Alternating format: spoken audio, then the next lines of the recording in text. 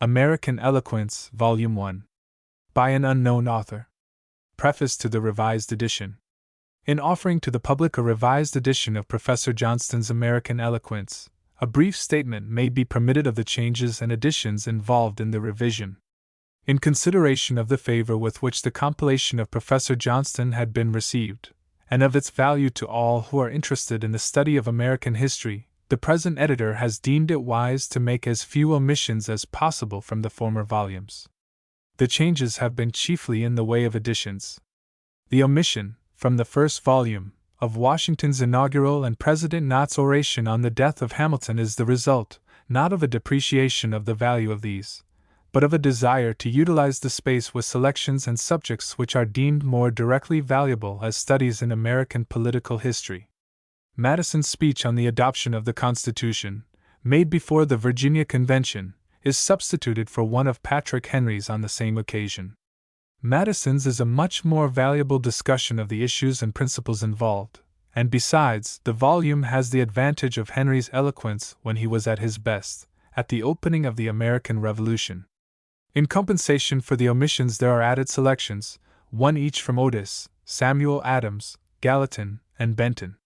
The completed first volume, therefore, offers to the student of American political history chapters from the life and work of 16 representative orators and statesmen of America. In addition to the changes made in the selections, the editor has added brief biographical sketches, references, and textual and historical notes, which, it is hoped, will add to the educational value of the volumes, as well as to the interest and intelligence with which the casual reader may peruse the speeches.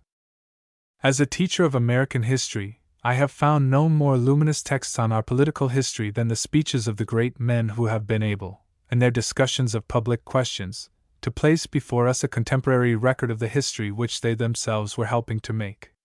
To the careful student, the secondary authorities can never supply the place of the great productions, the messages and speeches, which historic occasions have called forth. The earnest historical reader will approach these orations, not with the design of regarding them merely as specimens of eloquence or as studies in language, but as indicating the great subjects and occasions of our political history and the spirit and motives of the great leaders of that history. The orations lead the student to a review of the great struggles in which the authors were engaged, and to new interest in the science of government from the utterances and permanent productions of master participants in great political controversies. Certainly, there is no textbook in political science more valuable than the best productions of great statesmen, as reflecting the ideas of those who have done most to make political history. With these ideas in mind, the editor has added rather extensive historical notes, with the purpose of suggesting the use of the speeches as the basis of historical study, and of indicating other similar sources for investigation. These notes, together with explanations of any obscurities in the text, and other suggestions for study, will serve to indicate the educational value of the volumes, and it is hoped that they may lead many teachers and students to see in these orations a text suitable as a guide to valuable studies in American political history.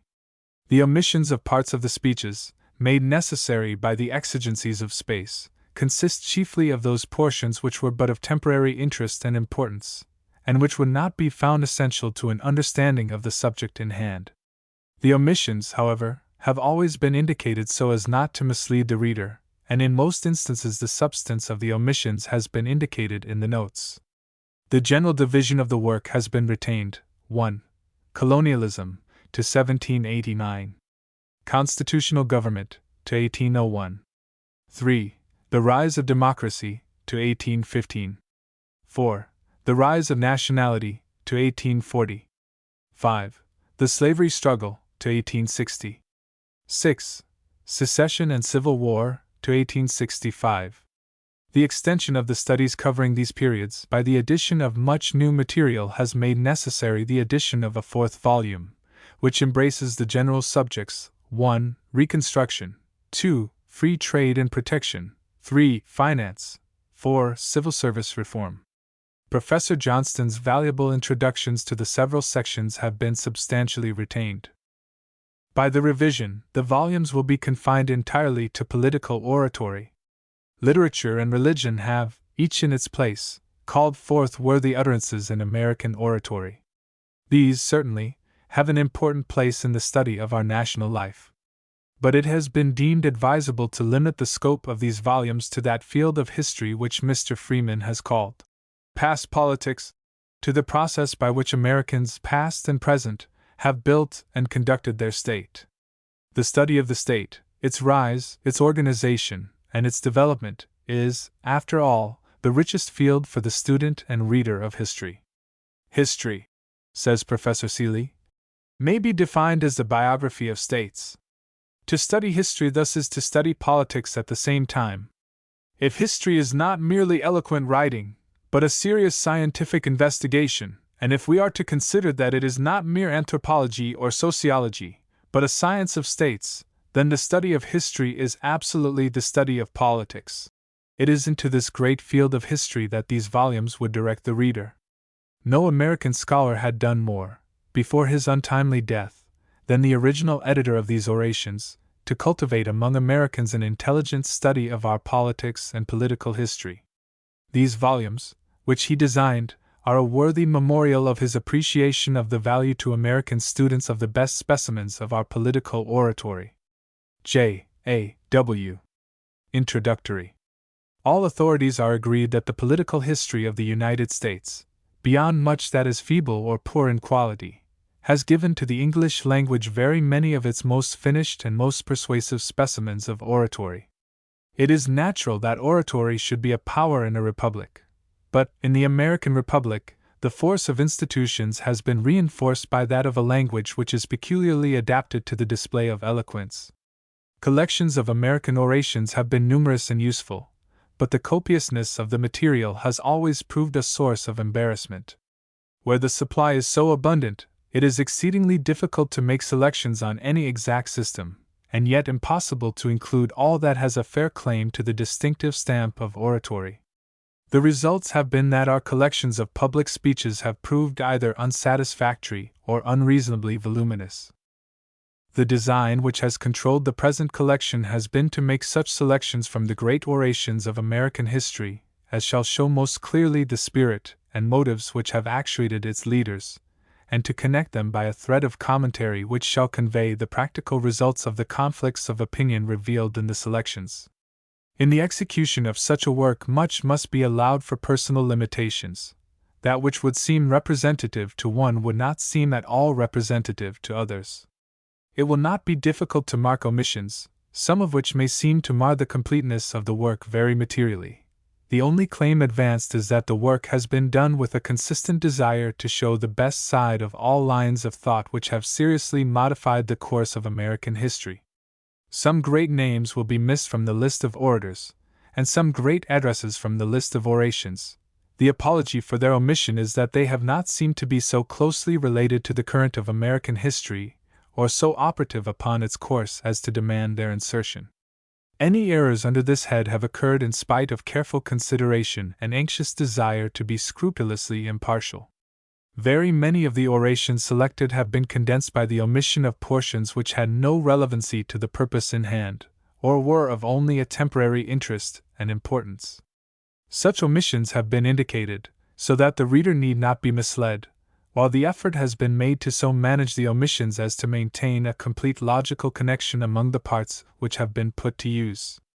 A tempting method of preserving such a connection is, of course, the insertion of words or sentences which the speaker might have used, though he did not.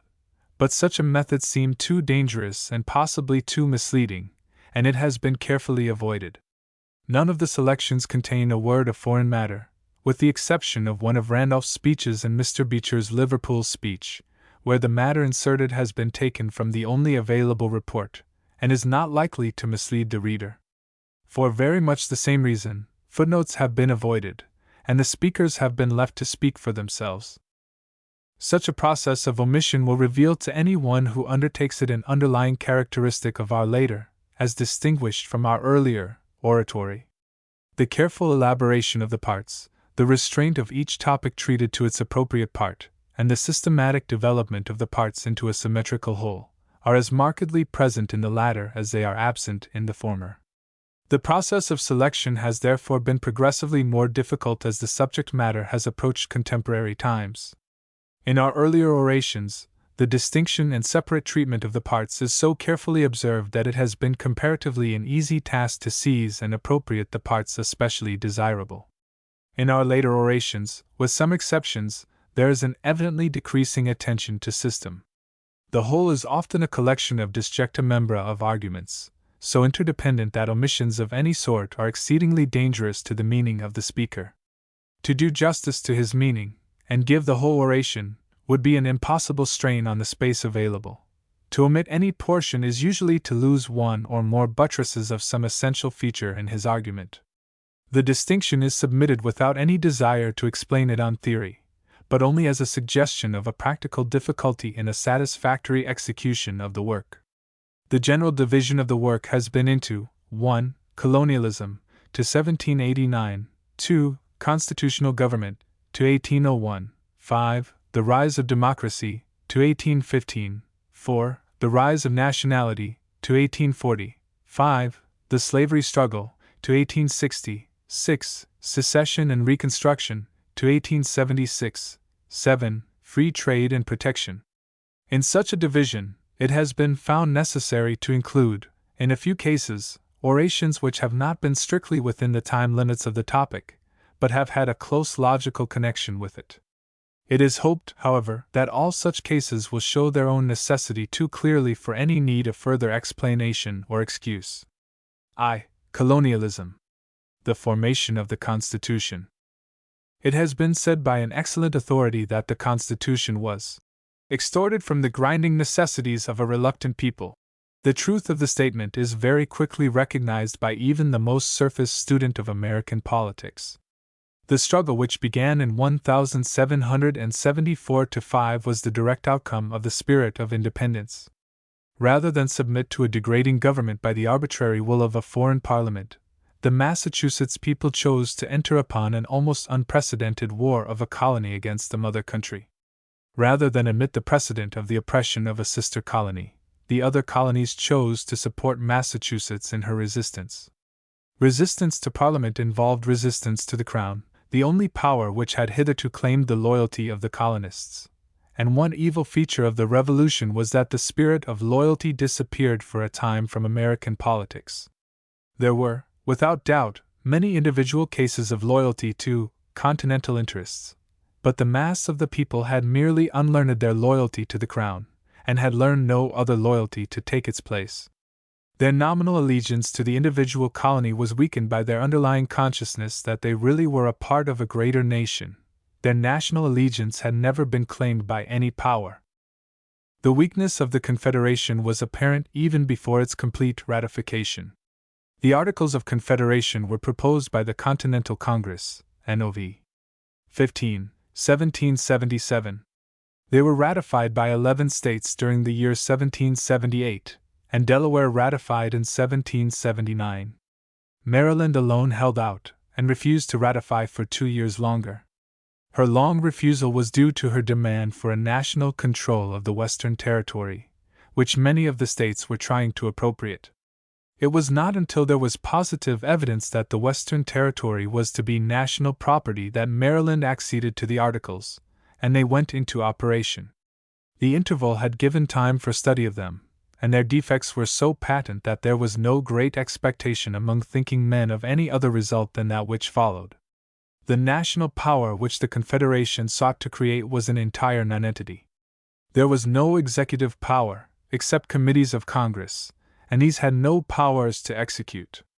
Congress had practically only the power to recommend to the states. It had no power to tax, to support armies or navies, to provide for the interest or payment of the public debt, to regulate commerce or internal affairs, or to perform any other function of an efficient national government. It was merely a convenient instrument of repudiation for the states. Congress was to borrow money and incur debts, which the states could refuse or neglect to provide for. Under this system, affairs steadily drifted from bad to worse for some 6 years after the formal ratification of the Articles. There seemed to be no remedy in the forms of law, for the Articles expressly provided that no alteration was to be made except by the assent of every state. Congress proposed alterations, such as the temporary grant to Congress of power to levy duties on imports, but these proposals were always vetoed by one or more states. In 1780, in a private letter, Hamilton had suggested a convention of the states to revise the Articles, and as affairs grew worse, the proposition was renewed by others. The first attempt to hold such a convention, on the call of Virginia, was a failure, but 5 states sent delegates to Annapolis, and these wisely contented themselves with recommending another convention in the following year. Congress was persuaded to endorse this summons. 12 of the states chose delegates, and the convention met at Philadelphia, May 14, 1787. A quorum was obtained, May 25, and the deliberations of the convention lasted until September 28, when the Constitution was reported to Congress. The difficulties which met the convention were mainly the results of the division of the states into large and small states. Massachusetts, Connecticut, Virginia, North Carolina, and Georgia, the states which claimed to extend to the Mississippi on the west and cherished indefinite expectations of future growth, were the large states. They desired to give as much power as possible to the new national government, on condition that the government should be so framed that they should have control of it. The remaining states were properly small states, and desired to form a government which would leave as much power as possible to the states. Circumstances worked strongly in favor of a reasonable result. There never were more than 11 states in the convention. Rhode Island, a small state, sent no delegates. The New Hampshire delegates did not appear until the New York delegates, except Hamilton, had lost patience and retired from the convention. Pennsylvania was usually neutral. The convention was thus composed of 5 large, 5 small, and 1 neutral state, and almost all its decisions were the outcome of judicious compromise. The large states at first proposed a Congress in both of whose houses the state representation should be proportional. They would thus have had a clear majority in both houses, and, as Congress was to elect the president and other officers, the government would thus have been a large state government. When the little states gained their point, by forcing through the equal representation of the states in the Senate, the unsubstantial nature of the national pretensions of the large states at once became apparent. The opposition to the whole scheme centered in the large states, with very considerable assistance from New York, which was not satisfied with the concessions which the small states had obtained in the convention. The difficulty of ratification may be estimated from the final votes in the following state conventions: Massachusetts, 187 to 163, New Hampshire, 57 to 46, Virginia, 89 to 79, and New York, 30 to 27. It should also be noted that the last 2 ratifications were only made after the 9th state, New Hampshire, had ratified, and when it was certain that the Constitution would go into effect with or without the ratification of Virginia or New York. North Carolina did not ratify until 1789, and Rhode Island not until 1790. The division between North and South also appeared in the convention. In order to carry over the Southern states to the support of the final compromise, it was necessary to insert a guarantee of the slave trade for 20 years, and a provision that 3/5 of the slaves should be counted in estimating the population for state representation in Congress. But these provisions, so far as we can judge from the debates of the time, had no influence against the ratification of the Constitution. The struggle turned on the differences between the national leaders, aided by the satisfied small states, on one side, and the leaders of the state party, aided by the dissatisfied states, large and small, on the other. The former, the Federalists, were successful, though by very narrow majorities in several of the states. Washington was unanimously elected the first president of the Republic, and the new government was inaugurated at New York, March 4, 1789. The speech of Henry in the Virginia House of Delegates has been chosen as perhaps the best representative of the spirit which impelled and guided the American Revolution. It is fortunate that the ablest of the national leaders was placed in the very focus of opposition to the Constitution, so that we may take Hamilton's argument in the New York Convention and Madison's in the Virginia Convention as the most carefully stated conclusions of the masterminds of the national party. James Otis, of Massachusetts. Born 1725, died 1783. On the writs of assistance, before the Superior Court of Massachusetts, February, 1761.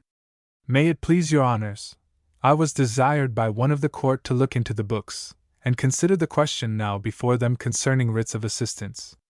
I have accordingly considered it, and now appear not only in obedience to your order, but likewise in behalf of the inhabitants of this town, who have presented another petition, and out of regard to the liberties of the subject.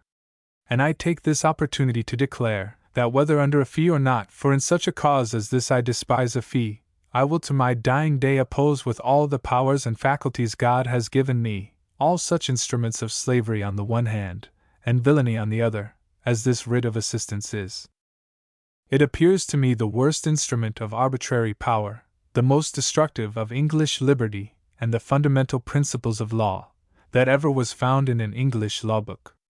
I must therefore beg your honor's patience and attention to the whole range of an argument, that may perhaps appear uncommon in many things, as well as to points of learning that are more remote and unusual, that the whole tendency of my design may the more easily be perceived, the conclusions better descend, and the force of them be better felt.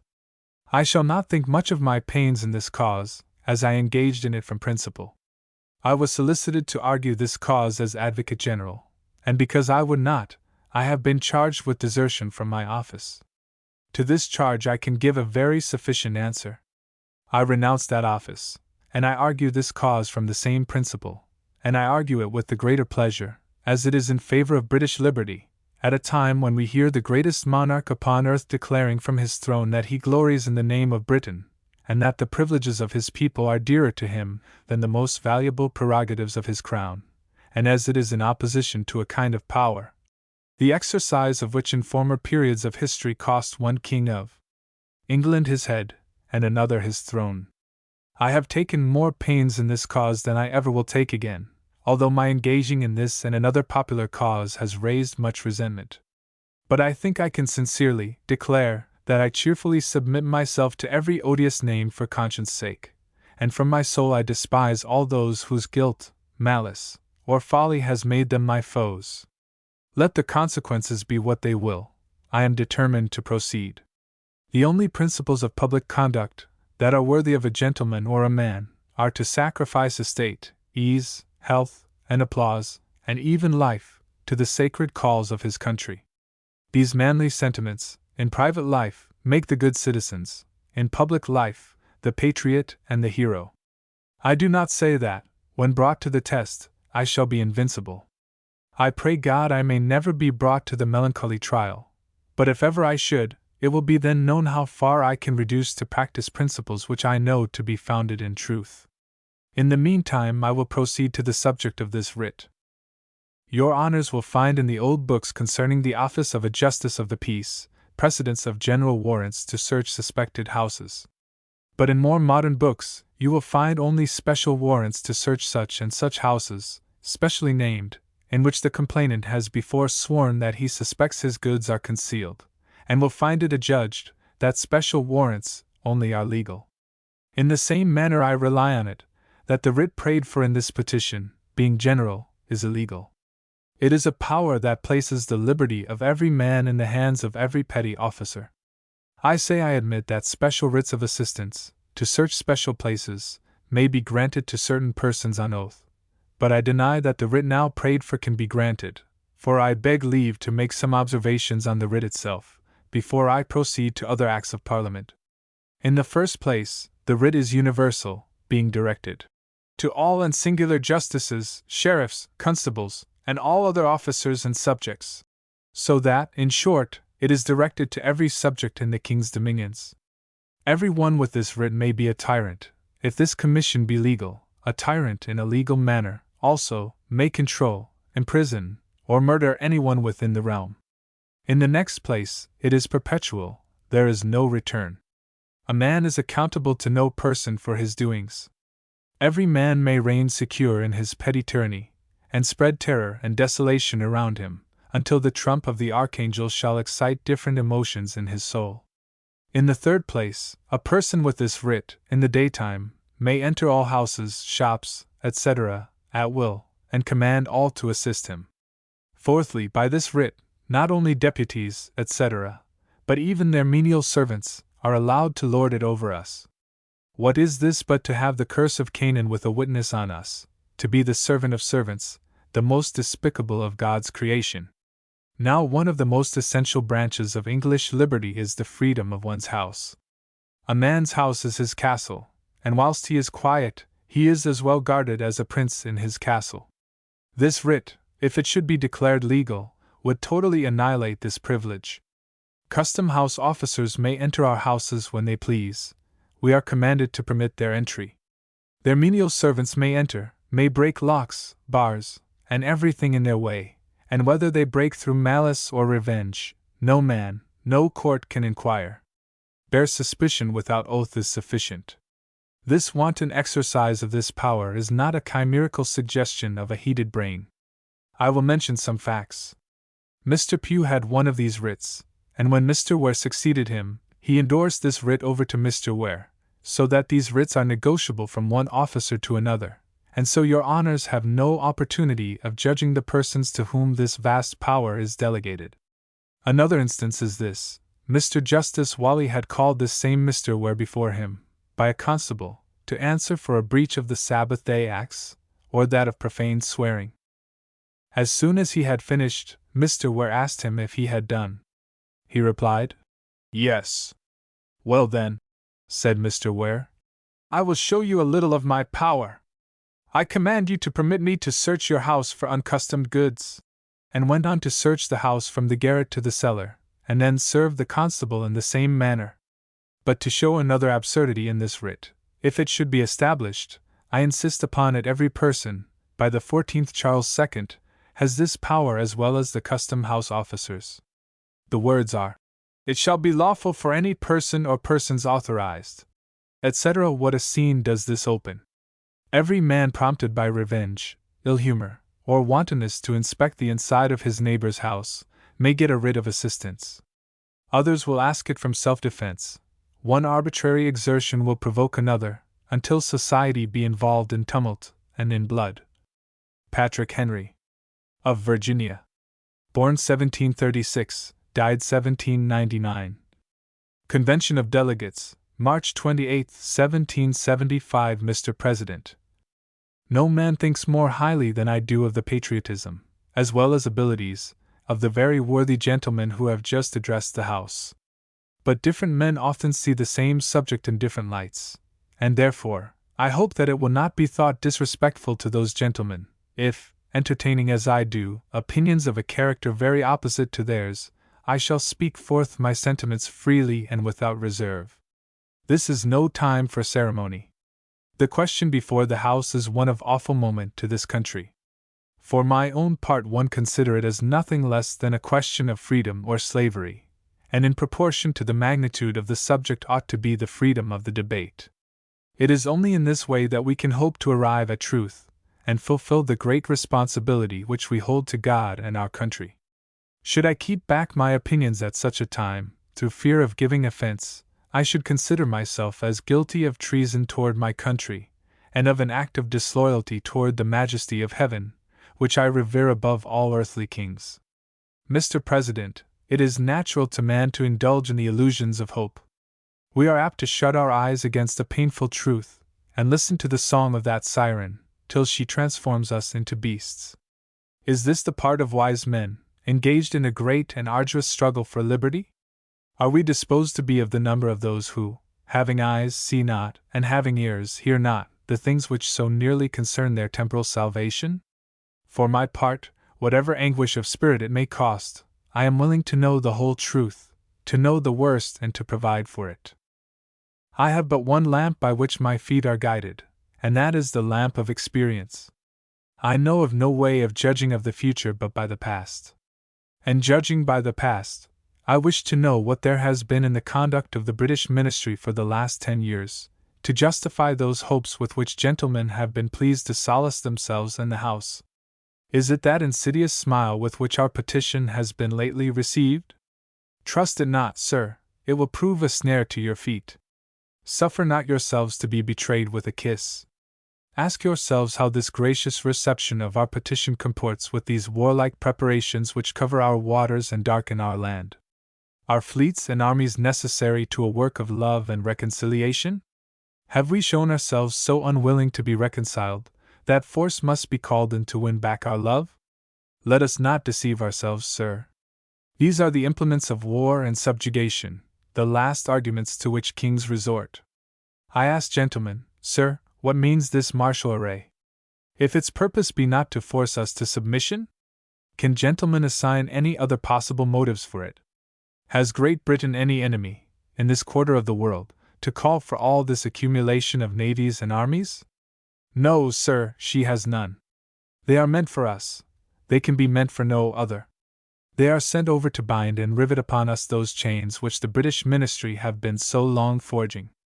And what have we to oppose to them? Shall we try argument? Sir, we have been trying that for the last 10 years. Have we anything new to offer on the subject? Nothing. We have held the subject up in every light of which it is capable, but it has been all in vain. Shall we resort to entreaty and humble supplication? What terms shall we find which have not been already exhausted? Let us not, I beseech you, sir, deceive ourselves longer. Sir, we have done everything that could be done to avert the storm which is now coming on.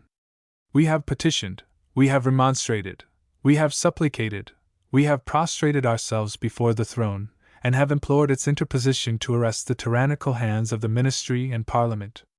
Our petitions have been slighted, our remonstrances have produced additional violence and insult, our supplications have been disregarded, and we have been spurned, with contempt, from the foot of the throne.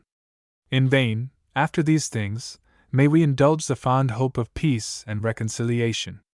There is no longer any room for hope.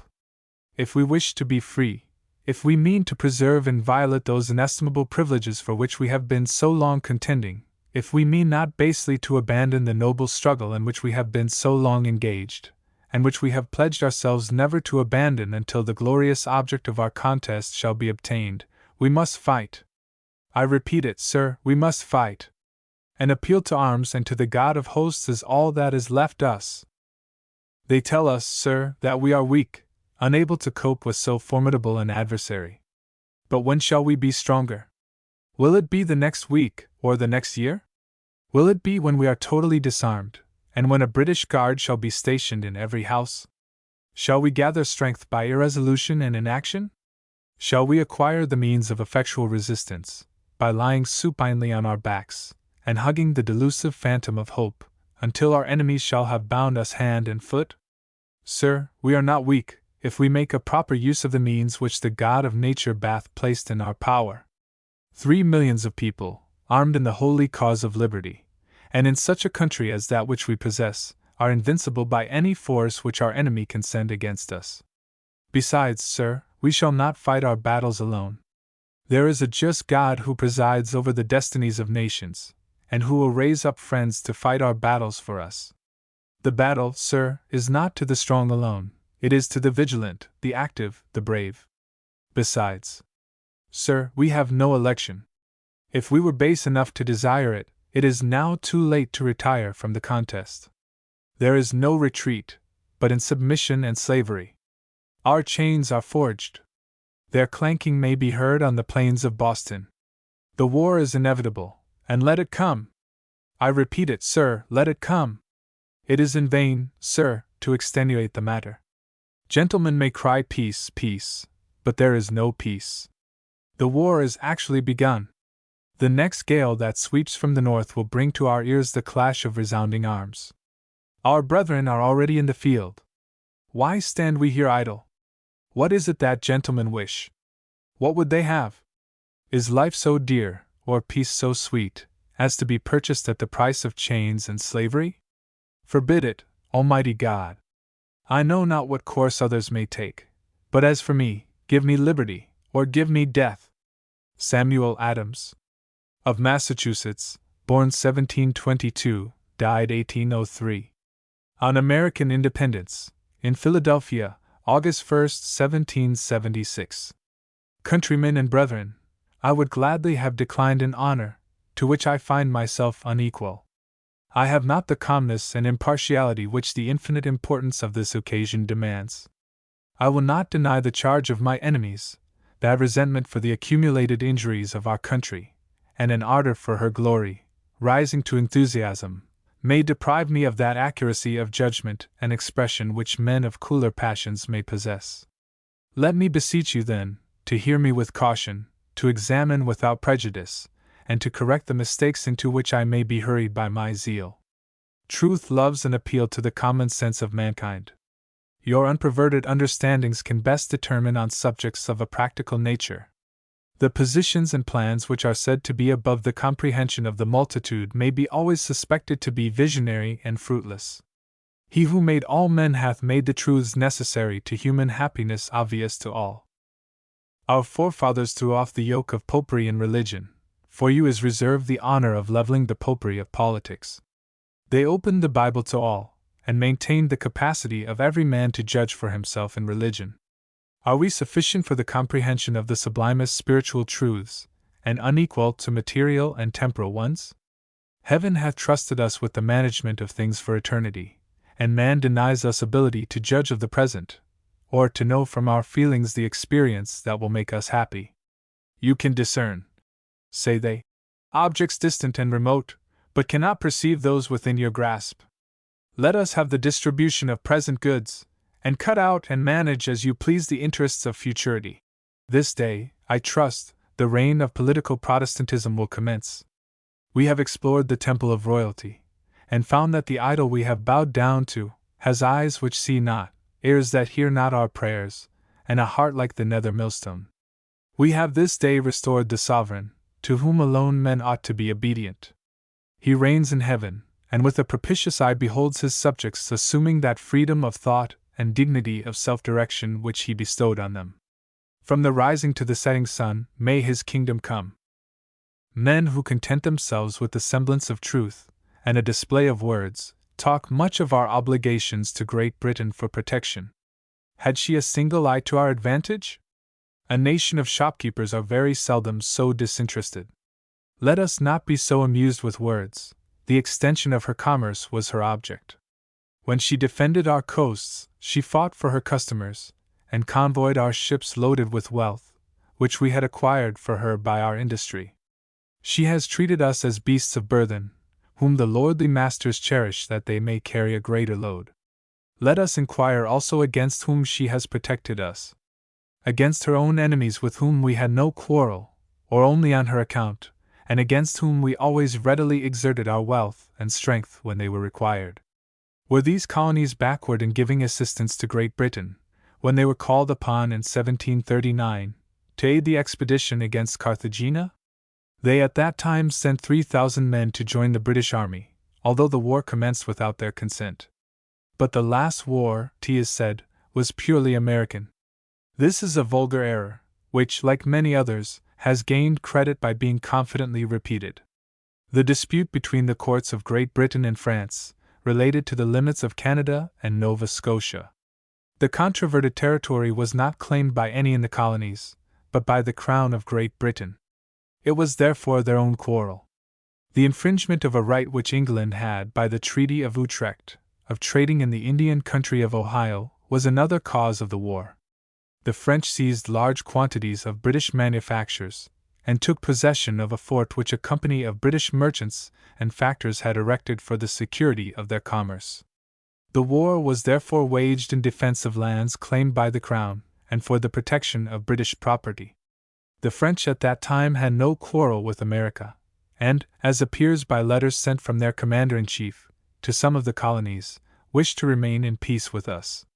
The part therefore which we then took, and the miseries to which we exposed ourselves, ought to be charged to our affection for Britain.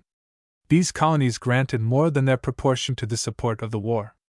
They raised, clothed, and maintained nearly 25,000 men, and so sensible were the people of England of our great exertions, that a message was annually sent to the House of Commons purporting that His Majesty, being highly satisfied of the zeal and vigor with which his faithful subjects in North America had exerted themselves in defense of His Majesty's just rights and possessions, recommended to the House to take the same into consideration, and enable him to give them a proper compensation. But what purpose can arguments of this kind answer? Did the protection we received annul our rights as men, and lay us under an obligation of being miserable?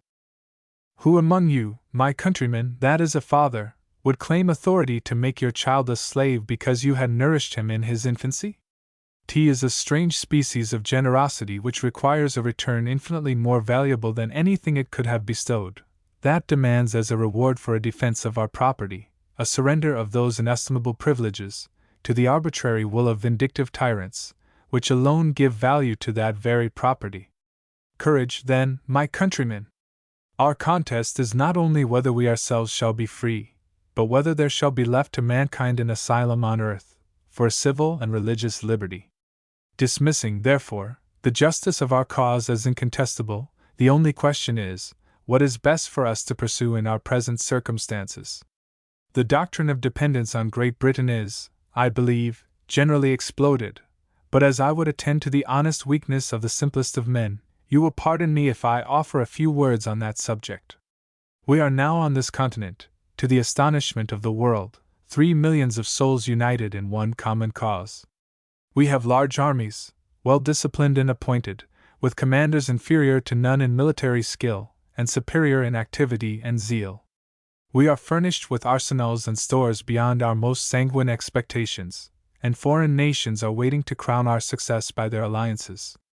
There are instances of, I would say, an almost astonishing providence in our favor.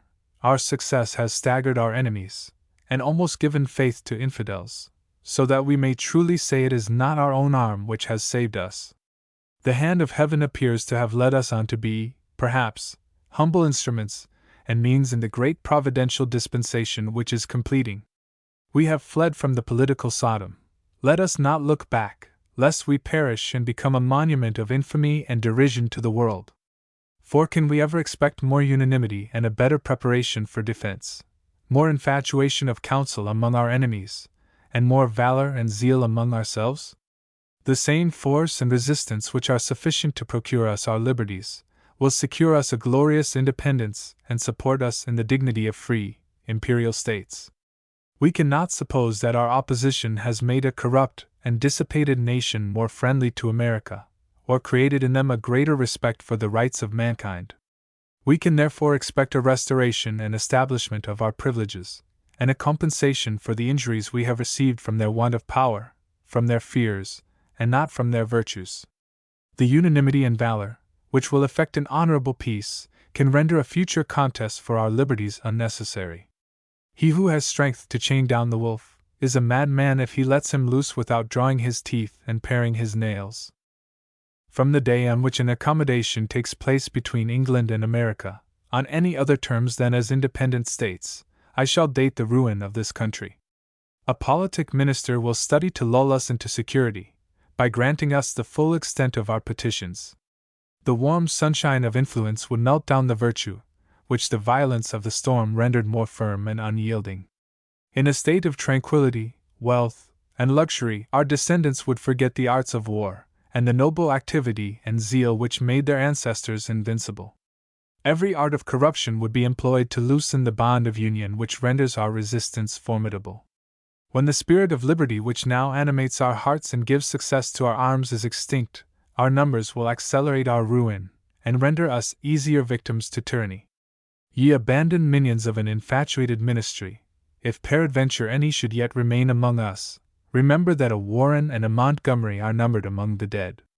Contemplate the mangled bodies of your countrymen, and then say, what should be the reward of such sacrifices? Bid us and our posterity bow the knee, supplicate the friendship, and plough, and sow, and reap, to glut the avarice of the men who have let loose on us the dogs of war to riot in our blood, and hunt us from the face of the earth? If ye love wealth better than liberty, the tranquility of servitude than the animating contest of freedom, go from us in peace. We ask not your counsels or arms. Crouch down and lick the hands which feed you. May your chains set lightly upon you, and may posterity forget that you were our countrymen. To unite the supremacy of Great Britain and the liberty of America is utterly impossible. So vast a continent, and of such a distance from the seat of empire, will every day grow more unmanageable. The motion of so unwieldy a body cannot be directed with any dispatch and uniformity, without committing to the Parliament of Great Britain powers inconsistent with our freedom. The authority and force which would be absolutely necessary for the preservation of the peace and good order of this continent would put all our valuable rights within the reach of that nation. Some who would persuade us that they have tender feelings for future generations, while they are insensible to the happiness of the present, are perpetually foreboding a train of dissensions under our popular system. Such men's reasoning amounts to this: give up all that is valuable to Great Britain, and then you will have no inducements to quarrel among yourselves, or suffer yourselves to be chained down by your enemies, that you may not be able to fight with your friends. This is an insult on your virtue as well as your common sense. Your unanimity this day and through the course of the war is a decisive refutation of such invidious predictions. Our enemies have already had evidence that our present Constitution contains in it the justice and ardor of freedom, and the wisdom and vigor of the most absolute system. When the law is the will of the people, it will be uniform and coherent. But fluctuation, contradiction, and inconsistency of counsels must be expected under those governments where every revolution in the ministry of a court produces one in the state. Such being the folly and pride of all ministers, that they ever pursue measures directly opposite to those of their predecessors. We shall neither be exposed to the necessary convulsions of elective monarchies, nor to the want of wisdom, fortitude, and virtue, to which hereditary succession is liable. In your hands it will be to perpetuate a prudent, active, and just legislature, and which will never expire until you yourselves lose the virtues which give it existence. And, brethren and fellow countrymen, if it was ever granted to mortals to trace the designs of Providence, and interpret its manifestations in favor of their cause, we may, with humility of soul, cry out, not unto us, but to thy name be the praise. The confusion of the devices among our enemies, and the rage of the elements against them, have done almost as much towards our success as either our counsels or our arms. The time at which this attempt on our liberties was made, when we were ripened into maturity, had acquired a knowledge of war, and were free from the incursions of enemies in this country, the gradual advances of our oppressors enabling us to prepare for our defense, the unusual fertility of our lands and clemency of the seasons, the success which at first attended our feeble arms, producing unanimity among our friends and reducing our internal foes to acquiescence, these are all strong and palpable marks and assurances that Providence is yet gracious unto Zion, that it will turn away the captivity of Jacob. We have now no other alternative than independence, or the most ignominious and galling servitude. The legions of our enemies thicken on our plains, desolation and death mark their bloody career, whilst the mangled corpses of our countrymen seem to cry out to us as a voice from heaven. Will you permit our posterity to groan under the galling chains of our murderers? Has our blood been expended in vain? Is the only reward which our constancy, till death, has obtained for our country, that it should be sunk into a deeper and more ignominious vassalage? Recollect who are the men that demand your submission, to whose decrees you are invited to pay obedience.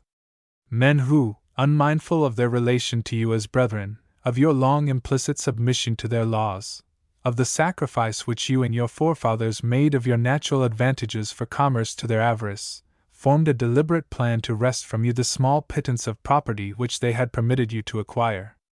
Remember that the men who wish to rule over you are they who, in pursuit of this plan of despotism, annulled the sacred contracts which had been made with your ancestors, conveyed into your cities a mercenary soldiery to compel you to submission by insult and murder, who called your patience cowardice, your piety hypocrisy.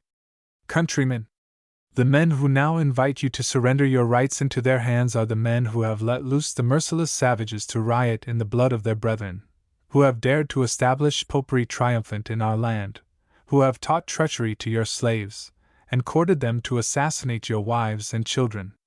These are the men to whom we are exhorted to sacrifice the blessings which Providence holds out to us, the happiness, the dignity of uncontrolled freedom and independence.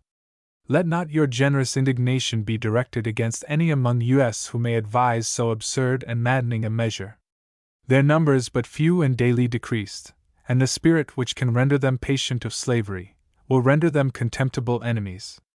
Our Union is now complete, our Constitution composed, established, and approved. You are now the guardians of your own liberties. We may justly address you, as the Decemvirate did the Romans, and say, nothing that we propose can pass into a law without your consent. Be yourselves, O Americans, the authors of those laws on which your happiness depends. You have now, in the field, armies sufficient to repel the whole force of your enemies, and their base and mercenary auxiliaries. The hearts of your soldiers beat high with the spirit of freedom, they are animated with the justice of their cause, and while they grasp their swords, can look up to heaven for assistance. Your adversaries are composed of wretches who laugh at the rights of humanity, who turn religion into derision, and would, for higher wages, direct their swords against their leaders or their country. Go on, then, in your generous enterprise, with gratitude to heaven for past success, and confidence of it in the future. For my own part, I ask no greater blessing than to share with you the common danger and common glory. If I have a wish dearer to my soul than that my ashes may be mingled with those of a Warren and a Montgomery, it is, that these American states may never cease to be free and independent. Alexander Hamilton, of New York. Born 1757, died 1804. On the expediency of adopting the Federal Constitution, Convention of New York, June 24, 1788. I am persuaded, Mr. Chairman, that I in my turn shall be indulged in addressing the committee. We all, in equal sincerity, profess to be anxious for the establishment of a republican government, on a safe and solid basis. It is the object of the wishes of every honest man in the United States, and I presume that I shall not be disbelieved when I declare that it is an object of all others, the nearest and most dear to my own heart. The means of accomplishing this great purpose become the most important study which can interest mankind. It is our duty to examine all those means with peculiar attention, and to choose the best and most effectual. It is our duty to draw from nature, from reason, from examples, the best principles of policy, and to pursue and apply them in the formation of our government. We should contemplate and compare the systems, which, in this examination, come under our view, distinguish, with a careful eye, the defects and excellencies of each, and discarding the former, incorporate the latter, as far as circumstances will admit, into our Constitution. If we pursue a different course and neglect this duty, we shall probably disappoint the expectations of our country and of the world. In the commencement of a revolution, which received its birth from the usurpations of tyranny, nothing was more natural than that the public mind should be influenced by an extreme spirit of jealousy. To resist these encroachments, and to nourish this spirit, was the great object of all our public and private institutions. The zeal for liberty became predominant and excessive. In forming our Confederation, this passion alone seemed to actuate us, and we appear to have had no other view than to secure ourselves from despotism. The object certainly was a valuable one, and deserved our utmost attention. But, sir, there is another object equally important, and which our enthusiasm rendered us little capable of regarding. I mean a principle of strength and stability in the organization of our government, and vigor in its operations. This purpose can never be accomplished but by the establishment of some select body, formed peculiarly upon this principle. There are few positions more demonstrable than that there should be in every republic some permanent body to correct the prejudices, check the intemperate passions, and regulate the fluctuations of a popular assembly. It is evident that a body instituted for these purposes must be so formed as to exclude as much as possible from its own character those infirmities and that mutability which it is designed to remedy. It is therefore necessary that it should be small, that it should hold its authority during a considerable period, and that it should have such an independence in the exercise of its powers as will divest it as much as possible of local prejudices. It should be so formed as to be the center of political knowledge, to pursue always a steady line of conduct, and to reduce every irregular propensity to system. Without this establishment, we may make experiments without end, but shall never have an efficient government. It is an unquestionable truth that the body of the people in every country desire sincerely its prosperity, but it is equally unquestionable that they do not possess the discernment and stability necessary for systematic government. To deny that they are frequently led into the grossest errors by misinformation and passion would be a flattery which their own good sense must despise. That branch of administration especially, which involves our political relations with foreign states, a community will ever be incompetent to. These truths are not often held up in public assemblies, but they cannot be unknown to any who hear me. From these principles it follows that there ought to be two distinct bodies in our government, one, which shall be immediately constituted by and peculiarly represent the people, and possess all the popular features; another, formed upon the principle, and for the purposes, before explained. Such considerations as these induced the convention who formed your state constitution to institute a Senate upon the present plan. The history of ancient and modern republics had taught them that many of the evils which these republics had suffered arose from the want of a certain balance and mutual control indispensable to a wise administration. They were convinced that popular assemblies are frequently misguided by ignorance, by sudden impulses, and the intrigues of ambitious men, and that some firm barrier against these operations was necessary. They, therefore, instituted your Senate, and the benefits we have experienced have fully justified their conceptions. Gentlemen, in their reasoning, have placed the interests of the several states, and those of the United States in contrast. This is not a fair view of the subject. They must necessarily be involved in each other. What we apprehend is, that some sinister prejudice, or some prevailing passion, may assume the form of a genuine interest. The influence of these is as powerful as the most permanent conviction of the public good, and against this influence we ought to provide. The local interests of a state ought in every case to give way to the interests of the Union, for when a sacrifice of one or the other is necessary, the former becomes only an apparent, partial interest, and should yield, on the principle that the small good ought never to oppose the great one. When you assemble from your several counties in the legislature, were every member to be guided only by the apparent interests of his county, government would be impracticable.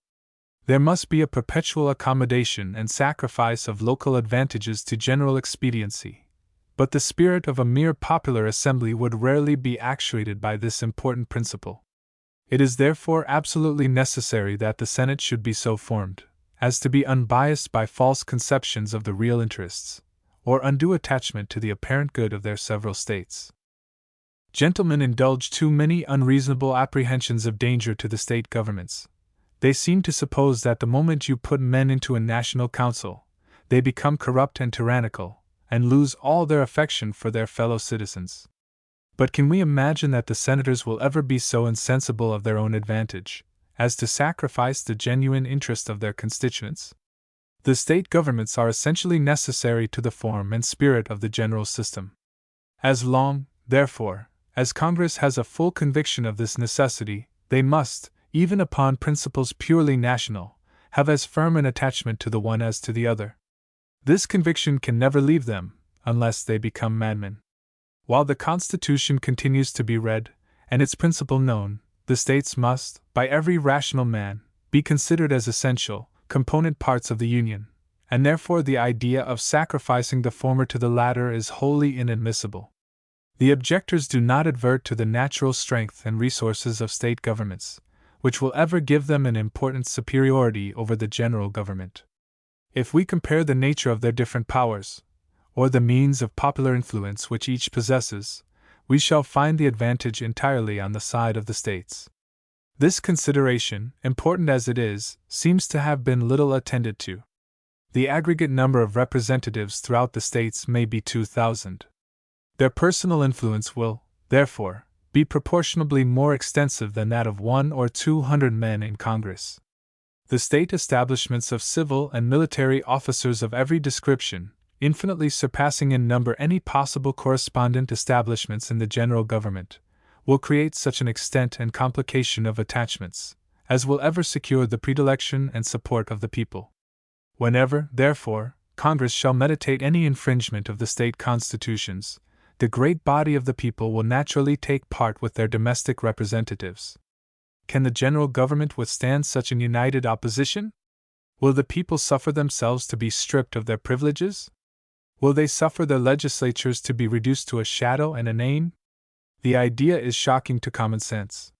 From the circumstances already explained, and many others which might be mentioned, results a complicated, irresistible check, which must ever support the existence and importance of the state governments. The danger, if any exists, flows from an opposite source. The probable evil is that the general government will be too dependent on the state legislatures, too much governed by their prejudices, and too obsequious to their humors, that the states, with every power in their hands, will make encroachments on the national authority, till the Union is weakened and dissolved. Every member must have been struck with an observation of a gentleman from Albany. Do what you will, says he, local prejudices and opinions will go into the government. What? Shall we then form a constitution to cherish and strengthen these prejudices? Shall we confirm the distemper, instead of remedying it? It is undeniable that there must be a control somewhere. Either the general interest is to control the particular interests, or the contrary. If the former, then certainly the government ought to be so framed as to render the power of control efficient to all intents and purposes. If the latter, a striking absurdity follows. The controlling powers must be as numerous as the varying interests, and the operations of the government must therefore cease. For the moment you accommodate these different interests, which is the only way to set the government in motion, you establish a controlling power. Thus, whatever constitutional provisions are made to the contrary, every government will be at last driven to the necessity of subjecting the partial to the universal interest. The gentlemen ought always, in their reasoning, to distinguish between the real, genuine good of a state, and the opinions and prejudices which may prevail respecting it. The latter may be opposed to the general good, and consequently ought to be sacrificed. The former is so involved in it, that it never can be sacrificed. There are certain social principles in human nature from which we may draw the most solid conclusions with respect to the conduct of individuals and of communities. We love our families more than our neighbors. We love our neighbors more than our countrymen in general. The human affections, like the solar heat, lose their intensity as they depart from the center, and become languid in proportion to the expansion of the circle on which they act. On these principles, the attachment of the individual will be first and forever secured by the state governments. They will be a mutual protection and support. Another source of influence, which has already been pointed out, is the various official connections in the states. Gentlemen endeavor to evade the force of this by saying that these offices will be insignificant. This is by no means true. The state officers will ever be important, because they are necessary and useful. Their powers are such as are extremely interesting to the people, such as affect their property, their liberty, and life. What is more important than the administration of justice and the execution of the civil and criminal laws? Can the state governments become insignificant while they have the power of raising money independently, and without control? If they are really useful, if they are calculated to promote the essential interests of the people, they must have their confidence and support. The states can never lose their powers till the whole people of America are robbed of their liberties. These must go together, they must support each other, or meet one common fate. On the gentleman's principle, we may safely trust the state governments, though we have no means of resisting them, but we cannot confide in the national government, though we have an effectual constitutional guard against every encroachment. This is the essence of their argument, and it is false and fallacious beyond conception. With regard to the jurisdiction of the two governments, I shall certainly admit that the Constitution ought to be so formed as not to prevent the states from providing for their own existence, and I maintain that it is so formed, and that their power of providing for themselves is sufficiently established. This is conceded by one gentleman, and in the next breath the concession is retracted. He says Congress has but one exclusive right in taxation, that of duties on imports. Certainly, then, their other powers are only concurrent. But to take off the force of this obvious conclusion, he immediately says that the laws of the United States are supreme, and that where there is one supreme there cannot be a concurrent authority, and further, that where the laws of the Union are supreme, those of the states must be subordinate, because there cannot be two supremes. This is curious sophistry.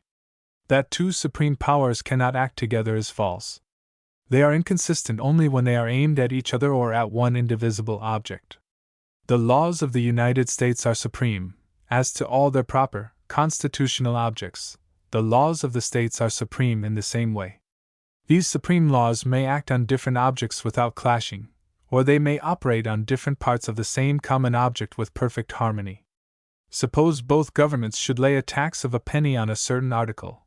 Has not each an independent and uncontrollable power to collect its own tax? The meaning of the maxim, "There cannot be two supremes," is simply this: two powers cannot be supreme over each other. This meaning is entirely perverted by the gentleman. But it is said disputes between collectors are to be referred to the federal courts. This is again wandering in the field of conjecture. But suppose the fact is certain, is it not to be presumed that they will express the true meaning of the Constitution and the laws?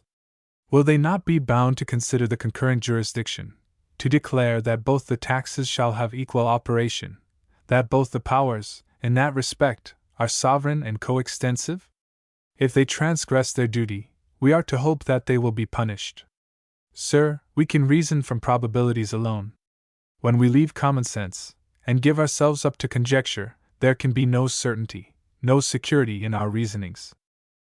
I imagine I have stated to the committee abundant reasons to prove the entire safety of the state governments and of the people. I would go into a more minute consideration of the nature of the concurrent jurisdiction, and the operation of the laws in relation to revenue, but at present I feel too much indisposed to proceed.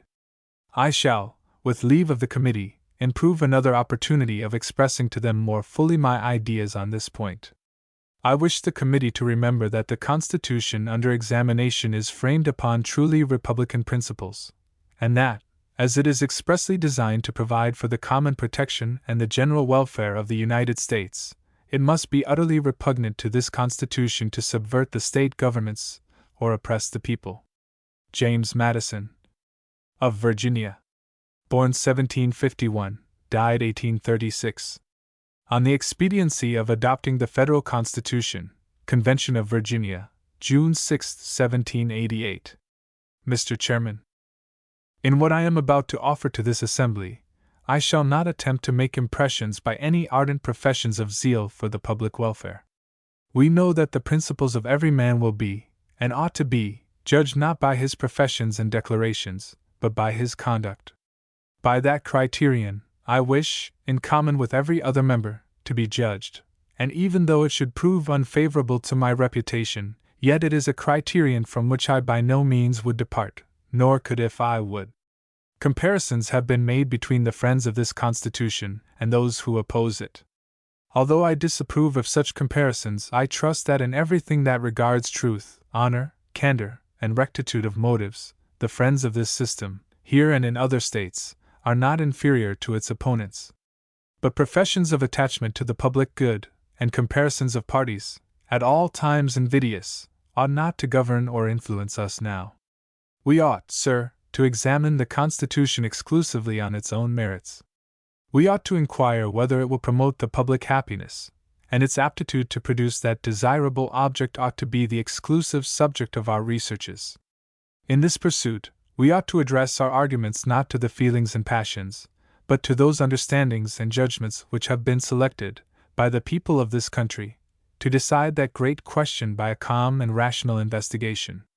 I hope that gentlemen, in displaying their abilities on this occasion, will, instead of giving opinions and making assertions, condescend to prove and demonstrate, by fair and regular discussion. It gives me pain to hear gentlemen continually distorting the natural construction of language. Assuredly, it is sufficient if any human production can stand a fair discussion. Before I proceed to make some additions to the reasons which have been adduced by my honorable friend over the way, I must take the liberty to make some observations on what was said by another gentleman, Mr. Henry. He told us that this Constitution ought to be rejected, because, in his opinion, it endangered the public liberty in many instances. Give me leave to make one answer to that observation. Let the dangers with which this system is supposed to be replete be clearly pointed out. If any dangerous and unnecessary powers be given to the general legislature, let them be plainly demonstrated, and let us not rest satisfied with general assertions of dangers, without proof, without examination. If powers be necessary, apparent danger is not a sufficient reason against conceding them. He has suggested that licentiousness has seldom produced the loss of liberty, but that the tyranny of rulers has almost always effected it. Since the general civilization of mankind, I believe there are more instances of the abridgment of the freedom of the people by gradual and silent encroachments of those in power, than by violent and sudden usurpations. But on a candid examination of history, we shall find that turbulence, violence, and abuse of power, by the majority trampling on the rights of the minority, have produced factions and commotions which, in republics, have, more frequently than any other cause, produced despotism. If we go over the whole history of ancient and modern republics, we shall find their destruction to have generally resulted from those causes. If we consider the peculiar situation of the United States, and go to the sources of that diversity of sentiment which pervades its inhabitants, we shall find great danger to fear that the same causes may terminate here in the same fatal effects which they produced in those republics. This danger ought to be wisely guarded against. In the progress of this discussion, it will perhaps appear that the only possible remedy for those evils, and the only certain means of preserving and protecting the principles of republicanism, will be found in that very system which is now exclaimed against as the parent of oppression. I must confess that I have not been able to find his usual consistency in the gentleman's arguments on this occasion. He informs us that the people of this country are at perfect repose, that every man enjoys the fruits of his labor peaceably and securely, and that everything is in perfect tranquility and safety. I wish sincerely, sir, this were true. But if this be really their situation, why has every state acknowledged the contrary? Why were deputies from all the states sent to the General Convention? Why have complaints of national and individual distresses been echoed and re-echoed throughout the continent? Why has our general government been so shamefully disgraced, and our Constitution violated? Wherefore have laws been made to authorize a change, and wherefore are we now assembled here? A federal government is formed for the protection of its individual members. Ours was itself attacked with impunity. Its authority has been boldly disobeyed and openly despised. I think I perceive a glaring inconsistency in another of his arguments. He complains of this Constitution, because it requires the consent of at least 3/4 of the states to introduce amendments, which shall be necessary for the happiness of the people. The assent of so many, he considers as too great an obstacle to the admission of salutary amendments, which he strongly insists ought to be at the will of a bare majority. And we hear this argument at the very moment we are called upon to assign reasons for proposing a constitution which puts it in the power of 9 states to abolish the present inadequate, unsafe, and pernicious confederation. In the first case, he asserts that a majority ought to have the power of altering the government, when found to be inadequate to the security of public happiness. In the last case, he affirms that even 3/4 of the community have not a right to alter a government which experience has proved to be subversive of national felicity, nay, that the most necessary and urgent alterations cannot be made without the absolute unanimity of all the states. Does not the 13th article of the Confederation expressly require that no alteration shall be made without the unanimous consent of all the states? Can anything in theory be more perniciously improvident and injudicious than this submission of the will of the majority to the most trifling minority? Have not experience and practice actually manifested this theoretical inconvenience to be extremely impolitic? Let me mention one fact, which I conceive must carry conviction to the mind of any one. The smallest state in the Union has obstructed every attempt to reform the government. That little member has repeatedly disobeyed and counteracted the general authority, nay, has even supplied the enemies of its country with provisions. 12 states had agreed to certain improvements which were proposed, being thought absolutely necessary to preserve the existence of the general government. But as these improvements, though really indispensable, could not, by the Confederation, be introduced into it without the consent of every state, the refractory dissent of that little state prevented their adoption. The inconveniences resulting from this requisition of unanimous concurrence in alterations of the Confederation must be known to every member in this convention. It is therefore needless to remind them of them. Is it not self-evident that a trifling minority ought not to bind the majority? Would not foreign influence be exerted with facility over a small minority? Would the honorable gentleman agree to continue the most radical defects in the old system, because the petty state of Rhode Island would not agree to remove them? He next objects to the exclusive legislation over the district where the seat of the government may be fixed. Would he submit that the representatives of this state should carry on their deliberations under the control of any one member of the Union? If any state had the power of legislation over the place where Congress should fix the general government, it would impair the dignity and hazard the safety of Congress. If the safety of the Union were under the control of any particular state, would not foreign corruption probably prevail in such a state, to induce it to exert its controlling influence over the members of the general government? Gentlemen cannot have forgotten the disgraceful insult which Congress received some years ago. And, sir, when we also reflect that the previous cession of particular states is necessary, before Congress can legislate exclusively anywhere, we must, instead of being alarmed at this part, heartily approve of it. But the honorable member sees great danger in the provision concerning the militia. Now, sir, this I conceive to be an additional security to our liberties, without diminishing the power of the states in any considerable degree. It appears to me so highly expedient, that I should imagine it would have found advocates even in the warmest friends of the present system. The authority of training the militia and appointing the officers is reserved to the states. But Congress ought to have the power of establishing a uniform system of discipline throughout the states, and to provide for the execution of the laws, suppress insurrections, and repel invasions.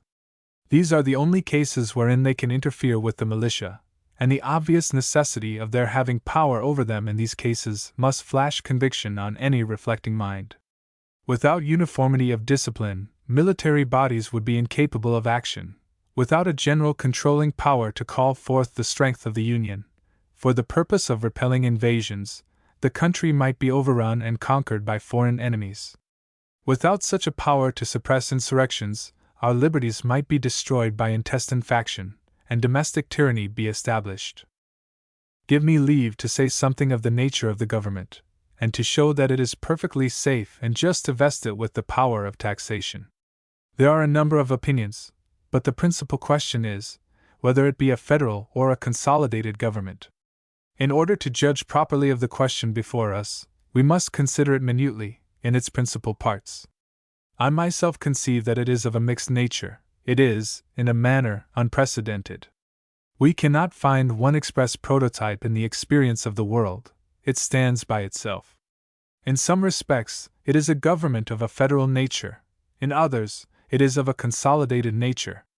Even if we attend to the manner in which the Constitution is investigated, ratified, and made the act of the people of America, I can say, notwithstanding what the honorable gentleman has alleged, that this government is not completely consolidated, nor is it entirely federal. Who are the parties to it? The people, not the people as composing one great body, but the people as composing 13 sovereignties. Were it, as the gentleman asserts, a consolidated government, the assent of a majority of the people would be sufficient for its establishment, and as a majority have adopted it already, the remaining states would be bound by the act of the majority, even if they unanimously reprobated it. Were it such a government as is suggested, it would be now binding on the people of this state, without having had the privilege of deliberating upon it. But, sir, no state is bound by it, as it is, without its own consent. Should all the states adopt it, it will be then a government established by the 13 states of America, not through the intervention of the legislatures, but by the people at large. In this particular respect, the distinction between the existing and proposed governments is very material. The existing system has been derived from the dependent, derivative authority of the legislatures of the states, whereas this is derived from the superior power of the people. If we look at the manner in which alterations are to be made in it, the same idea is in some degree attended to. By the new system, a majority of the states cannot introduce amendments, nor are all the states required for that purpose. 3/4 of them must concur in alterations. In this there is a departure from the federal idea. The members to the National House of Representatives are to be chosen by the people at large, in proportion to the numbers in the respective districts. When we come to the Senate, its members are elected by the states in their equal and political capacity. But had the government been completely consolidated, the Senate would have been chosen by the people, in their individual capacity, in the same manner as the members of the other House. Thus it is of complicated nature, and this complication, I trust, will be found to exclude the evils of absolute consolidation, as well as of a mere confederacy. If Virginia were separated from all the states, her power and authority would extend to all cases. In like manner, were all powers vested in the general government, it would be a consolidated government. But the powers of the federal government are enumerated. It can only operate in certain cases. It has legislative powers on defined and limited objects, beyond which it cannot extend its jurisdiction. But the honorable member has satirized, with peculiar acrimony, the powers given to the general government by this Constitution. I conceive that the first question on this subject is, whether these powers be necessary. If they be, we are reduced to the dilemma of either submitting to the inconvenience, or losing the Union. Let us consider the most important of these reprobated powers. That of direct taxation is most generally objected to. With respect to the exigencies of government, there is no question but the most easy mode of providing for them will be adopted.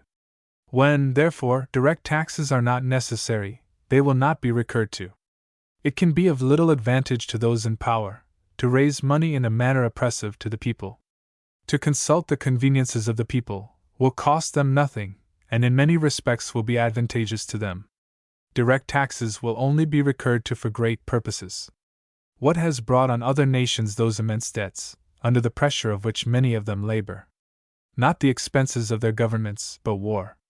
If this country should be engaged in war, and I conceive we ought to provide for the possibility of such a case, how would it be carried on? By the usual means provided from year to year? As our imports will be necessary for the expenses of government, and other common exigencies, how are we to carry on the means of defense? How is it possible a war could be supported without money or credit? And would it be possible for government to have credit, without having the power of raising money? No, it would be impossible for any government, in such a case, to defend itself. Then I say, sir, that it is necessary to establish funds for extraordinary exigencies, and give this power to the general government, for the utter inutility of previous requisitions on the states is too well known. Would it be possible for those countries, whose finances and revenues are carried to the highest perfection, to carry on the operations of government on great emergencies, such as the maintenance of a war, without an uncontrolled power of raising money? Has it not been necessary for Great Britain, notwithstanding the facility of the collection of her taxes, to have recourse very often to this and other extraordinary methods of procuring money? Would not her public credit have been ruined, if it was known that her power to raise money was limited? Has not France been obliged, on great occasions, to recur to unusual means, in order to raise funds? It has been the case in many countries, and no government can exist unless its powers extend to make provisions for every contingency. If we were actually attacked by a powerful nation, and our general government had not the power of raising money, but depended solely on requisitions, our condition would be truly deplorable. If the revenues of this Commonwealth were to depend on 20 distinct authorities, it would be impossible for it to carry on its operations. This must be obvious to every member here. I think, therefore, that it is necessary for the preservation of the Union, that this power should be given to the general government. But it is urged that its consolidated nature, joined to the power of direct taxation, will give it a tendency to destroy all subordinate authority, that its increasing influence will speedily enable it to absorb the state governments. I cannot bring myself to think that this will be the case. If the general government were wholly independent of the governments of the particular states, then indeed usurpation might be expected to the fullest extent. But, sir, on whom does this general government depend? It derives its authority from these governments, and from the same sources from which their authority is derived. The members of the federal government are taken from the same men from whom those of the state legislatures are taken. If we consider the mode in which the federal representatives will be chosen, we shall be convinced that the general never will destroy the individual governments, and this conviction must be strengthened by an attention to the construction of the Senate. The representatives will be chosen, probably under the influence of the state legislatures, but there is not the least probability that the election of the latter will be influenced by the former. 160 members representing this Commonwealth in one branch of the legislature are drawn from the people at large, and must ever possess more influence than the few men who will be elected to the general legislature. Those who wish to become federal representatives must depend on their credit with that class of men who will be the most popular in their counties, who generally represent the people in the state governments. They can, therefore, never succeed in any measure contrary to the wishes of those on whom they depend. So that, on the whole, it is almost certain that the deliberations of the members of the Federal House of Representatives will be directed to the interests of the people of America. As to the other branch, the senators will be appointed by the legislatures, and though elected for 6 years, I do not conceive they will so soon forget the source whence they derive their political existence. This election of one branch of the federal, by the state legislatures, secures an absolute independence of the former on the latter. The biennial exclusion of 1/3 will lessen the facility of a combination, and preclude all likelihood of intrigues. I appeal to our past experience, whether they will attend to the interests of their constituent states. Have not those gentlemen who have been honored with seats in Congress often signalized themselves by their attachment to their states? Sir, I pledge myself that this government will answer the expectations of its friends, and foil the apprehensions of its enemies. I am persuaded that the patriotism of the people will continue, and be a sufficient guard to their liberties, and that the tendency of the Constitution will be, that the state governments will counteract the general interest, and ultimately prevail. The number of the representatives is yet sufficient for our safety, and will gradually increase, and if we consider their different sources of information, the number will not appear too small. Sir, that part of the proposed Constitution which gives the general government the power of laying and collecting taxes is indispensable and essential to the existence of any efficient or well-organized system of government. If we consult reason, and be ruled by its dictates, we shall find its justification there. If we review the experience we have had, or contemplate the history of nations, there too we shall find ample reasons to prove its expediency. It would be preposterous to depend for necessary supplies on a body which is fully possessed of the power of withholding them. If a government depends on other governments for its revenues, if it must depend on the voluntary contributions of its members, its existence must be precarious. A government that relies on 13 independent sovereignties for the means of its existence is a solecism in theory, and a mere nullity in practice. Is it consistent with reason that such a government can promote the happiness of any people? It is subversive of every principle of sound policy to trust the safety of a community with a government totally destitute of the means of protecting itself or its members. Can Congress, after the repeated unequivocal proofs it has experienced of the utter inutility and inefficacy of requisitions, reasonably expect that they would be hereafter effectual or productive? Will not the same local interests and other causes militate against the compliance? Whoever hopes the contrary must forever be disappointed. The effect, sir, cannot be changed without a removal of the cause. Let each county in this Commonwealth be supposed free and independent. Let your revenues depend on requisitions of proportionate quotas from them. Let application be made to them repeatedly, and then ask yourself, is it to be presumed that they would comply, or that an adequate collection could be made from partial compliances? It is now difficult to collect the taxes from them. How much would that difficulty be enhanced, were you to depend solely on their generosity? I appeal to the reason of every gentleman here, and to his candor, to say whether he is not persuaded that the present Confederation is as feeble as the government of Virginia would be in that case. To the same reason I appeal, whether it be compatible with prudence to continue a government of such manifest and palpable weakness and inefficiency. 2. Constitutional government. Constitutional government in the United States began, in its national phase, with the inauguration of Washington, but the experiment was for a long time a doubtful one. Of the two parties, the federal and the anti-federal parties, which had faced one another on the question of the adoption of the Constitution, the latter had disappeared. Its conspicuous failure to achieve the fundamental object of its existence, and the evident hopelessness of reversing its failure in future, blotted it out of existence. There was left but one party, the Federal Party, and it, strong as it appeared, was really in almost as precarious a position as its former opponent, because of the very completeness of its success in achieving its fundamental object. Hamilton and Jefferson, two of its representative members, were opposed in almost all the political instincts of their natures. The former chose the restraints of strong government as instinctively as the latter clung to individualism. They had been accidentally united for the time in desiring the adoption of the Constitution, though Hamilton considered it only a temporary shift for something stronger, while Jefferson wished for a Bill of Rights to weaken the force of some of its implications. Now that the Constitution was ratified, what tie was there to hold these two to any united action for the future? Nothing but a shadow, the name of a party not yet 2 years old.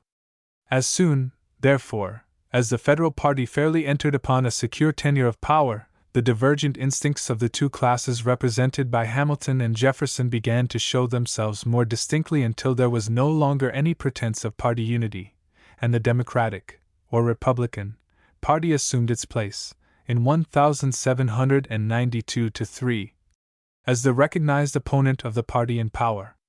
It would be beside the purpose to attempt to enumerate the points in which the natural antagonism of the Federalists and the Republicans came to the surface during the decade of contest which ended in the downfall of the Federal Party in 1801.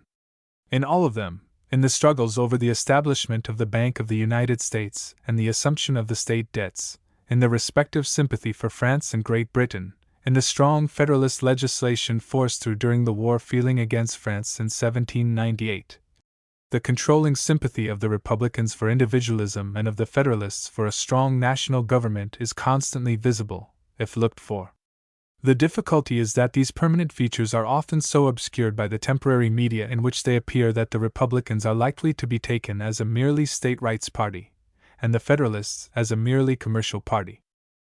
To adopt either of these notions would be to take a very erroneous idea of American political history.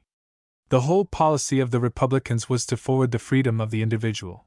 Their leader seems to have made all other points subordinate to this.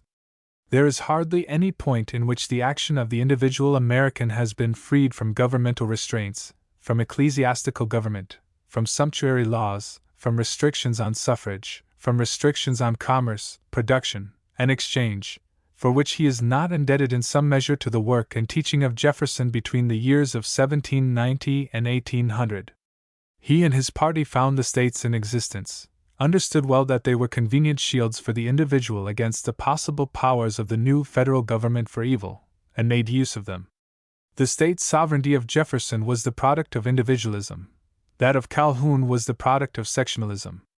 On the other hand, if Jeffersonian democracy was the representative of all the individualistic tendencies of the later science of political economy, Hamiltonian federalism represented the necessary corrective force of law. It was in many respects a strong survival of colonialism.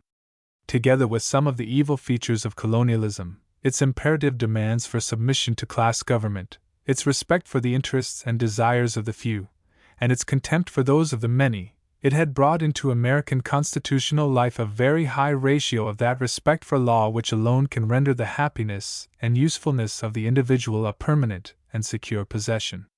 It was impossible for federalism to resist the individualistic tendency of the country for any length of time. It is the monument of the party that it secured, before it fell, abiding guarantees for the security of the individual under freedom. The genius of the Federalists was largely practical. It was shown in their masterly organization of the federal government when it was first entrusted to their hands, an organization which has since been rather developed than disturbed in any of its parts. But the details of the work absorbed the attention of the leaders so completely that it would be impossible to fix on any public address as entirely representative of the party. Fisher Ames' speech on the Jay Treaty, which was considered by the Federalists the most effective piece of oratory in their party history, has been taken as a substitute. The question was to the Federalists partly of commercial and partly of national importance. John Jay had secured the first commercial treaty with Great Britain in 1795. It not only provided for the security of American commerce during the European wars to which Great Britain was a party, and obtained the surrender of the military posts in the present states of Ohio and Michigan, it also gave the United States a standing in the family of nations which it was difficult to claim elsewhere while Great Britain continued to refuse to treat on terms of equality. The Senate therefore ratified the treaty, and it was constitutionally complete. The Democratic majority in the House of Representatives, objecting to the treaty as a surrender of previous engagements with France, and as a failure to secure the rights of individuals against Great Britain, particularly in the matter of impressment, raised the point that the House was not bound to vote money for carrying into effect a treaty with which it was seriously dissatisfied. The speech of Gallatin has been selected to represent the Republican view. It is a strong reflection of the opposition to the treaty. The reply of Ames is a forcible presentation of both the national and the commercial aspects of his party. It had a very great influence in securing, though by a very narrow majority, the vote of the House in favor of the appropriation. There is some difficulty in fixing on any completely representative oration to represent the Republican point of view covering this period. Gallatin's speech on the Jay Treaty together with Nicholas' argument for the repeal of the sedition law may serve this purpose. The speech of Nicholas shows the instinctive sympathy of the party for the individual rather than for the government. It shows the force with which this sympathy drove the party into a strict construction of the Constitution. It seems also to bear the strongest internal indications that it was inspired, if not entirely written, by the great leader of the party, Jefferson. The Federalists had used the popular war feeling against France in 1798, not only to press the formation of an army and a navy and the abrogation of the old and troublesome treaties with France, but to pass the alien and sedition laws as well. The former empowered the President to expel from the country or imprison any alien whom he should consider dangerous to the peace and safety of the United States. The latter forbade, under penalty of fine and imprisonment, the printing or publishing of any false, scandalous, or malicious writings, calculated to bring the government, Congress, or the President into disrepute, or to excite against them the hatred of the good people of the United States, or to stir up sedition. It was inevitable that the Republicans should oppose such laws, and that the people should support them in their opposition. At the election of 1800, the Federal party was overthrown, and the lost ground was never regained.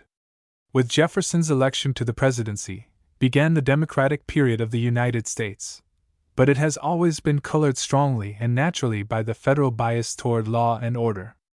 Albert Gallatin, of Pennsylvania, born 1761, died 1849. On the British Treaty, House of Representatives, April 26, 1796. Mr. Chairman, I will not follow some of the gentlemen who have preceded me, by dwelling upon the discretion of the legislature, a question which has already been the subject of our deliberations, and been decided by a solemn vote.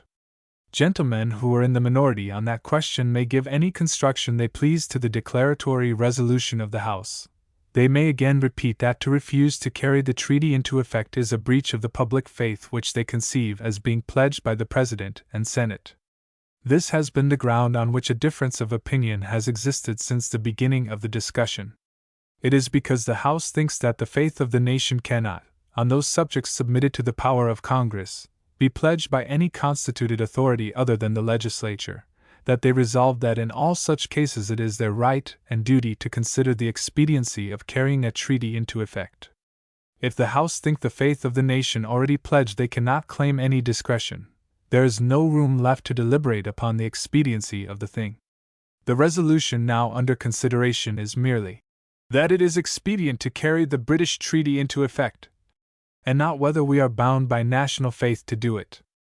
I will therefore consider the question of expediency alone, and thinking as I do that the House has full discretion on this subject, I conceive that there is as much responsibility in deciding in the affirmative as in rejecting the resolution, and that we shall be equally answerable for the consequences that may follow from either.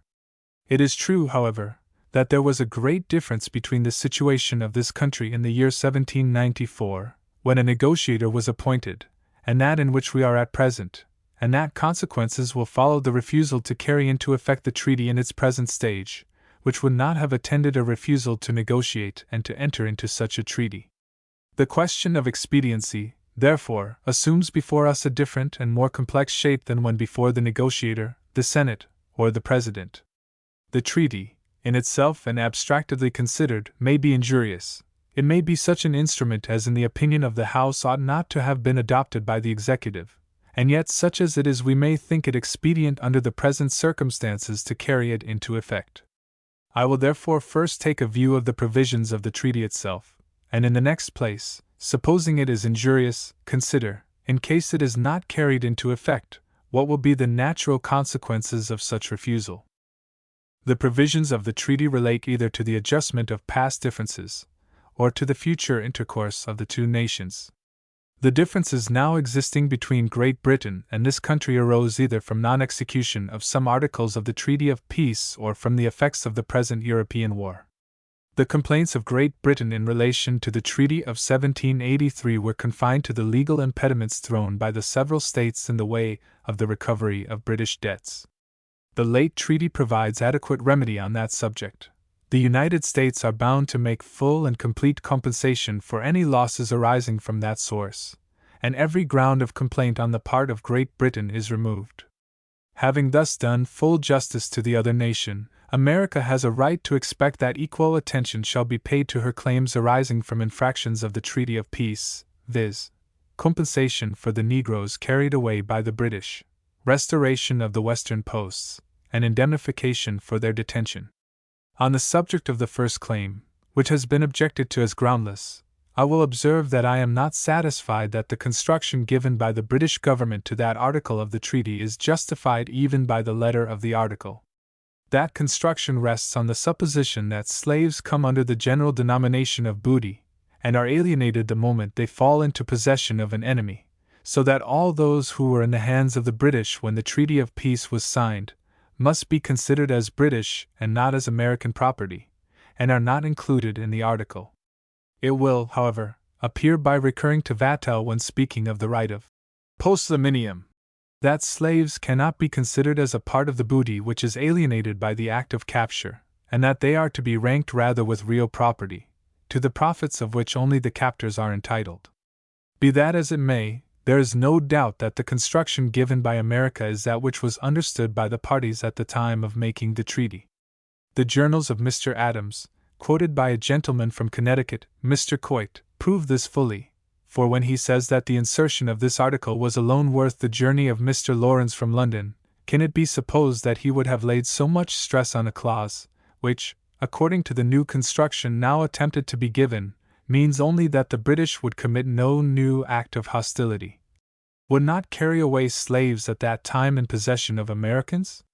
Congress recognized that construction by adopting the resolution which has been already quoted, and which was introduced upon the motion of Mr. Alexander Hamilton, and it has not been denied that the British ministry during Mr. Adams' embassy also agreed to it. But when our negotiator had, for the sake of peace, waived that claim, when he had also abandoned the right which America had to demand an indemnification for the detention of the posts, although he had conceded the right of a similar nature, which Great Britain had for the detention of debts, when he had thus given up everything which might be supposed to be of a doubtful nature, it might have been hoped that our last claim, a claim on which there was not and there never had been any dispute, the Western posts should have been restored according to the terms of the Treaty of Peace. Upon what ground the British insisted, and our negotiator conceded, that this late restitution should be saddled with new conditions, which made no part of the original contract, I am at a loss to know. British traders are allowed by the new treaty to remain within the posts without becoming citizens of the United States, and to carry on trade and commerce with the Indians living within our boundaries without being subject to any control from our government. In vain is it said that if that clause had not been inserted we would have found it to our interest to effect it by our own laws. Of this we are alone competent judges. If that condition is harmless at present, it is not possible to foresee whether, under future circumstances, it will not prove highly injurious, and whether harmless or not, it is not less a permanent and new condition imposed upon us. But the fact is, that by the introduction of that clause, by obliging us to keep within our jurisdiction, as British subjects, the very men who have been the instruments used by Great Britain to promote Indian wars on our frontiers, by obliging us to suffer those men to continue their commerce with the Indians living in our territory, uncontrolled by those regulations which we have thought necessary in order to restrain our own citizens in their intercourse with these tribes, Great Britain has preserved her full influence with the Indian nations. By a restoration of the posts under that condition we have lost the greatest advantage that was expected from their possession, viz., future security against the Indians. In the same manner have the British preserved the commercial advantages which result from the occupancy of those posts, by stipulating as a permanent condition a free passage for their goods across our portages without paying any duty. Another article of the new treaty which is connected with the provisions of the Treaty of 1783 deserves consideration. I mean what relates to the Mississippi. At the time when the navigation of that river to its mouth was by the treaty of peace declared to be common to both nations, Great Britain communicated to America a right which she held by virtue of the Treaty of 1763, and as owner of the Floridas. But since that cession to the United States, England has ceded to Spain her claim on the Floridas, and does not own at the present time an inch of ground, either on the mouth or on any part of that river. Spain now stands in the place of Great Britain, and by virtue of the Treaty of 1783 it is to Spain and America, and not to England and America, that the navigation of the Mississippi is at present to be common. Yet, notwithstanding this change of circumstances, we have repeated that article of the former treaty in the late one, and have granted to Great Britain the additional privilege of using our ports on the eastern side of the river, without which, as they own no land thereon, they could not have navigated it. Nor is this all. Upon a supposition that the Mississippi does not extend so far northward as to be intersected by a line drawn due west from the Lake of the Woods, or, in other words, upon a supposition that Great Britain has not a claim even to touch the Mississippi, we have agreed, not upon what will be the boundary line, but that we will hereafter negotiate to settle that line, thus leaving to future negotiation what should have been finally settled by the treaty itself, in the same manner as all other differences were, is calculated for the sole purpose, either of laying the foundation of future disputes, or of recognizing a claim in Great Britain on the waters of the Mississippi, even if their boundary line leaves to the southward the sources of that river. Had not that been the intention of Great Britain, the line would have been settled at once by the treaty, according to either of the two only rational ways of doing it in conformity to the Treaty of 1783, that is to say, by agreeing that the line should run from the northernmost sources of the Mississippi, either directly to the western extremity of the Lake of the Woods, or northwardly till it intersected the line to be drawn due west from that lake. But by repeating the article of the Treaty of 1783, by conceding the free use of our ports on the river, and by the insertion of the fourth article, we have admitted that Great Britain, in all possible events, has still a right to navigate that river from its source to its mouth. What may be the future effects of these provisions, especially as they regard our intercourse with Spain, it is impossible at present to say.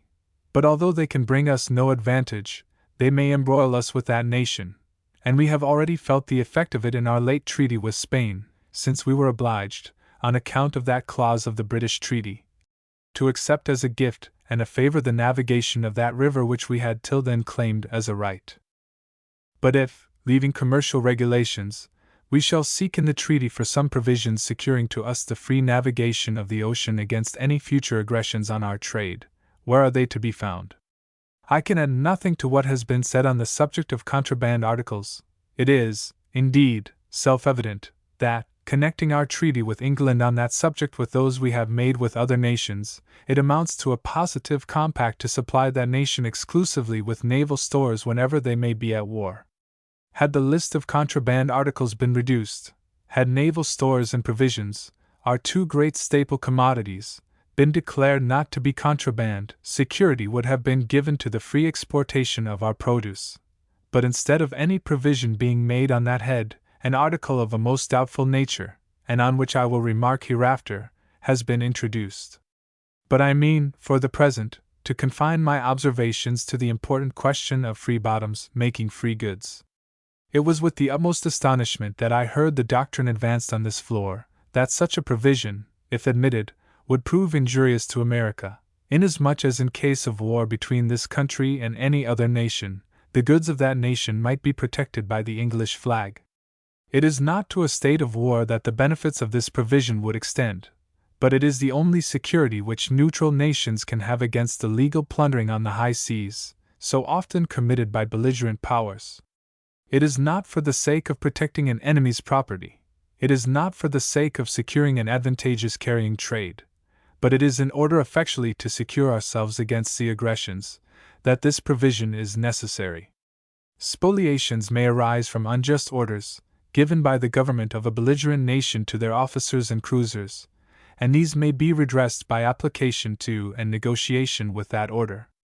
But no complaints, no negotiations, no orders of government itself, can give redress when those spoliations are grounded on a supposition that the vessels of the neutral nation have an enemy's property on board, as long as such property is not protected by the flag of the neutral nation, as long as it is liable to be captured, it is not sufficient, in order to avoid detention and capture, to have no such property on board. Every privateer, under pretense that he suspects an enemy's goods to be part of a cargo, may search, vex, and capture a vessel, and if in any corner of the dominions of the belligerent power, a single judge can be found inclined, if not determined, to condemn, at all events, before his tribunal, all vessels so captured will be brought there, and the same pretense which caused the capture will justify a condemnation. The only nation who persists in the support of this doctrine, as making part of the law of nations, is the first maritime power of Europe, whom their interest, as they are the strongest, and as there is hardly a maritime war in which they are not involved, leads to wish for a continuation of a custom which gives additional strength to their overbearing dominion over the seas. All the other nations have different sentiments and a different interest. During the American War, in the year 1780, so fully convinced were the neutral nations of the necessity of introducing that doctrine of free bottoms making free goods, that all of them, excepting Portugal, who was in a state of vassalage to, and a mere appendage of, Great Britain, united in order to establish the principle, and formed for that purpose the alliance known by the name of the Armed Neutrality. All the belligerent powers, except England, recognized and agreed to the doctrine. England itself was obliged, in some measure, to give, for a while, a tacit acquiescence. America, at the time, fully admitted the principle, although then at war. Since the year 1780, every nation, so far as my knowledge goes, has refused to enter into a treaty of commerce with England, unless that provision was inserted. Russia, for that reason, would not renew their treaty, which had expired in 1786, although I believe that, during the present war, and in order to answer the ends of the war, they formed a temporary convention, which I have not seen, but which, perhaps, does not include that provision. England consented to it in her treaty with France, in 1788, and we are the first neutral nation who has abandoned the common cause, given up the claim, and by a positive declaration inserted in our treaty, recognized the contrary doctrine. It has been said that, under the present circumstances, it could not be expected that Great Britain would give up the point. Perhaps so, but the objection is not that our negotiator has not been able to obtain that principle, but that he has consented to enter into a treaty of commerce which we do not want, and which has no connection with an adjustment of our differences with Great Britain, without the principle contended for making part of that treaty. Unless we can obtain security for our navigation, we want no treaty, and the only provision which can give us that security should have been the sine qua non of a treaty. On the contrary, we have disgusted all the other neutral nations of Europe, without whose concert and assistance there is but little hope that we shall ever obtain that point, and we have taught Great Britain that we are disposed to form the most intimate connections with her, even at the expense of recognizing a principle the most fatal to the liberty of commerce and to the security of our navigation. But if we could not obtain anything which might secure us against future aggressions, should we have parted, without receiving any equivalent, with those weapons of self-defense, which, although they could not repel, might, in some degree, prevent any gross attacks upon our trade, any gross violation of our rights as a neutral nation? We have no fleet to oppose or to punish the insults of Great Britain, but from our commercial relative situation, we have it in our power to restrain her aggressions, by restrictions on her trade, by a total prohibition of her manufactures, or by a sequestration of the debts due to her. By the treaty, not satisfied with receiving nothing, not satisfied with obtaining no security for the future, we have, of our own accord, surrendered those defensive arms, for fear they might be abused by ourselves. We have given up the two first, for the whole time during which we might want them most, the period of the present war, and the last, the power of sequestration, we have abandoned forever, Every other article of the Treaty of Commerce is temporary, this perpetual. I shall not enter into a discussion of the immorality of sequestering private property. What can be more immoral than war, or plundering on the high seas, legalized under the name of privateering? Yet self-defense justifies the first, and the necessity of the case may, at least in some instances, and where it is the only practicable mode of warfare left to a nation, apologize even for the last. In the same manner, the power of sequestration may be resorted to, as the last weapon of self-defense, rather than to seek redress by an appeal to arms. It is the last peace measure that can be taken by a nation, but the treaty, by declaring that in case of national differences it shall not be resorted to, has deprived us of the power of judging of its propriety, has rendered it an act of hostility, and has effectually taken off that restraint which a fear of its exercise laid upon Great Britain. Thus it appears that by the treaty we have promised full compensation to England for every possible claim they may have against us, that we have abandoned every claim of a doubtful nature, and that we have consented to receive the posts, our claim to which was not disputed, under new conditions and restrictions never before contemplated, that after having obtained by those concessions an adjustment of past differences, we have entered into a new agreement, unconnected with those objects, which have heretofore been subjects of discussion between the two nations, and that by this treaty of commerce and navigation, we have obtained no commercial advantage which we did not enjoy before, we have obtained no security against future aggressions, no security in favor of the freedom of our navigation, and we have parted with every pledge we had in our hands, with every power of restriction, with every weapon of self-defense which is calculated to give us any security. From the review I have taken of the treaty, and the opinions I have expressed, it is hardly necessary for me to add that I look upon the instrument as highly injurious to the interests of the United States, and that I earnestly wish it never had been made, but whether in its present stage the House ought to refuse to carry it into effect, and what will be the probable consequences of a refusal, is a question which requires the most serious attention, and which I will now attempt to investigate. Should the treaty be finally defeated, either new negotiations will be more successful, or Great Britain will refuse to make a new arrangement, and leave things in the situation in which they now are, or war will be the consequence. I will, in the course of my observations, make some remarks on the last supposition.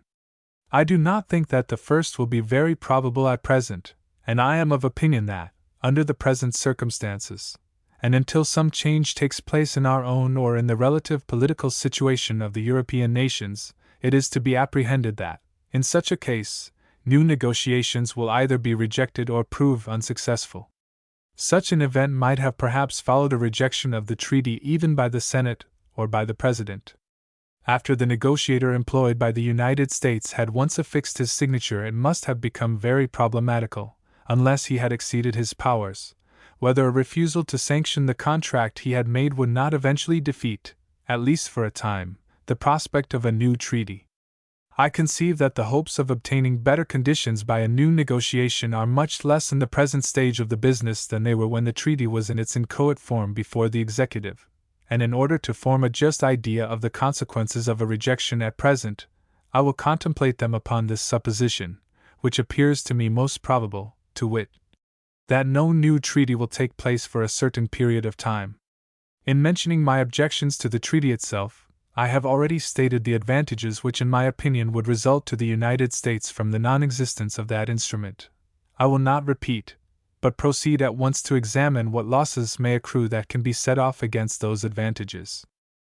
The further detention of the posts, the national stain that will result from receiving no reparation for the spoliations on our trade, and the uncertainty of a final adjustment of our differences with Great Britain, are the three evils which strike me as resulting from a rejection of the treaty, and when to those considerations I add that of the present situation of this country, of the agitation of the public mind, and of the advantages that will arise from union of sentiments, however injurious and unequal I conceive the treaty to be, however repugnant it may be to my feelings, and perhaps to my prejudices, I feel induced to vote for it, and will not give my assent to any proposition which will imply its rejection. But the conduct of Great Britain since the treaty was signed, the impressment of our seamen, and their uninterrupted spoliations on our trade, especially by seizing our vessels laden with provisions, a proceeding which they may perhaps justify by one of the articles of the treaty, are such circumstances as may induce us to pause a while, in order to examine whether it is proper, immediately and without having obtained any explanation thereon, to adopt the resolution on the table, and to pass, at present, all the laws necessary to carry the treaty into effect. Whatever evils may follow a rejection of the treaty, they will not attend a postponement. To suspend our proceedings will not throw us into a situation which will require new negotiations, new arrangements on the points already settled and well understood by both parties. It will be merely a delay, until an explanation of the late conduct of the British towards us may be obtained, or until that conduct may be altered. If, on the contrary, we consent to carry the treaty into effect, under the present circumstances, what will be our situation in future? It is by committing the most wanton and the most unprovoked aggressions on our trade, it is by seizing a large amount of our property as a pledge for our good behavior, that Great Britain has forced the nation into the present treaty. If by threatening new hostilities, or rather by continuing her aggressions, even after the treaty is made, she can force us also to carry it into effect, our acquiescence will be tantamount to a declaration that we mean to submit in proportion to the insults that are offered to us, and this disposition being once known, what security have we against new insults, new aggressions, new spoliations, which probably will lay the foundation of some additional sacrifices on ours? It has been said, and said with truth, that to put up with the indignities we have received without obtaining any reparation, which will probably be the effect of defeating the treaty, is highly dishonorable to the nation. In my opinion, it is still more so not only tamely to submit to a continuation of these national insults, but while they thus continue uninterrupted, to carry into effect the instrument we have consented to accept as a reparation for former ones. When the general conduct of Great Britain towards us from the beginning of the present war is considered, when the means by which she has produced the treaty are reflected on, a final compliance on our part, while she still persists in that conduct, whilst the chastening rod of that nation is still held over us, is in my opinion a dereliction of national interest, of national honor, of national independence. But it is said that war must be the consequence of our delaying to carry the treaty into effect. Do the gentlemen mean that if we reject the treaty, if we do not accept the reparation there given to us, in order to obtain redress, we have no alternative left but war? If we must go to war in order to obtain reparation for insults and spoliations on our trade, we must do it, even if we carried the present treaty into effect, for this treaty gives us no reparation for the aggressions committed since it was ratified, has not produced a discontinuance of those acts of hostility, and gives us no security that they shall be discontinued. But the arguments of those gentlemen, who suppose that America must go to war, apply to a final rejection of the treaty, and not to a delay. I do not propose to refuse the reparation offered by the treaty, and to put up with the aggressions committed. I have agreed that that reparation, such as it is a valuable article of the treaty. I have agreed that under the present circumstances, a greater evil will follow a total rejection of, than an acquiescence in, the treaty. The only measure which has been mentioned, in preference to the one now under discussion, is a suspension, a postponement, whilst the present spoliations continue, in hopes to obtain for them a similar reparation, and assurances that they shall cease. But is it meant to insinuate that it is the final intention of those who pretend to wish only for a postponement, to involve this country in a war? There has been no period during the present European war, at which it would not have been equally weak and wicked to adopt such measures as must involve America in the contest, unless forced into it for the sake of self-defense. But, at this time, to think of it would fall but little short of madness. The whole American nation would rise in opposition to the idea, and it might at least have been recollected that war cannot be declared, except by Congress, and that two of the branches of government are sufficient to check the other in any supposed attempt of this kind.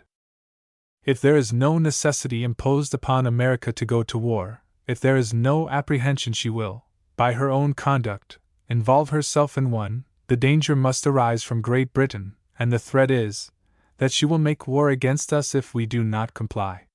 Gentlemen first tell us that we have made the best possible bargain with that nation, that she has conceded everything, without receiving a single iota in return, and yet they would persuade us that she will make war against us in order to force us to accept that contract so advantageous to us, and so injurious to herself. It will not be contended that a delay, until an amicable explanation is obtained, could afford even a pretense to Great Britain for going to war, and we all know that her own interest would prevent her. If another campaign takes place, it is acknowledged that all her efforts are to be exerted against the West Indies. She has proclaimed her own scarcity of provisions at home, and she must depend on our supplies to support her armament. It depends upon us to defeat her whole scheme, and this is a sufficient pledge against open hostility, if the European war continues. If peace takes place, there will not be even the appearance of danger. The moment when a nation is happy enough to emerge from one of the most expensive, bloody, and dangerous wars in which she ever has been involved, will be the last she would choose to plunge afresh into a similar calamity.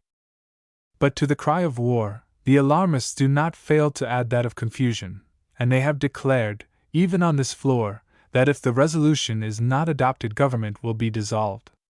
Government dissolved in case a postponement takes place. The idea is too absurd to deserve a direct answer. But I will ask those gentlemen, by whom is government to be dissolved? Certainly not by those who may vote against the resolution, for although they are not perhaps fortunate enough to have obtained the confidence of the gentlemen who voted against them, still it must be agreed that those who succeed in their wishes, who defeat a measure they dislike, will not wish to destroy that government, which they hold so far in their hands as to be able to carry their own measures. For them to dissolve government would be to dissolve their own power. By whom, then, I again ask, is the government to be dissolved? The gentlemen must answer, by themselves, or they must declare that they mean nothing but to alarm. Is it really the language of those men, who profess to be, who distinguish themselves by the self-assumed appellation of friends to order, that if they do not succeed in all their measures they will overset government, and have all their professions been only a veil to hide their love of power, a pretense to cover their ambition? Do they mean that the first event which shall put an end to their own authority shall be the last act of government? As to myself, I do not believe that they have such intentions. I have too good an opinion of their patriotism to allow myself to admit such an idea a single moment, but I think myself justifiable in entertaining a belief that some amongst them, in order to carry a favorite, and what they think to be an advantageous measure, mean to spread an alarm which they do not feel, and I have no doubt that many have contracted such a habit of carrying every measure of government as they please that they really think that everything must be thrown into confusion the moment they are thwarted in a matter of importance. I hope that experience will in future cure their fears. But, at all events, be the wishes and intentions of the members of this House what they may, it is not in their power to dissolve the government. The people of the United States, from one end of the continent to the other, are strongly attached to their Constitution. They would restrain and punish the excesses of any party, of any set of men in government, who would be guilty of the attempt, and on them I will rest as a full security against every endeavor to destroy our Union, our Constitution, or our government. If the people of the United States wish this House to carry the treaty into effect immediately, and notwithstanding the continued aggressions of the British, if their will was fairly and fully expressed, I would immediately acquiesce. But since an appeal has been made to them, it is reasonable to suspend a decision until their sentiments are known. Till then I must follow my own judgment, and as I cannot see that any possible evils will follow a delay, I shall vote against the resolution before the committee, in order to make room, either for that proposed by my colleague, Mr. Maclay, or for any other, expressed in any manner whatever, provided it embraces the object I have in view, to wit, the suspension of the final vote. A postponement of the law is necessary to carry the treaty into effect, until satisfactory assurances are obtained that Great Britain means, in future, to show us that friendly disposition which it is my earnest wish may at all times be cultivated by America towards all other nations. Fisher Ames, of Massachusetts. Born 1758, died 1808. On the British Treaty, House of Representatives, April 28, 1796. It would be strange that a subject, which has aroused in turn all the passions of the country, should be discussed without the interference of any of our own. We are men, and therefore not exempt from those passions. As citizens and representatives, we feel the interests that must excite them. The hazard of great interests cannot fail to agitate strong passions. We are not disinterested. It is impossible we should be dispassionate. The warmth of such feelings may becloud the judgment, and for a time, pervert the understanding. But the public sensibility, and our own, has sharpened the spirit of inquiry, and given an animation to the debate. The public attention has been quickened to mark the progress of the discussion, and its judgment, often hasty and erroneous on first impressions, has become solid and enlightened at last. Our result will, I hope, on that account, be safer and more mature, as well as more accordant with that of the nation. The only constant agents in political affairs are the passions of men. Shall we complain of our nature? Shall we say that man ought to have been made otherwise? It is right already, because he, from whom we derive our nature, ordained it so, and because thus made and thus acting, the cause of truth and the public good is more surely promoted. The treaty is bad, fatally bad, is the cry. It sacrifices the interest, the honor, the independence of the United States, and the faith of our engagements to France. If we listen to the clamor of party intemperance, the evils are of a number not to be counted, and of a nature not to be borne, even in idea.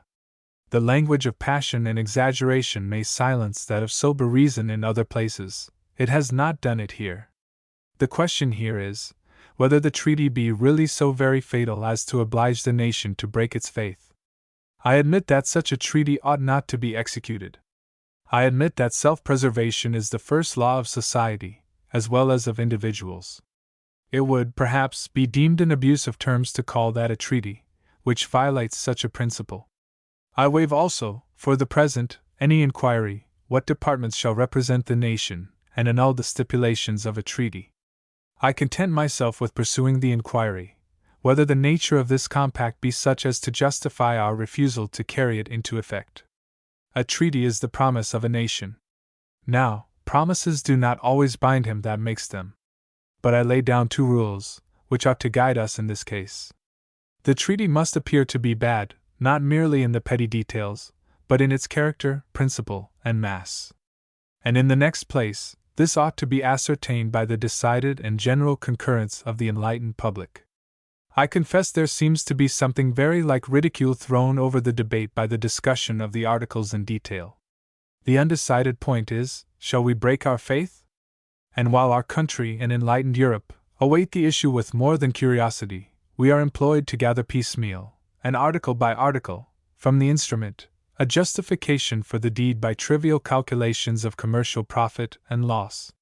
This is little worthy of the subject, of this body, or of the nation. If the treaty is bad, it will appear to be so in its mass. Evil to a fatal extreme, if that be its tendency, requires no proof, it brings it. Extremes speak for themselves and make their own law. What if the direct voyage of American ships to Jamaica with horses or lumber might net 1 or 2% more than the present trade to Suriname? Would the proof of the fact avail anything in so grave a question as the violation of the public engagements? Why do they complain that the West Indies are not laid open? Why do they lament that any restriction is stipulated on the commerce of the East Indies? Why do they pretend that if they reject this, and insist upon more will be accomplished? Let us be explicit, more would not satisfy. If all was granted, would not a treaty of amity with Great Britain still be obnoxious? Have we not this instant heard it urged against our envoy, that he was not ardent enough in his hatred of Great Britain? A treaty of amity is condemned because it was not made by a foe, and in the spirit of one. The same gentleman, at the same instant, repeats a very prevailing objection, that no treaty should be made with the enemy of France.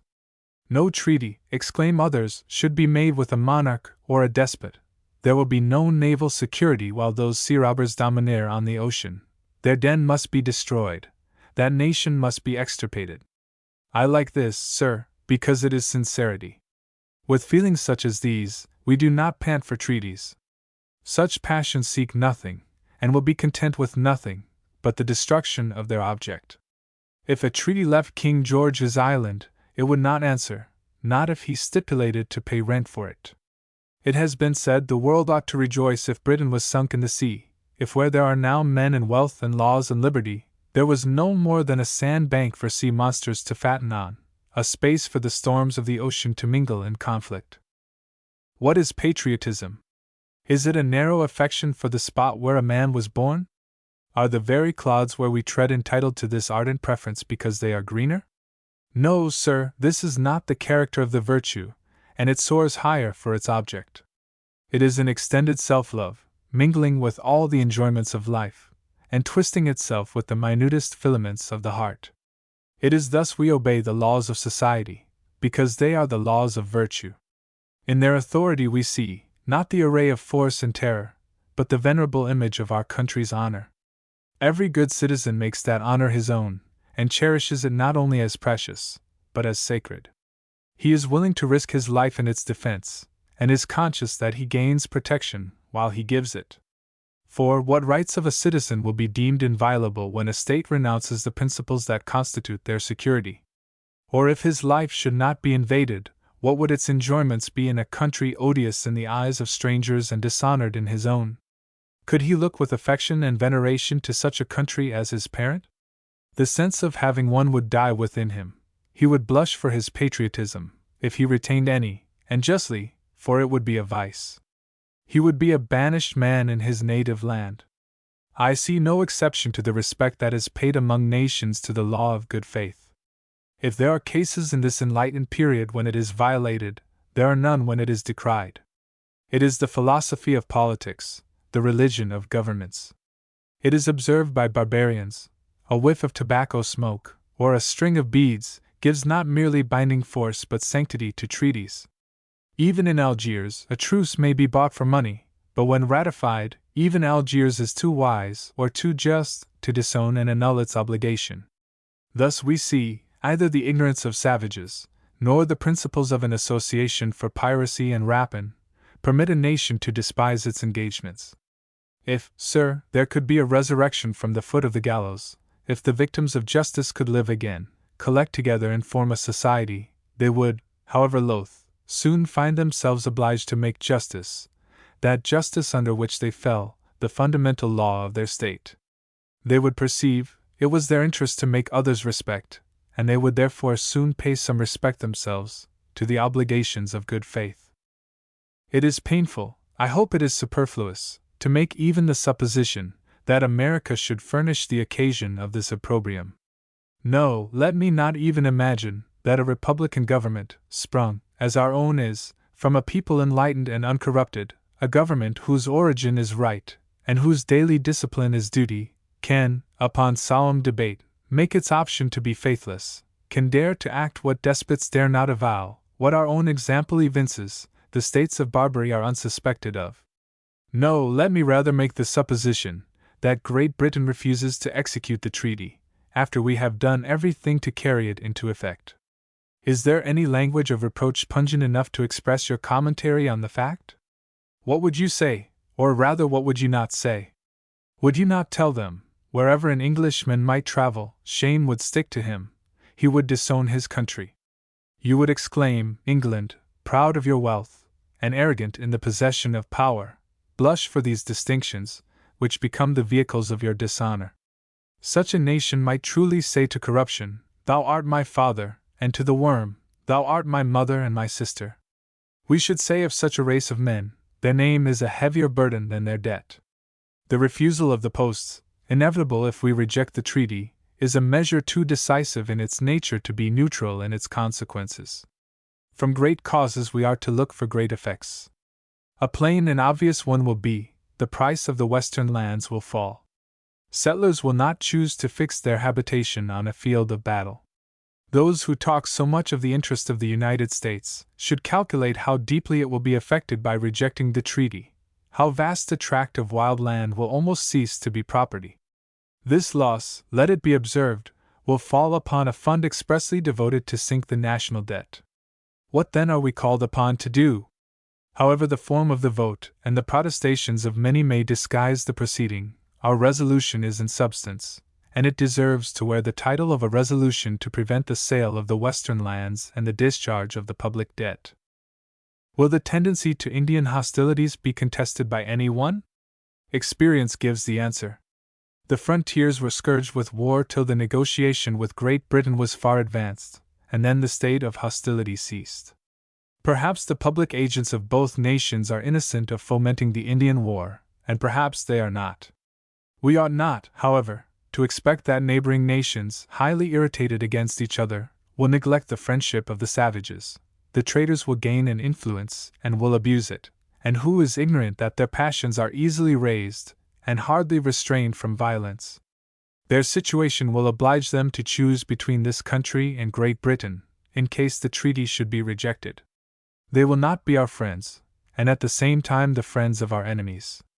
But am I reduced to the necessity of proving this point?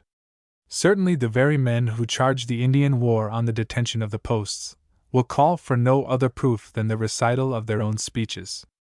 It is remembered with what emphasis, with what acrimony, they expatiated on the burden of taxes, and the drain of blood and treasure into the western country, in consequence of Britain's holding the posts.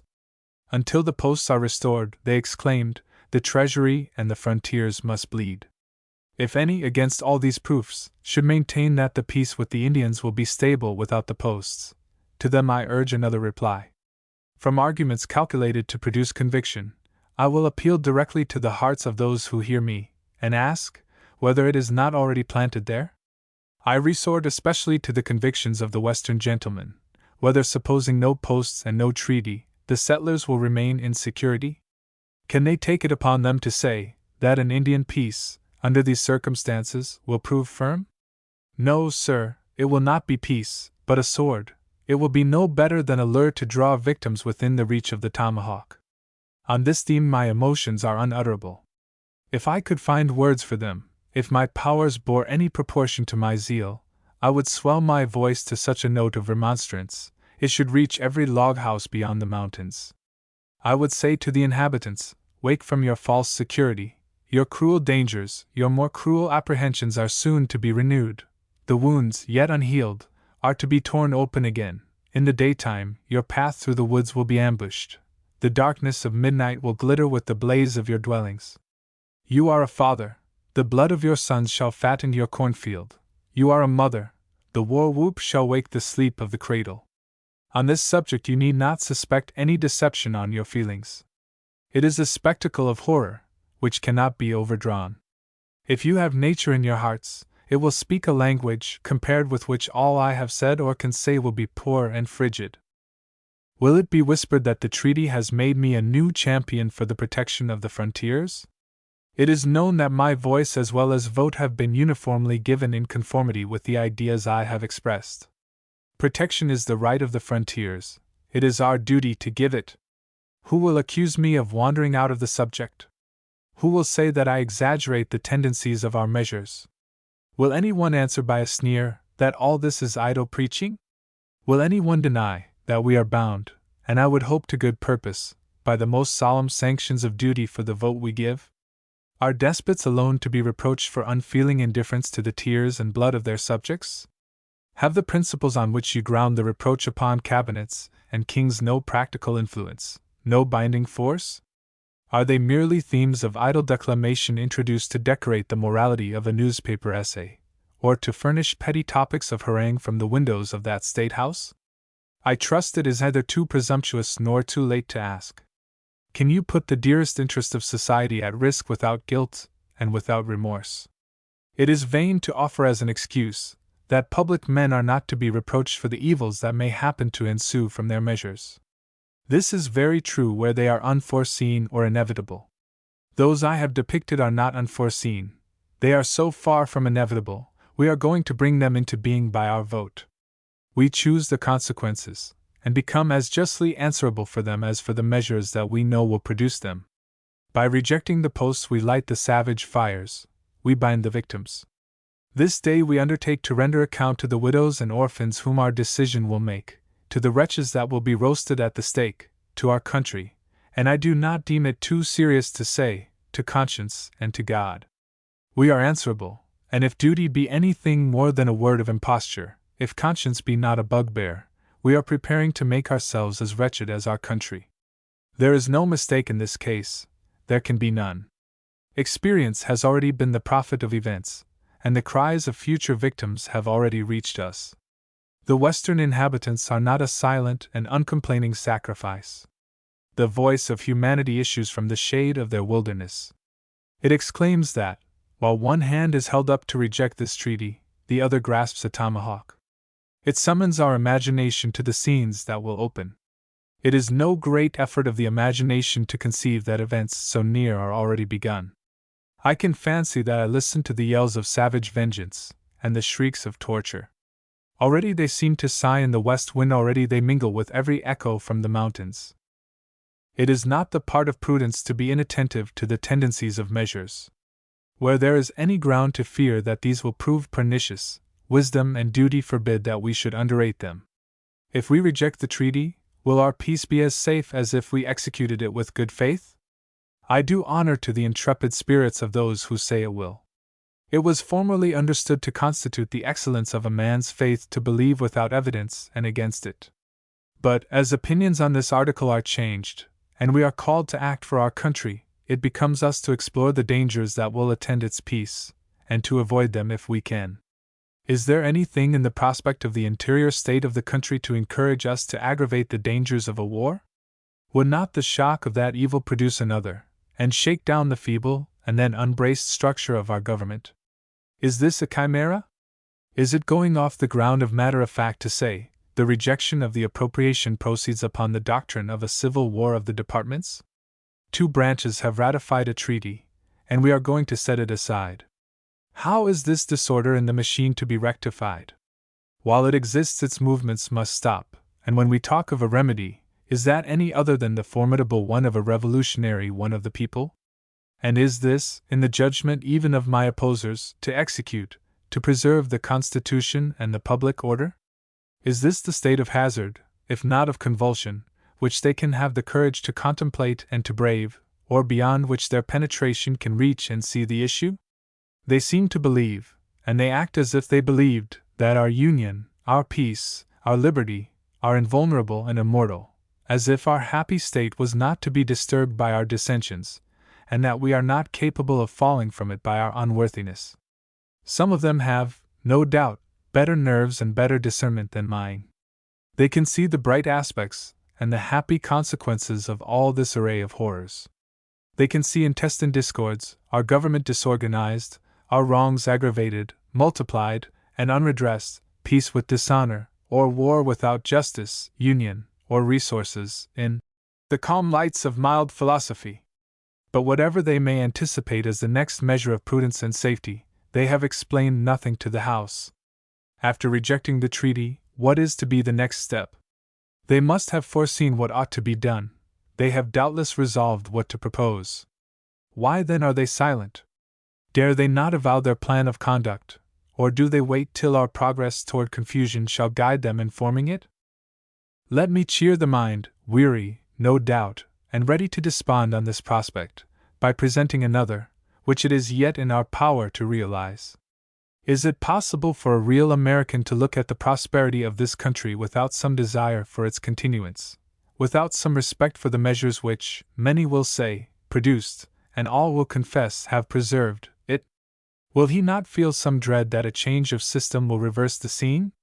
The well-grounded fears of our citizens in 1794 were removed by the treaty, but are not forgotten.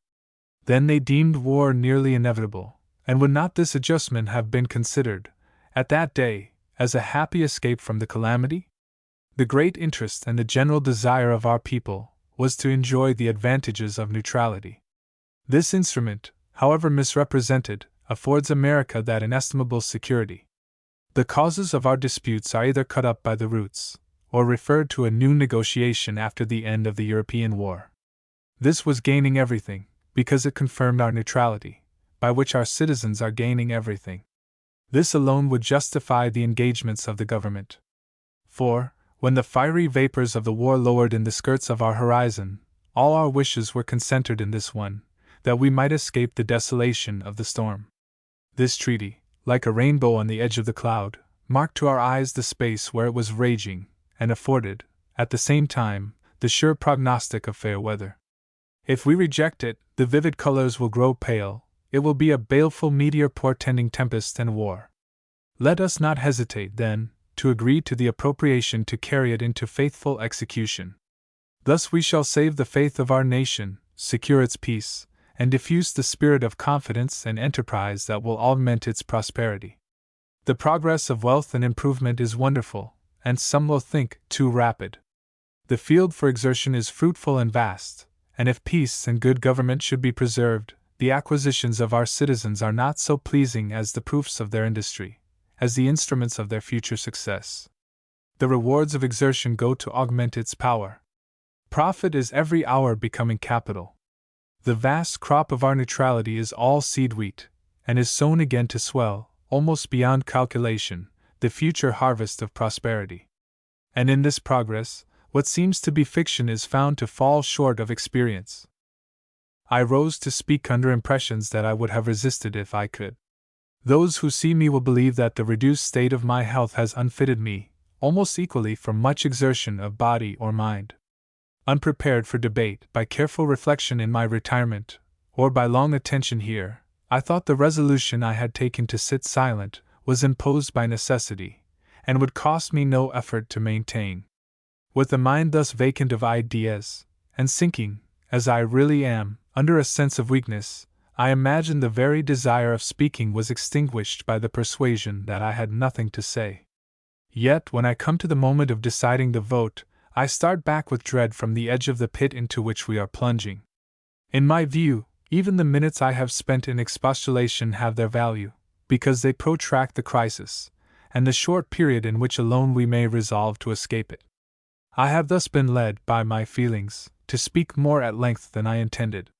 Yet I have, perhaps, as little personal interest in the event as any one here. There is, I believe, no member who will not think his chance to be a witness of the consequences greater than mine.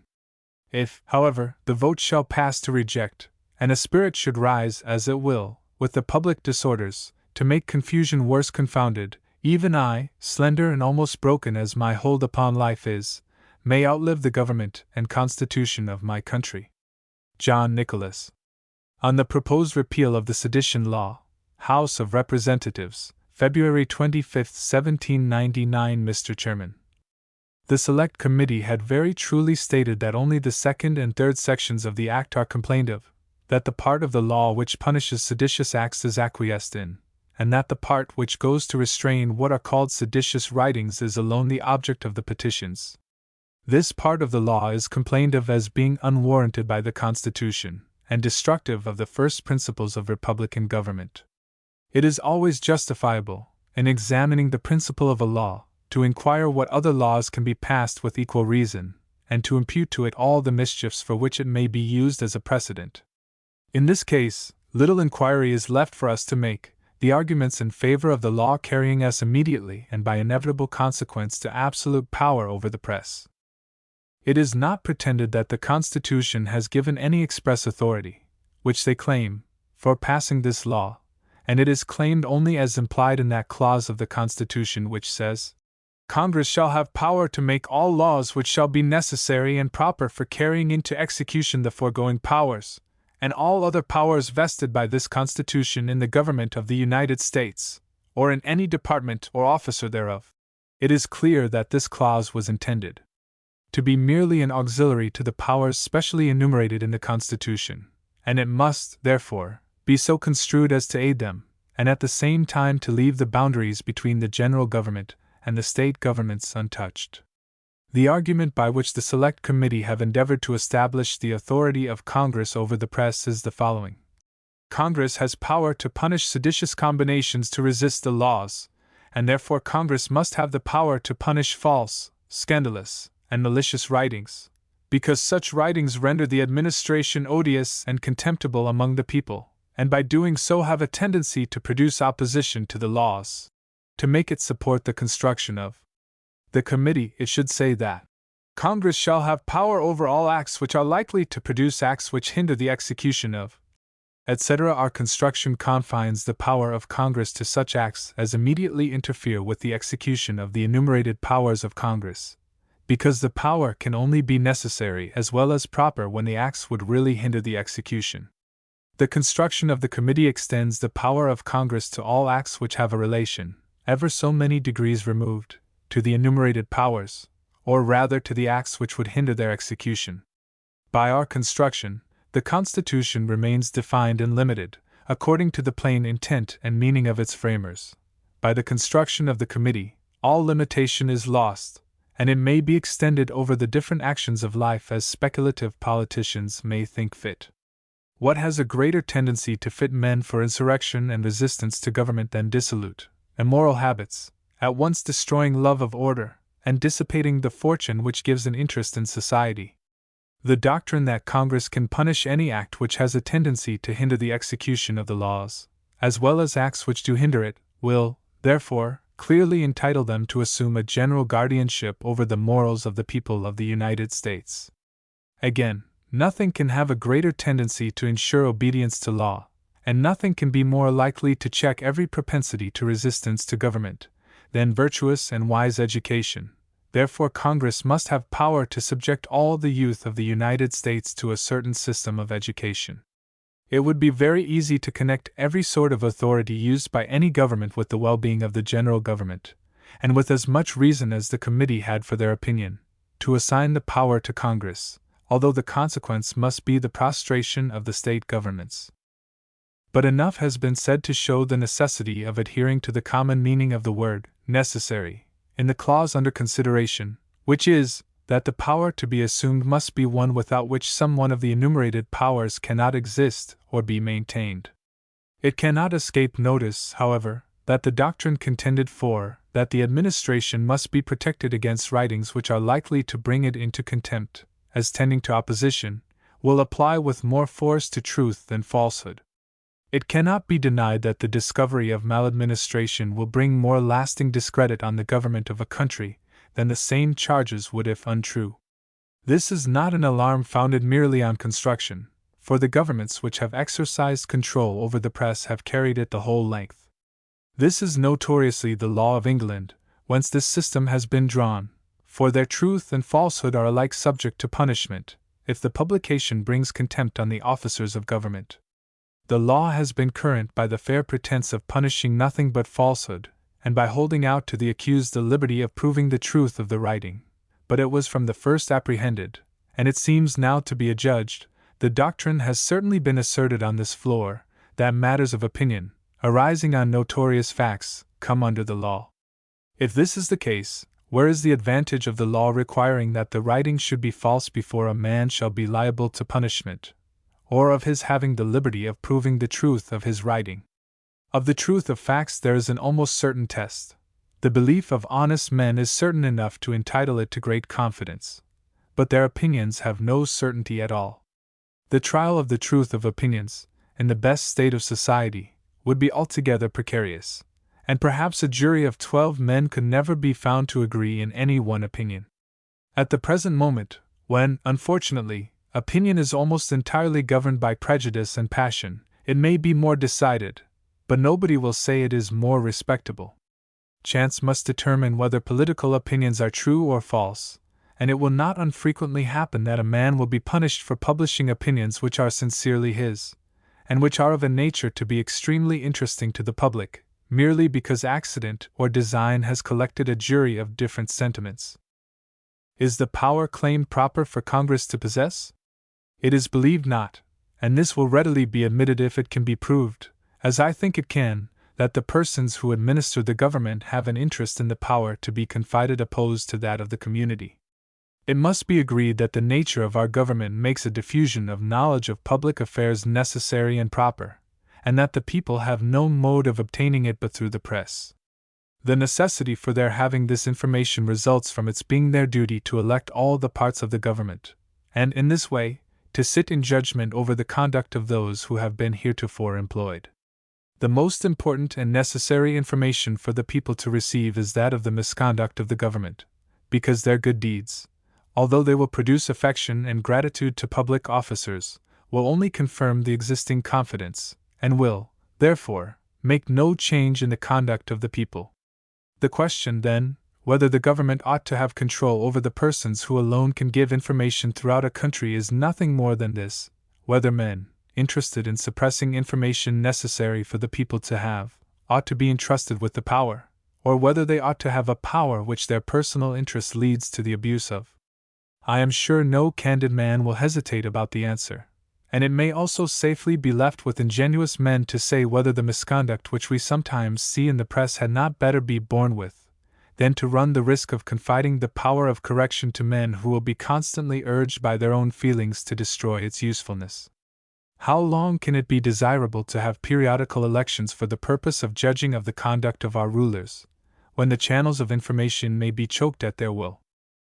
But, sir, I have ever believed this question as settled by an amendment to the Constitution, proposed with others for declaring and restricting its powers, as the preamble declares, at the request of several of the states, made at the adoption of the Constitution, in order to prevent their misconstruction and abuse. This amendment is in the following words: Congress shall make no law respecting an establishment of religion, or prohibiting the free exercise thereof, or abridging the freedom of speech or of the press, or the right of the people peaceably to assemble and petition the government for a redress of grievances. There can be no doubt about the effect of this amendment, unless the freedom of the press means something very different from what it seems, or unless there was some actual restraint upon it, under the Constitution of the United States, at the time of the adoption of this amendment, commensurate with that imposed by this law. Both are asserted, viz., that the freedom of the press has a defined, limited meaning, and that the restraints of the common law were in force under the United States, and are greater than those of the Act of Congress, and that, therefore, either way the freedom of the press is not abridged. It is asserted by the Select Committee, and by everybody who has gone before them in this discussion, that the freedom of the press, according to the universally received acceptation of the expression, means only an exemption from all previous restraints on publication, but not an exemption from any punishment government pleases to inflict for what is published. This definition does not at all distinguish between publications of different sorts, but leaves all to the regulation of the law, only forbidding government to interfere until the publication is really made. The definition, if true, so reduces the effect of the amendment that the power of Congress is left unlimited over the productions of the press, and they are merely deprived of one mode of restraint. The amendment was certainly intended to produce some limitation to legislative discretion, and it must be construed so as to produce such an effect, if it is possible. To give it such a construction as will bring it to a mere nullity would violate the strongest injunctions of common sense and decorum, and yet that appears to me to be the effect of the construction adopted by the committee. The effect of the amendment, say the committee, is to prevent government taking the press from its owner. But how is their power lessened by this, when they may take the printer from his press and imprison him for any length of time, for publishing what they choose to prohibit, although it may be ever so proper for public information? The result is that government may forbid any species of writing, true as well as false, to be published, may inflict the heaviest punishments they can devise for disobedience, and yet we are very gravely assured that this is the freedom of the press.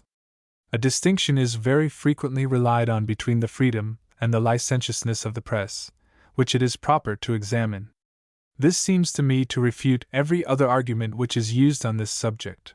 It amounts to an admission that there are some acts of the press which Congress ought not to have power to restrain, and that by the amendment they are prohibited to restrain these acts. Nov. To justify any act of Congress, they ought to show the boundary between what is prohibited and what is permitted, and that the act is not within the prohibited class. The Constitution has fixed no such boundary, therefore they can pretend to no power over the press, without claiming the right of defining what is freedom and what is licentiousness, and that would be to claim a right which would defeat the Constitution, for every Congress would have the same right, and the freedom of the press would fluctuate according to the will of the legislature. This is, therefore, only a new mode of claiming absolute power over the press.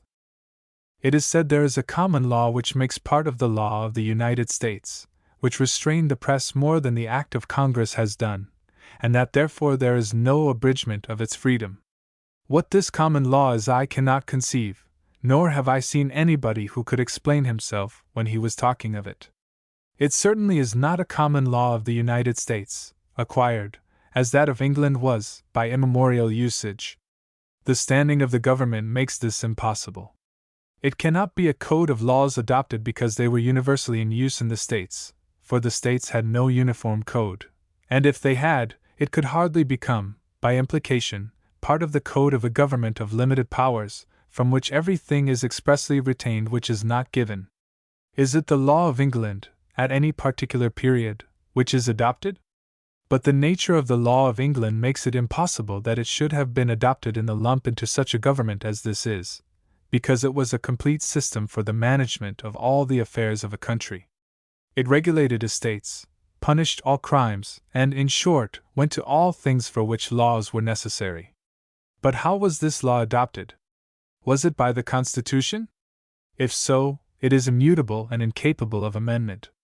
In what part of the Constitution is it declared to be adopted? Was it adopted by the courts? From whom do they derive their authority? The Constitution, in the clause first cited, relies on Congress to pass all laws necessary to enable the courts to carry their powers into execution. It cannot, therefore, have been intended to give them a power not necessary to their declared powers. There does not seem to me the smallest pretext for so monstrous an assumption. On the contrary, while the Constitution is silent about it, every fair inference is against it. Upon the whole, therefore, I am fully satisfied that no power is given by the Constitution to control the press, and that such laws are expressly prohibited by the amendment. I think it inconsistent with the nature of our government that its administration should have power to restrain animadversions on public measures, and for protection from private injury from defamation the states are fully competent. It is to them that our officers must look for protection of persons, estates, and every other personal right, and therefore, I see no reason why it is not proper to rely upon it for defense against private libels. 3. The rise of democracy. The inaugural address of President Jefferson has been given the first place under this period, notwithstanding the fact that it was not at all an oration. The inaugural addresses of Presidents Washington and Adams were really orations, although written, depending for much of their effect on the personal presence of him who delivered the address. That of Jefferson was altogether a business document, sent to be read by the two houses of Congress for their information, and without any of the adjuncts of the orator. It is impossible, nevertheless, to spare the inaugural address of the first Democratic president, for it is pervaded by a personality which, if quieter in its operation, was more potent in results than the most burning eloquence could have been. The spirit of modern democracy, which has become, for good or evil, the common characteristic of all American parties and leaders, was here first put into living words. Triumphant in national politics, this spirit now had but one field of struggle, the politics of the states, and here its efforts were for years bent to the abolition of every remnant of limitation on individual liberty. Outside of New England, the change was accomplished as rapidly as the forms of law could be put into the necessary direction. Remnants of ecclesiastical government, ecclesiastical taxes of even the mildest description, restrictions on manhood suffrage, state electoral systems, were the immediate victims of the new spirit. And the first term of Mr. Jefferson saw most of the states under democratic governments. Inside of New England, the change was stubbornly resisted, and for a time, with success. For about 20 years, the general rule was that New England and Delaware were Federalist, and the rest of the country was Democratic. But even in New England, a strong Democratic minority was growing up, and about 1820 the last barriers of federalism gave way. Connecticut, the Federalist land of steady habits, accepted a new and democratic constitution. Massachusetts modified hers, and the new and reliably democratic state of Maine was brought into existence. The era of good feeling signalized the extinction of the federal party and the universal reign of democracy. The length of this period of contest is the strongest testimony to the stubbornness of the New England fiber. Estimated by states, the success of democracy was about as complete in 1803 as in 1817, but it required 15 years of persistent struggle to convince the smallest section of the Union that it was hopelessly defeated. The whole period was a succession of great events. The acquisition of Louisiana, stretching from the Mississippi to the Rocky Mountains, laid, in 1803, the foundations of that imperial domain which the steamboat and railroad were to convert to use in after years. The continental empire of Napoleon and the island empire of Great Britain drifted into a struggle for life or death which hardly knew a breathing space until the last charge at Waterloo, and from the beginning it was conducted by both combatants with a reckless disregard of international public opinion and neutral rights which is hardly credible but for the official records. Every injury inflicted on neutral commerce by one belligerent was promptly imitated or exceeded by the other, and the two were perfectly in accord in insisting on the convenient doctrine of international law, that, unless neutral rights were enforced by the neutral against one belligerent, the injury became open to the imitation of the other. In the process of imitation, each belligerent took care to pass at least a little beyond the precedent, and thus, beginning with a paper blockade of the northern coast of the continent by the British government, the process advanced, by alternate retaliations, to a British proclamation specifying the ports of the world to which American vessels were to be allowed to trade, stopping in England or its dependencies to pay taxes en route. These two almost contemporary events, the acquisition of Louisiana and the insolent pretensions of the European belligerents, were the central points of two distinct influences which bore strongly on the development of the United States. The dominant party, the Republicans, had a horror of a national debt which almost amounted to a mania. The associations of the term, derived from their reading of English history, all pointed to a condition of affairs in which the rise of a strong aristocracy was inevitable, and to avoid the latter, they were determined to pay off the former. The payment for Louisiana precluded, in their opinion, the support of a respectable navy, and the remnants of colonialism in their party predisposed them to adopt an ostrich policy instead. The Embargo Act was passed in 1807, forbidding all foreign commerce. The evident failure of this act to influence the belligerents brought about its repeal in 1809, and the substitution of the Non-Intercourse Act. This prohibited commercial intercourse with England and France until either should revoke its injurious edicts. Napoleon, by an empty and spurious revocation in 1810, induced Congress to withdraw the act in respect to France, keeping it alive in respect to England. England refused to admit the sincerity of the French revocation, to withdraw her orders in council, or to cease impressing American seamen. The choice left to the United States was between war and submission. The Federalist leaders saw that, while their party's strength was confined to a continually decreasing territory, the opposing democracy not only had gained the mass of the original United States, but was swarming toward and beyond the Mississippi. They dropped to the level of a mere party of opposition. They went further until the only article of their political creed was state sovereignty. Some of them went one step further, and dabbled in hopeless projects for secession and the formation of a New England Republic of 5 states. It is difficult to perceive any advantage to public affairs in the closing years of the Federal Party, except that, by impelling the Democratic leaders to really national acts and sympathies, it unwittingly aided in the development of nationality from democracy. If the essential characteristic of colonialism is the sense of dependence and the desire to imitate, democracy, at least in its earlier phases, begets the opposite qualities. The congressional elections of 1810–11 showed that the people had gone further in democracy than their leaders. Submission men were generally defeated in the election. New leaders, like Clay, Calhoun, and Crawford, made the dominant party a war party, and forced the president into their policy, and the War of 1812 was begun.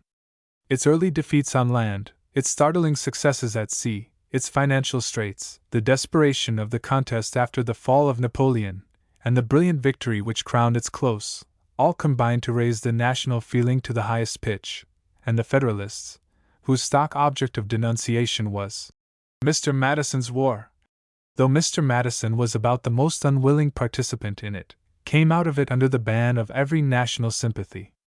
The speech of Mr. Quincy, in many points one of the most eloquent of our political history, will show the brightest phase of federalism at its lowest ebb. One can hardly compare it with that of Mr. Clay, which follows it, without noticing the national character of the latter, as contrasted with the lack of nationality of the former. It seems, also, that Mr. Clay's speech carries, in its internal characteristics, sufficient evidence of the natural forces which tended to make democracy a national power, and not a mere adjunct of state sovereignty, wherever the oblique influence of slavery was absent. For this reason, it has been taken as a convenient introduction to the topic which follows, the rise of nationality. Thomas Jefferson, of Virginia, born 1743, died 1826. Inaugural Address of Thomas Jefferson, as President of the United States, March 4, 1801. Friends and fellow citizens.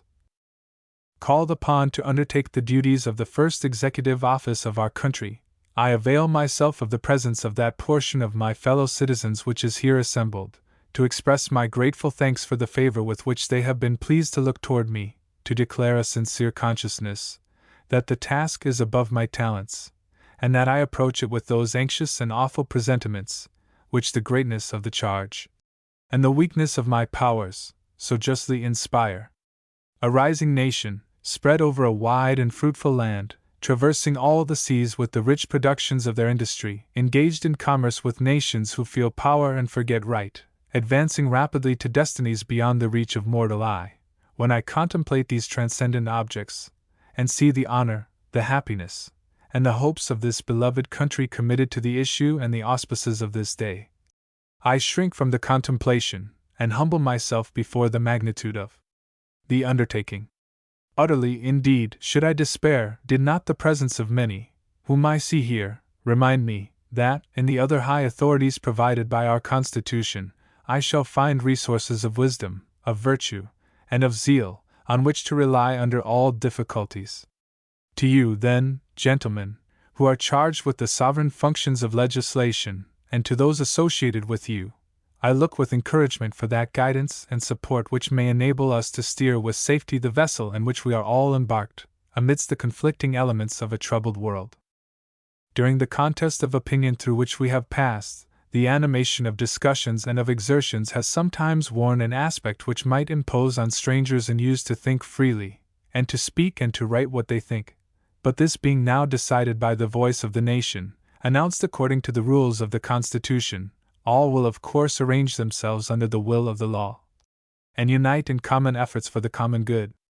All too will bear in mind this sacred principle, that though the will of the majority is in all cases to prevail, that will, to be rightful, must be reasonable, that the minority possess their equal rights, which equal laws must protect, and to violate which would be oppression.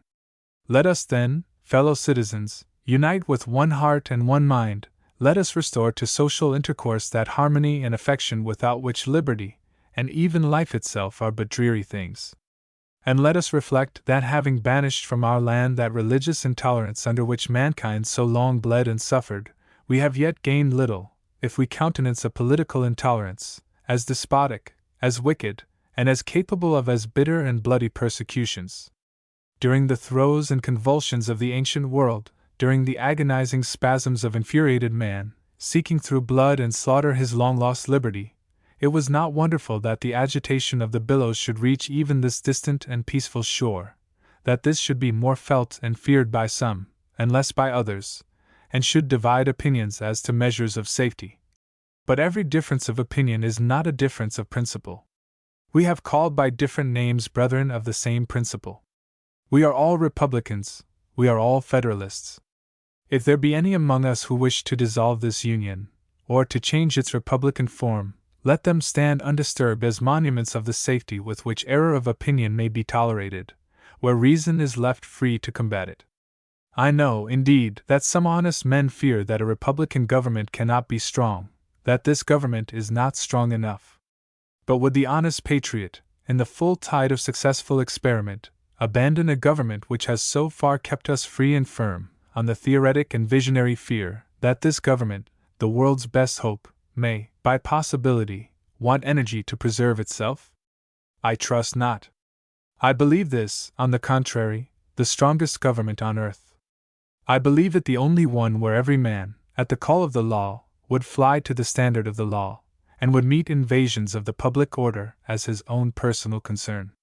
Sometimes it is said that man cannot be trusted with the government of himself. Can he then be trusted with the government of others? Or, Have we found angels in the form of kings, to govern him? Let history answer this question. Let us then, with courage and confidence, pursue our own federal and republican principles, our attachment to union and representative government. Kindly separated by nature and a wide ocean from the exterminating havoc of one quarter of the globe, too high-minded to endure the degradation of the others, possessing a chosen country, with room enough for our descendants to the thousandth generation, entertaining a due sense of our equal right to the use of our own faculties, to the acquisition of our own industry, to honor and confidence from our fellow citizens, resulting not from birth, but from our actions and their sense of them, enlightened by a benign religion, professed indeed and practiced in various forms, yet all of them inculcating honesty, truth, temperance, gratitude, and the love of man, acknowledging and adoring and overruling Providence, which, by all its dispensations, proves that it delights in the happiness of man here, and his greater happiness hereafter. With all these blessings, what more is necessary to make us a happy and prosperous people? Still one thing more, fellow citizens, a wise and frugal government, which shall restrain men from injuring one another, shall leave them otherwise free to regulate their own pursuits of industry and improvement, and shall not take from the mouth of labor the bread it has earned. This is the sum of good government, and this is necessary to close the circle of our felicities. About to enter, fellow citizens, upon the exercise of duties which comprehend everything dear and valuable to you, it is proper you should understand what I deem the essential principles of our government, and consequently, those which ought to shape its administration. I will compress them within the narrowest compass they will bear, stating the general principle, but not all its limitations. Equal and exact justice to all men, of whatever state or persuasion, religious or political, peace, commerce, and honest friendship with all nations, entangling alliances with none, the support of the state governments in all their rights, as the most competent administrations for our domestic concerns, and the surest bulwarks against anti-republican tendencies. The preservation of the general government in its whole constitutional vigor, as the sheet anchor of our peace at home and safety abroad, a jealous care of the right of election by the people, a mild and safe corrective of abuses which are lopped by the sword of revolution where peaceable remedies are unprovided, absolute acquiescence in the decisions of the majority, the vital principle of republics, from which there is no appeal but to force, the vital principle and immediate parent of despotism, a well-disciplined militia, our best reliance in peace, and for the first moments of war, till regulars may relieve them, the supremacy of the civil over the military authority, economy in the public expense, that labor may be lightly burdened, the honest payment of our debts, and sacred preservation of the public faith, encouragement of agriculture, and of commerce as its handmaid, the diffusion of information, and arraignment of all abuses at the bar of the public reason, freedom of religion, freedom of the press, and freedom of person, under the protection of the habeas corpus, and trial by juries impartially selected. These principles form the bright constellation which has gone before us, and guided our steps through an age of revolution and reformation. The wisdom of our sages, and blood of our heroes, have been devoted to their attainment. They should be the creed of our political faith, the text of civic instruction, the touchstone by which to try the services of those we trust, and should we wander from them in moments of error or of alarm, let us hasten to retrace our steps, and to regain the road which alone leads to peace, liberty, and safety. I repair, then, fellow citizens, to the post you have assigned me. With experience enough in subordinate offices to have seen the difficulties of this, the greatest of all, I have learned to expect that it will rarely fall to the lot of imperfect man to retire from this station with the reputation and the favor which bring him into it, without pretensions to that high confidence you reposed in our first and greatest revolutionary character, whose preeminent services had entitled him to the first place in his country's love, and destined for him the fairest page in the volume of faithful history. I ask so much confidence only as may give firmness and effect to the legal administration of your affairs. I shall often go wrong through defect of judgment. When right, I shall often be thought wrong by those whose positions will not command a view of the whole ground. I ask your indulgence for my own errors, which will never be intentional, and your support against the errors of others, who may condemn what they would not, if seen in all its parts. The approbation implied by your suffrage is a great consolation to me for the past, and my future solicitude will be, to retain the good opinion of those who have bestowed it in advance, to conciliate that of others, by doing them all the good in my power, and to be instrumental to the happiness and freedom of all. Relying then on the patronage of your goodwill, I advance with obedience to the work, ready to retire from it whenever you become sensible how much better choices it is in your power to make. And may that infinite power which rules the destinies of the universe lead our counsels to what is best, and give them a favorable issue for your peace and prosperity. John Randolph. Of Virginia, born 1773, died 1833. On the Militia Bill, House of Representatives, December 10, 1811. Mr. Speaker, this is a question, as it has been presented to this House, of peace or war. In that light it has been argued. In no other light can I consider it, after the declarations made by members of the Committee of Foreign Relations. The Committee of Foreign Relations have, indeed, decided that the subject of arming the militia, which has been pressed upon them as indispensable to the public security, does not come within the scope of their authority. On what ground I have been, and still am, unable to see, they have felt themselves authorized to recommend the raising of standing armies, with a view, as has been declared, of immediate war, a war not of defense, but of conquest, of aggrandizement, of ambition, a war foreign to the interests of this country, to the interests of humanity itself. I cannot refrain from smiling at the liberality of the gentleman in giving Canada to New York in order to strengthen the northern balance of power, while, at the same time, he forewarns her that the western scale must preponderate. I can almost fancy that I see the capital in motion toward the Falls of Ohio, after a short sojourn, taking its flight to the Mississippi, and finally alighting at Darien, which, when the gentleman's dreams are realized, will be a most eligible seat of government for the new republic, or empire, of the two Americas. But it seems that in 1808 we talked and acted foolishly, and to give some color of consistency to that folly we must now commit a greater. I hope we shall act a wise part, take warning by our follies since we have become sensible of them, and resolve to talk and act foolishly no more. It is, indeed, high time to give over such preposterous language and proceedings. This war of conquest, a war for the acquisition of territory and subjects, is to be a new commentary on the doctrine that Republicans are destitute of ambition, that they are addicted to peace, wedded to the happiness and safety of the great body of their people. But it seems this is to be a holiday campaign. There is to be no expense of blood or of treasure on our part. Canada is to conquer herself. She is to be subdued by the principles of fraternity. The people of that country are first to be seduced from their allegiance and converted into traitors, as preparatory to making them good citizens.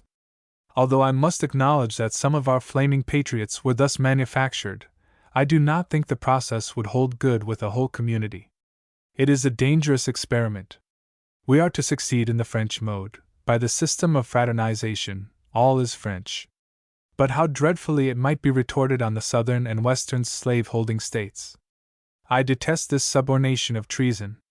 No, if we must have them, let them fall by the valor of our arms, by fair, legitimate conquest, not become the victims of treacherous seduction. I am not surprised at the war spirit which is manifesting itself in gentlemen from the South. In the year 1805-6, in a struggle for the carrying trade of belligerent colonial produce, this country was most unwisely brought into collision with the great powers of Europe.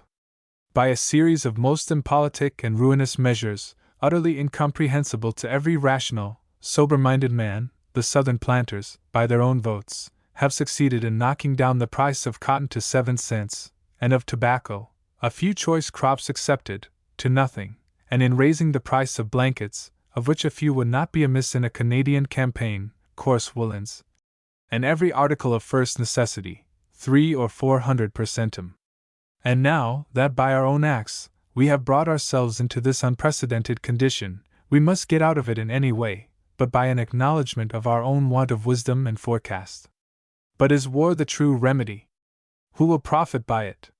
Speculators, a few lucky merchants, who draw prizes in the lottery, commissaries and contractors. Who must suffer by it? The people. It is their blood, their taxes that must flow to support it. I am gratified to find gentlemen acknowledging the demoralizing and destructive consequences of the non-importation law, confessing the truth of all that its opponents foretold, when it was enacted.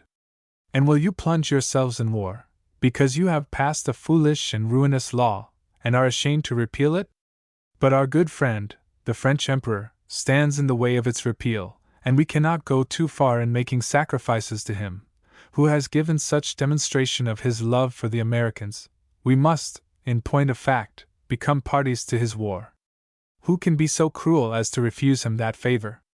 My imagination shrinks from the miseries of such a connection. I call upon the House to reflect whether they are not about to abandon all reclamation for the unparalleled outrages, insults, and injuries of the French government, to give up our claim for plundered millions, and I ask what reparation or atonement they can expect to obtain in hours of future dalliance, after they shall have made a tender of their person to this great deflowerer of the virginity of republics. We have, by our own wise, I will not say wiseacre, measures, so increased the trade and wealth of Montreal and Quebec, that at last we begin to cast a wistful eye at Canada. Having done so much toward its improvement, by the exercise of our restrictive energies, we begin to think the laborer worthy of his hire, and to put in a claim for our portion. Suppose it ours, are we any nearer to our point? As his minister said to the king of Epirus, may we not as well take our bottle of wine before as after this exploit? Go march to Canada. Leave the broad bosom of the Chesapeake and her 100 tributary rivers, the whole line of sea coast from Machias to St. Mary's, unprotected. You have taken Quebec. Have you conquered England? Will you seek for the deep foundations of her power in the frozen deserts of Labrador? Her march is on the mountain wave, her home is on the deep. Will you call upon her to leave your ports and harbors untouched only just till you can return from Canada, to defend them? The coast is to be left defenseless, while men of the interior are reveling in conquest and spoil. Asterisk, asterisk, asterisk. No sooner was the report laid on the table, than the vultures were flocking around their prey, the carcass of a great military establishment. Men of tainted reputation, of broken fortune, if they ever had any, and of battered constitutions, choice spirits tired of the dull pursuits of civil life, were seeking after agencies and commissions, willing to doze in gross stupidity over the public fire, to light the public candle at both ends. Honorable men undoubtedly there are ready to serve their country, but what man of spirit, or of self-respect, will accept a commission in the present army? The gentleman from Tennessee, Mr. Grundy, addressed himself yesterday exclusively to the Republicans of the House. I know not whether I may consider myself as entitled to any part of the benefit of the honorable gentleman's discourse. It belongs not, however, to that gentleman to decide. If we must have an exposition of the doctrines of republicanism, I shall receive it from the fathers of the Church, and not from the junior apprentices of the law. I shall appeal to my worthy friends from Carolina, Messrs. Macon and Stanford, men with whom I have measured my strength, by whose side I have fought during the reign of terror, for it was indeed an hour of corruption, of oppression, of pollution. It was not at all to my taste, that sort of republicanism which was supported, on this side of the Atlantic, by the father of the sedition law, John Adams, and by Peter Porcupine on the other. Republicanism of John Adams and William Cobbett. Asterisk, asterisk, asterisk. Gallant crusaders in the holy cause of republicanism. Such republicanism does, indeed, mean anything or nothing. Our people will not submit to be taxed for this war of conquest and dominion. The government of the United States was not calculated to wage offensive foreign war. It was instituted for the common defense and the general welfare, and whosoever should embark it in a war of offense would put it to a test which it is by no means calculated to endure. Make it out that Great Britain has instigated the Indians on a late occasion, and I am ready for battle, but not for dominion. I am unwilling, however, under present circumstances, to take Canada, at the risk of the Constitution, to embark in a common cause with France, and be dragged at the wheels of the car of some Burr or Bonaparte. For a gentleman from Tennessee, or Genesee, or Lake Champlain, there may be some prospect of advantage. Their hemp would bear a great price by the exclusion of foreign supply. In that, too, the great importers are deeply interested. The upper country of the Hudson and the lakes would be enriched by the supplies for the troops, which they alone could furnish. They would have the exclusive market, to say nothing of the increased preponderance from the acquisition of Canada and that section of the Union, which the southern and western states have already felt so severely in the apportionment bill. Permit me now, sir, to call your attention to the subject of our black population. I will touch this subject as tenderly as possible. It is with reluctance that I touch it at all, but in cases of great emergency, the state physician must not be deterred by a sickly, hysterical humanity from probing the wound of his patient. He must not be withheld by a fastidious and mistaken delicacy from representing his true situation to his friends, or even to the sick man himself, when the occasion calls for it. What is the situation of the slave-holding states? During the War of the Revolution, so fixed were their habits of subordination that while the whole country was overrun by the enemy, who invited them to desert, no fear was ever entertained of an insurrection of the slaves. During a war of 7 years, with our country in possession of the enemy, no such danger was ever apprehended. But should we, therefore, be unobservant spectators of the progress of society within the last 20 years, of the silent but powerful change wrought, by time and chance, upon its composition and temper? When the fountains of the great deep of abomination were broken up, even the poor slaves did not escape the general deluge. The French Revolution has polluted even them. Men, dead to the operation of moral causes, have taken away from the poor slave his habit of loyalty and obedience to his master, which lightened his servitude by a double operation, beguiling his own cares and disarming his master's suspicions and severity. And now, like true empirics in politics, you are called upon to trust to the mere physical strength of the fetter which holds him in bondage. You have deprived him of all moral restraint. You have tempted him to eat of the fruit of the tree of knowledge, just enough to perfect him in wickedness. You have opened his eyes to his nakedness. You have armed his nature against the hand that has fed, that has clothed him, that has cherished him in sickness. That hand which before he became a pupil of your school, he had been accustomed to press with respectful affection. You have done all this, and then show him the gibbet and the wheel, as incentives to a sullen, repugnant obedience. God forbid, sir, that the southern states should ever see an enemy on their shores, with these infernal principles of French fraternity in the van.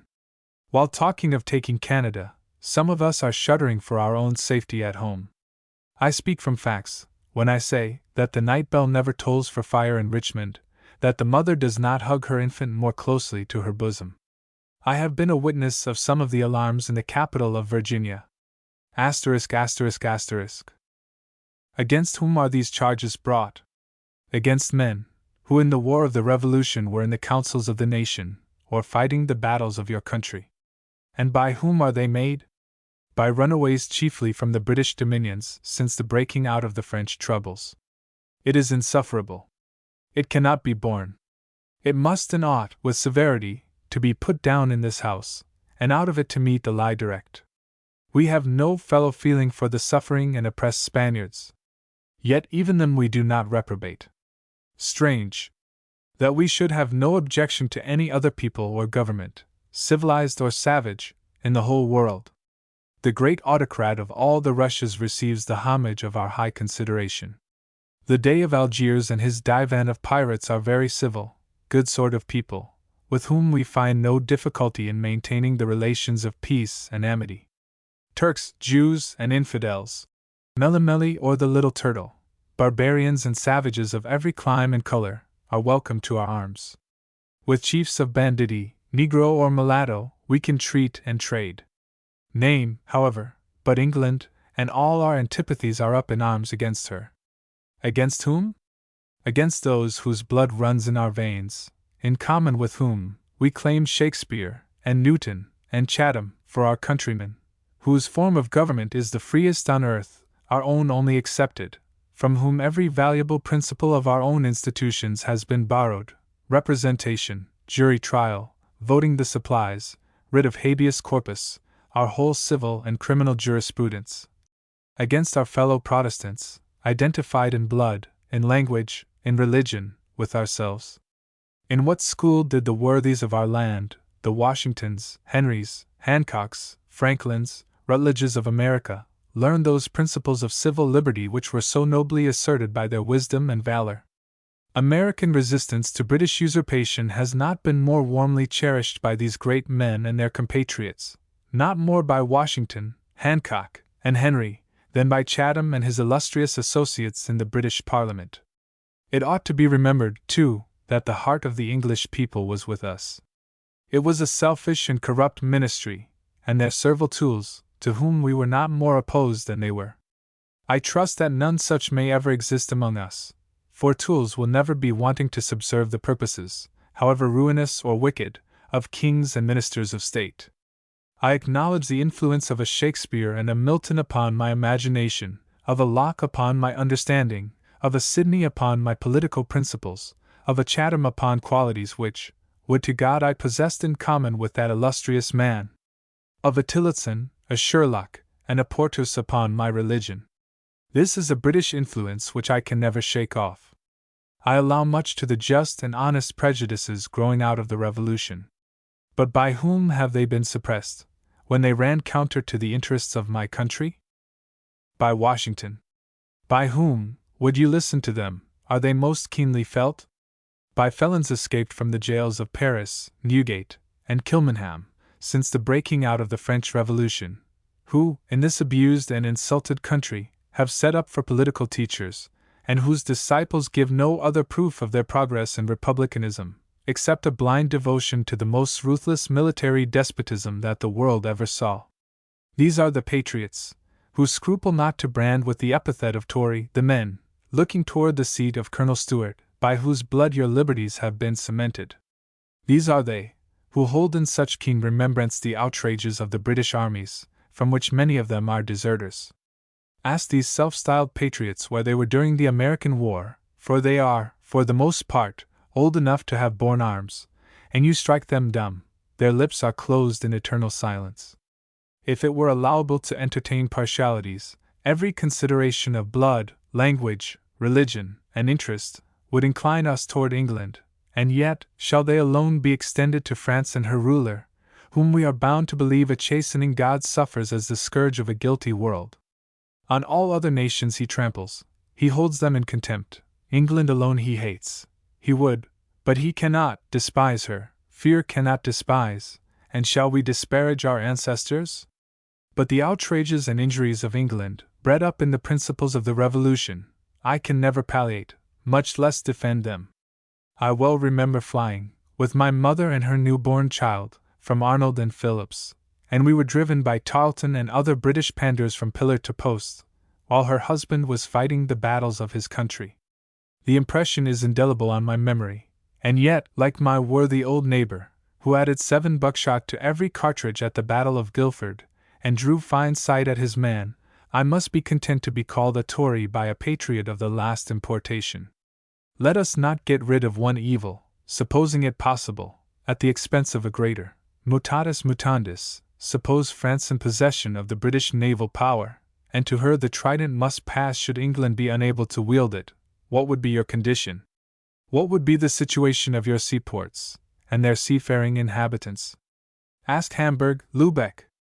Ask Savannah. Asterisk. Shall republicans become the instruments of him who has effaced the title of Attila to the scourge of God? Yet, even Attila, in the falling fortunes of civilization, had, no doubt, his advocates, his tools, his minions, his parasites, in the very countries that he overran, sons of that soil whereon his horse had trod, where grass could never after grow. If perfectly fresh, instead of being as I am, my memory clouded, my intellect stupefied, my strength and spirits exhausted, I could not give utterance to that strong detestation which I feel toward, above all other works of the creation, such characters as Genghis, Tamerlane, Koli Khan, or Bonaparte. My instincts involuntarily revolt at their bare idea. Malefactors of the human race, who have ground down man to a mere machine of their impious and bloody ambition. Yet under all the accumulated wrongs, and insults, and robberies of the last of these chieftains, are we not, in point of fact, about to become a party to his views, a partner in his wars? I call upon those professing to be Republicans to make good the promises, held out by their Republican predecessors, when they came into power, promises which, for years afterward, they honestly, faithfully fulfilled. We have vaunted of paying off the national debt, of retrenching useless establishments, and yet have now become as infatuated with standing armies, loans, taxes, navies, and war as ever were the Essex junto. Admission of Louisiana. Josiah Quincy. Of Massachusetts. Born 1772, died 1864. On the admission of Louisiana, House of Representatives, January 14, 1811. Mr. Speaker. I address you, sir, with anxiety and distress of mind, with me, wholly unprecedented. The friends of this bill seem to consider it as the exercise of a common power, as an ordinary affair, a mere municipal regulation, which they expect to see pass without other questions than those concerning details. But, sir, the principle of this bill materially affects the liberties and rights of the whole people of the United States. To me it appears that it would justify a revolution in this country, and that, in no great length of time it may produce it. When I see the zeal and perseverance with which this bill has been urged along its parliamentary path, when I know the local interests and associated projects which combine to promote its success, all opposition to it seems manifestly unavailing. I am almost tempted to leave, without a struggle, my country to its fate. But, sir, while there is life, there is hope. So long as the fatal shaft has not yet sped, if heaven so will, the bow may be broken and the vigor of the mischief-meditating arm withered. If there be a man in this house or nation, who cherishes the Constitution, under which we are assembled, as the chief stay of his hope, as the light which is destined to gladden his own day, and to soften even the gloom of the grave by the prospects it sheds over his children, I fall not behind him in such sentiments. I will yield to no man in attachment to this Constitution, in veneration for the sages who laid its foundations, in devotion to those principles which form its cement and constitute its proportions.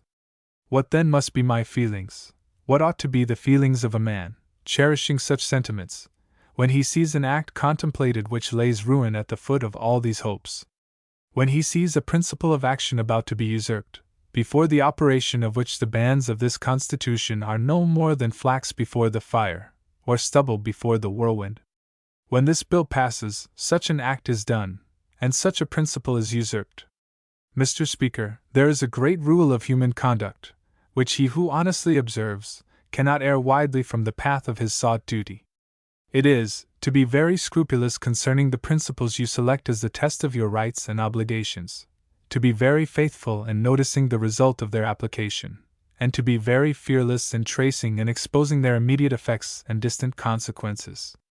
Under the sanction of this rule of conduct, I am compelled to declare it as my deliberate opinion that if this bill passes, the bonds of this Union are virtually dissolved, that the states which compose it are free from their moral obligations, and that as it will be the right of all, so it will be the duty of some, to prepare, definitely, for a separation, amicably, if they can, violently, if they must. Mr. Quincy was here called to order by Mr. Poindexter, delegate from the Mississippi Territory, for the words in italics. After it was decided, upon an appeal to the House, that Mr. Quincy was in order, he proceeded. I rejoice, Mr. Speaker, at the result of this appeal. Not from any personal consideration, but from the respect paid to the essential rights of the people, in one of their representatives. When I spoke of the separation of the states, as resulting from the violation of the Constitution contemplated in this bill, I spoke of it as a necessity, deeply to be deprecated, but as resulting from causes so certain and obvious as to be absolutely inevitable, when the effect of the principle is practically experienced. It is to preserve, to guard the Constitution of my country, that I denounce this attempt. I would rouse the attention of gentlemen from the apathy with which they seem beset. These observations are not made in a corner. There is no low intrigue, no secret machination. I am on the people's own ground. To them I appeal concerning their own rights, their own liberties, their own intent, in adopting this Constitution. The voice I have uttered, at which gentlemen startle with such agitation, is no unfriendly voice. I intended it as a voice of warning. By this people, and by the event, if this bill passes, I am willing to be judged, whether it be not a voice of wisdom. The bill which is now proposed to be passed has this assumed principle for its basis, that the three branches of this national government, without recurrence to conventions of the people in the states, or to the legislatures of the states, are authorized to admit new partners to a share of the political power in countries out of the original limits of the United States. Now, this assumed principle, I maintain to be altogether without any sanction in the Constitution. I declare it to be a manifest and atrocious usurpation of power, of a nature, dissolving, according to undeniable principles of moral law, the obligations of our national compact, and leading to all the awful consequences which flow from such a state of things. Concerning this assumed principle, which is the basis of this bill, this is the general position on which I rest my argument, that if the authority, now proposed to be exercised, be delegated to the three branches of the government by virtue of the Constitution, it results either from its general nature, or from its particular provisions. I shall consider distinctly both these sources, in relation to this pretended power. Touching the general nature of the instrument called the Constitution of the United States, there is no obscurity. It has no fabled descent, like the Palladium of ancient Troy, from the heavens. Its origin is not confused by the mists of time, or hidden by the darkness of past, unexplored ages. It is the fabric of our day. Some now living had a share in its construction. All of us stood by, and saw the rising of the edifice. There can be no doubt about its nature. It is a political compact. By whom? And about what? The preamble to the instrument will answer these questions. We, the people of the United States, in order to form a more perfect union, establish justice, ensure domestic tranquility, provide for the common defense, promote the general welfare, and secure the blessings of liberty to ourselves and our posterity, do ordain and establish this Constitution for the United States of America. It is, we the people of the United States, for ourselves and our posterity, not for the people of Louisiana, nor for the people of New Orleans or of Canada. None of these enter into the scope of the instrument. It embraces only the United States of America. Who these are, it may seem strange in this place to inquire. But truly, sir, our imaginations have, of late, been so accustomed to wander after new settlements to the very ends of the earth, that it will not be time ill spent to inquire what this phrase means, and what it includes. These are not terms adopted at hazard. They have reference to a state of things existing anterior to the Constitution. When the people of the present United States began to contemplate a severance from their parent state, it was a long time before they fixed definitely the name by which they would be designated. In 1774, they called themselves the Colonies and Provinces of North America. In 1775, the representatives of the United Colonies of North America. In the Declaration of Independence, the representatives of the United States of America. And finally, in the Articles of Confederation, the style of the Confederacy is declared to be the United States of America. It was with reference to the old Articles of Confederation, and to preserve the identity and established individuality of their character, that the preamble to this Constitution, not content, simply, with declaring that it is we the people of the United States, who enter into this compact, adds that it is for the United States of America. Concerning the territory contemplated by the people of the United States, in these general terms, there can be no dispute. It is settled by the Treaty of Peace, and included within the Atlantic Ocean, the St. Croix, the lakes, and more precisely, so far as relates to the frontier. Having relation to the present argument, within a line to be drawn through the middle of the river Mississippi, until it intersect the northernmost part of the 31st degree of north latitude, thence within a line drawn due east on this degree of latitude to the river Apalachicola, thence along the middle of this river to its junction with the Flint River, thence straight to the head of the St. Mary's River, and thence down the St. Mary's to the Atlantic Ocean. I have been thus particular to draw the minds of gentlemen, distinctly, to the meaning of the terms used in the preamble, to the extent which the United States then included, and to the fact that neither New Orleans nor Louisiana was within the comprehension of the terms of this instrument. It is sufficient for the present branch of my argument to say that there is nothing in the general nature of this compact from which the power contemplated to be exercised in this bill results. On the contrary, as the introduction of a new associate in political power implies necessarily a new division of power and consequent diminution of the relative proportion of the former proprietors of it, there can, certainly, be nothing more obvious than that from the general nature of the instrument no power can result to diminish and give away, to strangers, any proportion of the rights of the original partners. If such a power exists, it must be found, then, in the particular provisions in the Constitution. The question now arising is, in which of these provisions is given the power to admit new states, to be created in territories beyond the limits of the old United States? If it exists anywhere, it is either in the third section of the fourth article of the Constitution, or in the treaty-making power. If it result from either of these, it is not pretended to be found anywhere else. That part of the third section of the fourth article, on which the advocates of this bill rely, is the following. New states may be admitted by the Congress into this Union, but no new state shall be formed or erected within the jurisdiction of any other state, nor any state be formed by the junction of two or more states, or parts of states, without the consent of the legislatures of the states concerned, as well as of the Congress. I know, Mr. Speaker, that the first clause of this paragraph has been read, with all the superciliousness of a grammarian's triumph. New states may be admitted by the Congress into this Union, accompanied with this most consequential inquiry. Is not this a new state to be admitted? And is there not here an express authority? I have no doubt this is a full and satisfactory argument to every one who is content with the mere colors and superficies of things. And if we were now at the bar of some stall-fed justice, the inquiry would ensure the victory to the maker of it, to the manifest delight of the constables and suitors of his court. But, sir, we are now before the tribunal of the whole American people, reasoning concerning their liberties, their rights, their Constitution. These are not to be made the victims of the inevitable obscurity of general terms, nor the sport of verbal criticism.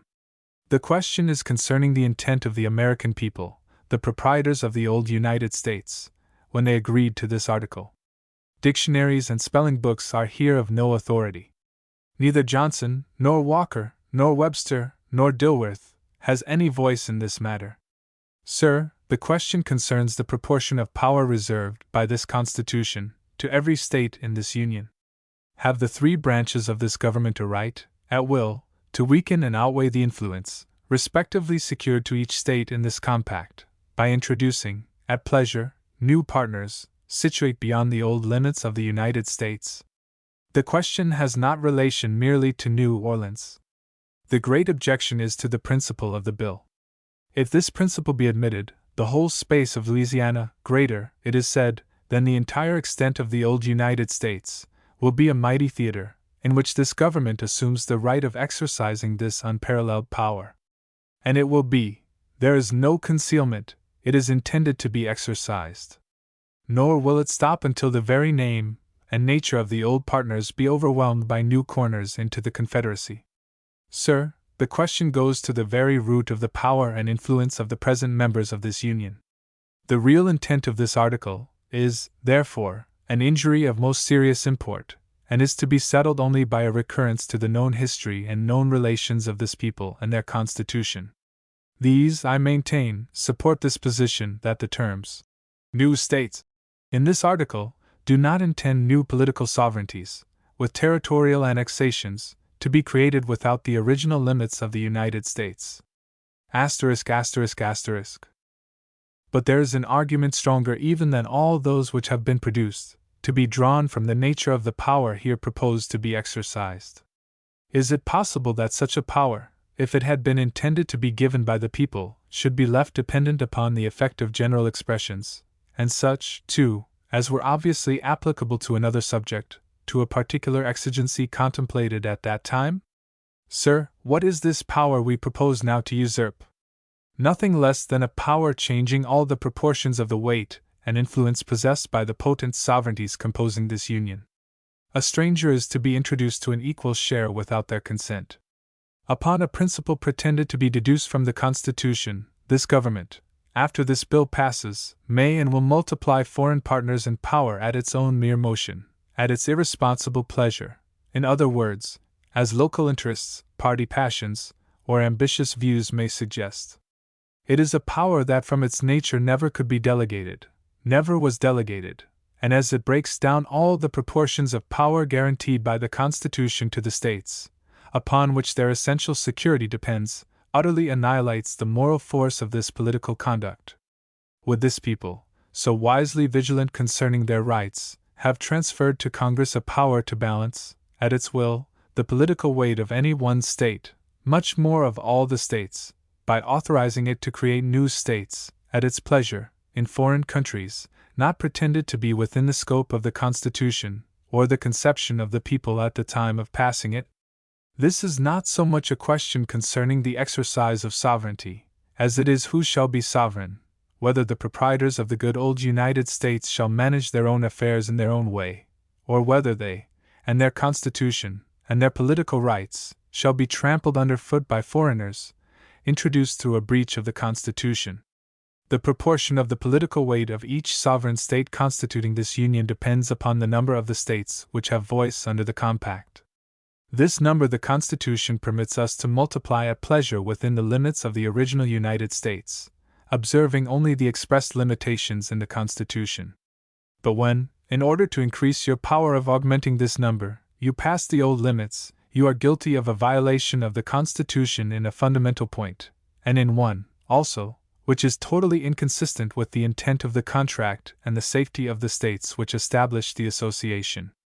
What is the practical difference to the old partners whether they hold their liberties at the will of a master, or whether by admitting exterior states on an equal footing with the original states, arbiters are constituted, who, by availing themselves of the contrariety of interests and views, which in such a confederacy necessarily will arise, hold the balance among the parties which exist and govern us by throwing themselves into the scale most conformable to their purpose?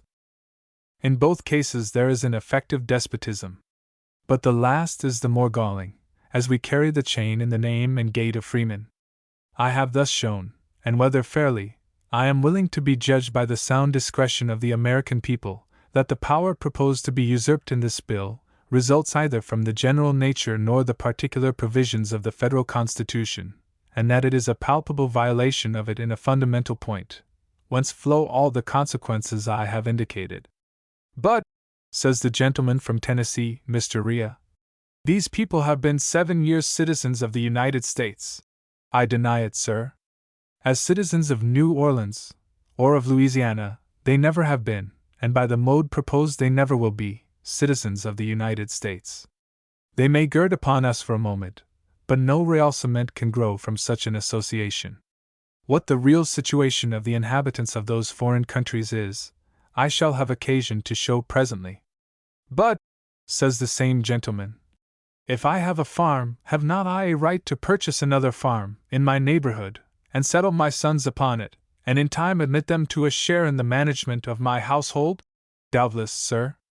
But are these cases parallel? Are the 3 branches of this government owners of this farm, called the United States? I desire to thank heaven they are not. I hold my life, liberty, and property, and the people of the state from which I have the honor to be a representative hold theirs, by a better tenure than any this national government can give. Sir, I know your virtue. And I thank the great giver of every good gift, that neither the gentleman from Tennessee, nor his comrades, nor any, nor all the members of this House, nor of the other branch of the legislature, nor the good gentleman who lives in the palace yonder, nor all combined, can touch these my essential rights, and those of my friends and constituents, except in a limited and prescribed form. No, sir. We hold these by the laws, customs, and principles of the Commonwealth of Massachusetts. Behind her ample shield, we find refuge, and feel safety. I beg gentlemen not to act upon the principle that the Commonwealth of Massachusetts is their farm. But, the gentleman adds, what shall we do, If we do not admit the people of Louisiana into our Union, our children are settling that country. Sir, it is no concern of mine what he does. Because his children have run wild and uncovered into the woods, is that a reason for him to break into my house, or the houses of my friends, to filch our children's clothes, in order to cover his children's nakedness? This Constitution never was, and never can be, strained to lap over all the wilderness of the West, without essentially affecting both the rights and convenience of its real proprietors. It was never constructed to form a covering for the inhabitants of the Missouri and Red River country. And whenever it is attempted to be stretched over them, it will rend asunder. I have done with this part of my argument. It rests upon this fundamental principle, that the proportion of political power, subject only to internal modifications, permitted by the Constitution, is an unalienable, essential, intangible right. When it is touched, the fabric is annihilated, for, on the preservation of these proportions, depend our rights and liberties. If we recur to the known relations existing among the states at the time of the adoption of this Constitution, the same conclusions will result. The various interests, habits, manners, prejudices, education, situation, and views, which excited jealousies and anxieties in the breasts of some of our most distinguished citizens, touching the result of the proposed Constitution, were potent obstacles to its adoption. The immortal leader of our Revolution, in his letter to the President of the old Congress, written as President of the Convention which formed this compact, thus speaks on this subject. It is at all times difficult to draw, with precision, the line between those rights which must be surrendered, and those which may be reserved, and on the present occasion this difficulty was increased by a difference among the several states, as to their situation, extent, habits, and particular interests.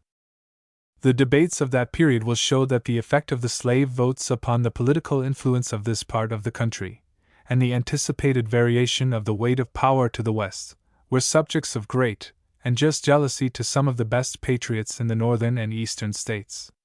Suppose, then, that it had been distinctly foreseen that, in addition to the effect of this weight, the whole population of a world beyond the Mississippi was to be brought into this and the other branch of the legislature, to form our laws, control our rights, and decide our destiny. Sir, can it be pretended that the patriots of that day would for one moment have listened to it? They were not madmen. They had not taken degrees at the hospital of idiocy. They knew the nature of man, and the effect of his combinations in political societies. They knew that when the weight of particular sections of a confederacy was greatly unequal, the resulting power would be abused, that it was not in the nature of man to exercise it with moderation. The very extravagance of the intended use is a conclusive evidence against the possibility of the grant of such a power as is here proposed. Why, sir, I have already heard of 6 states, and some say there will be, at no great distance of time, more. I have also heard that the mouth of the Ohio will be far to the east of the center of the contemplated empire. If the bill is passed, the principle is recognized. All the rest are mere questions of expediency. It is impossible such a power could be granted. It was not for these men that our fathers fought. It was not for them this Constitution was adopted. You have no authority to throw the rights and liberties and property of this people into hodgepodge with the wild men on the Missouri, nor with the mixed, though more respectable, race of Anglo-Hispano-Gallo-Americans, who bask on the sands in the mouth of the Mississippi. I make no objection to these from their want of moral qualities or political light. The inhabitants of New Orleans are, I suppose, like those of all other countries, some good, some bad, some indifferent. I will add only a few words, in relation to the moral and political consequences of usurping this power. I have said that it would be a virtual dissolution of the Union, and gentlemen express great sensibility at the expression. But the true source of terror is not the declaration I have made, but the deed you propose. Is there a moral principle of public law better settled, or more conformable to the plainest suggestions of reason, than that the violation of a contract by one of the parties may be considered as exempting the other from its obligations? Suppose, in private life, 13 form a partnership, and 10 of them undertake to admit a new partner without the concurrence of the other 3, would it not be at their option to abandon the partnership, after so palpable an infringement of their rights? How much more in the political partnership, where the admission of new associates, without previous authority, is so pregnant with obvious dangers and evils. Again, it is settled as a principle of morality, among writers on public law, that no person can be obliged, beyond his intent at the time of contract. Now who believes, who dare assert, that it was the intention of the people, when they adopted this Constitution, to assign, eventually, to New Orleans and Louisiana, a portion of their political power, and to invest all the people those extensive regions might hereafter contain, with an authority over themselves and their descendants? When you throw the weight of Louisiana into the scale, you destroy the political equipoise contemplated at the time of forming the contract. Can any man venture to affirm that the people did intend such a comprehension as you now, by construction, give it? Or can it be concealed that, beyond its fair and acknowledged intent, such a compact has no moral force? If gentlemen are so alarmed at the bare mention of the consequences, let them abandon a measure which, sooner or later, will produce them. How long before the seeds of discontent will ripen, no man can foretell. But it is the part of wisdom not to multiply or scatter them. Do you suppose the people of the northern and Atlantic states will, or ought to, look on with patience and see representatives and senators from the Red River and Missouri, pouring themselves upon this and the other floor, managing the concerns of a seaboard 1,500 miles, at least, from their residence, and having a preponderancy in councils, into which, constitutionally, they could never have been admitted? I have no hesitation upon this point. They neither will see it, nor ought to see it, with content. It is the part of a wise man to foresee danger, and to hide himself. This great usurpation, which creeps into this house, under the plausible appearance of giving content to that important point, New Orleans, starts up a gigantic power to control the nation. Upon the actual condition of things there can be, no need of concealment. It is apparent to the blindest vision. By the course of nature, and conformable to the acknowledged principles of the Constitution, the scepter of power, in this country, is passing toward the northwest. Sir, there is to this no objection. The right belongs to that quarter of the country. Enjoy it, it is yours. Use the powers granted as you please.